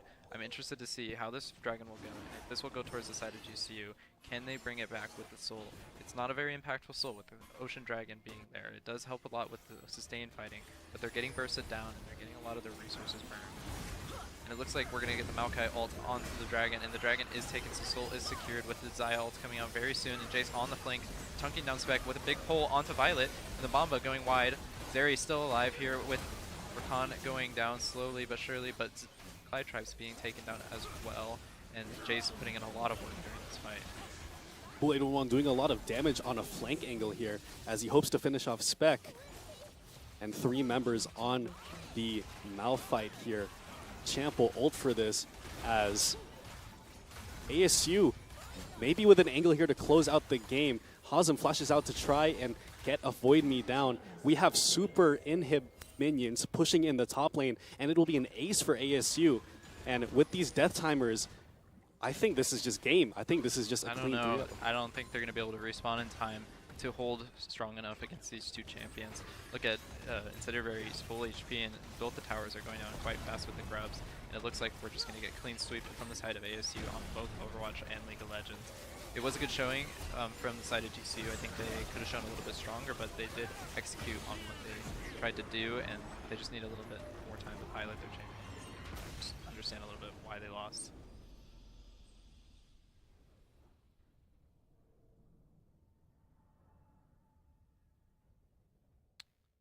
So let's go over a little bit about why you think ASU had a lot of success today, and even just Overwatch and League. So just those two games today, it was both a clean sweep against GCU. It was very interesting to see the kind of playstyle that ASU took. They were very consistent, especially during League, and even during Overwatch. They knew what to be, they knew the high grounds. What kind of things do you expect from ASU to keep doing, and why is it working? Well, I can't say for Overwatch, but when it comes to League, ASU have a very strong map awareness. They know where to go. They see that there is 3 people up on the top side, so they want to trade for it. They want to go for that mid-tier 2, as we watched earlier. And I think that's where the game really snowballed into ASU's favor. From there, GCU went and took an Otacon that they were not supposed to take, bursted them down to half, and ASU were able to regroup on that fast, regroup on it quickly, and drive GCU away from it. And from there, they're able to get the Otacon buffs, they're able to get the withdraws, they're able to get picks with the withdraws, and I think it's just small mistakes like that, just putting 3 people in the wrong spot, too many people in the wrong spot from GCU, and I think that's definitely something that ASU leverages very well, is those small mistakes. Yeah, absolutely, and I think a lot of ASU had a lot of great drafting there too, with the engaged characters that they chose. The Maokai being a really great tool for them to utilize, and the Gragas being able to peel and survive for so long in that last game. Even like the other games with the engaged support, but first with the Rel, and then also with the engage from Dre4 on the second game. I think a lot of that drafting played a big element into ASU's success here, and I think a lot of what GCU could have done was hopefully adapt that kind of playstyle where it's like, okay, we need some very strong engage. On that last game, we had very little. We just had the Malphite R, and Braum is just going to be able to be Braum and only hit the people that are in front of him, but he's not going to be able to pull that engage and that kind of thing. The trigger pulls weren't really there, and I think that's what ASU really excelled at, was that trigger pull champion and that trigger pull comps, and they knew what champs like correlated really well with each other. Was there anything from the side of GCU that you really hoped to see today that you feel like they kind of missed out on from maybe like the last series, or just like from what you've heard? I think they need to play it a bit slow after they've taken these early game leads, as we saw there.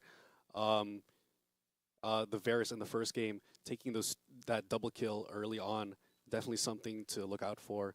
But yeah, I feel like these early, like they're strong in the early game, but after that they just need to slow it down, maybe pull back the momentum a bit, and maybe just let the game run its course. Yeah, I think especially on those Otacons, it's really hard to force onto those. You know, it takes a long time to kill it. It's one of those objectives that's slightly less weaker than Baron, I feel like. And especially on those early plays, where if you're trying to take an early Otacon, you're going to get chunked out pretty heavily. We saw that in the third game, and we saw that when they took so much prio on it on the second game, they lost a lot of gold and objectives. And I think that's where GCU kind of fell apart right there, was their line of thinking and their line of capability was just a little bit too forceful, I think, when it came down to objectives. They were really great objective prowess, but they were allowing ASU to kind of be the cross map players, and they had to follow up with what they were doing. Again, that goes back to the reactivity I talked about. Do you feel like ASU has consistently been very proactive with what they're doing, or do you feel like sometimes they take a little seat and like to be a little bit more reactive in some games when it's a little bit closer? I think ASU likes to take the reactive sort of side, as I keep using this example, but seeing 3 up top, they react to it very quick, very fast, they adapt to it, and they go for that mid-tier 2. And those reactions from small things like that is definitely their strength. Yeah, absolutely. And you know, again, thank you guys so much for coming. It was really great meeting you and then seeing your team play. It was a good time, and I'm sure a lot of the viewers got to see a lot of good plays. And you know, stay tuned. There's more content coming out, and we're hoping to do more stuff with, you know, some of the schools from ASU or U of A, anything in Arizona. We love collaborating with some of those schools and those esports programs. We're really happy to have like the ASU program here. And I'm thankful to be here with you guys as well. It was very fun to watch. Yeah, yeah. And again, thank you, viewers, for tuning in for our finals for Overwatch and League tournaments. We hope you'll tune in tomorrow for Valorant and Rocket League. Again, tune in tomorrow in the morning. We'll have a lot of schools there, including our own, and we're very excited to show you what we got. Well, thank you. Thank you very much. Oh, and then let me thank my sponsors one more time. Well, thank you, sponsors, again, one more time for Esports U and Grand Canyon University. We'd also like to thank CECC, again, that's Collegiate Esports Commissioners Cup, for allowing this Western Cactus League to be a part of our program. Are you guys pretty excited to go to Oh, most Texas? definitely. Yeah, it's a very cool opportunity, I think, for any esports program. It's really cool to see you guys kind of be able to get lifted up from that. And we'll be sure to support you guys as you guys along. Thank you very much. And see how you guys do. And again, thank you, GCU, for hosting us and having the resources for something like this. Again, it was really nice seeing you guys all up on the couch with your signs and everything. And I'm very excited to see what in the future we can kind of collaborate on. Most definitely. Yeah, and then if you're interested in attending GCU, again, feel free to check us out. ASU, I'm sure they have esports pages as well. Do you want to say anything? ASU has a beautiful league program. Check us out most definitely on Instagram, on TikTok, on Twitter too. Thank you very much. Yeah, yeah. And yeah, anyone who wants to be part of GCU Esports, feel free to reach out to any of our program leads or any student here that's a part of GCU Esports. And if you're interested in attending GCU, just go to gcu.edu and feel free to let them know that we sent you. All right. Well, I think that's it. Everyone have a great day. Thank you so much, and tune in tomorrow for more esports content.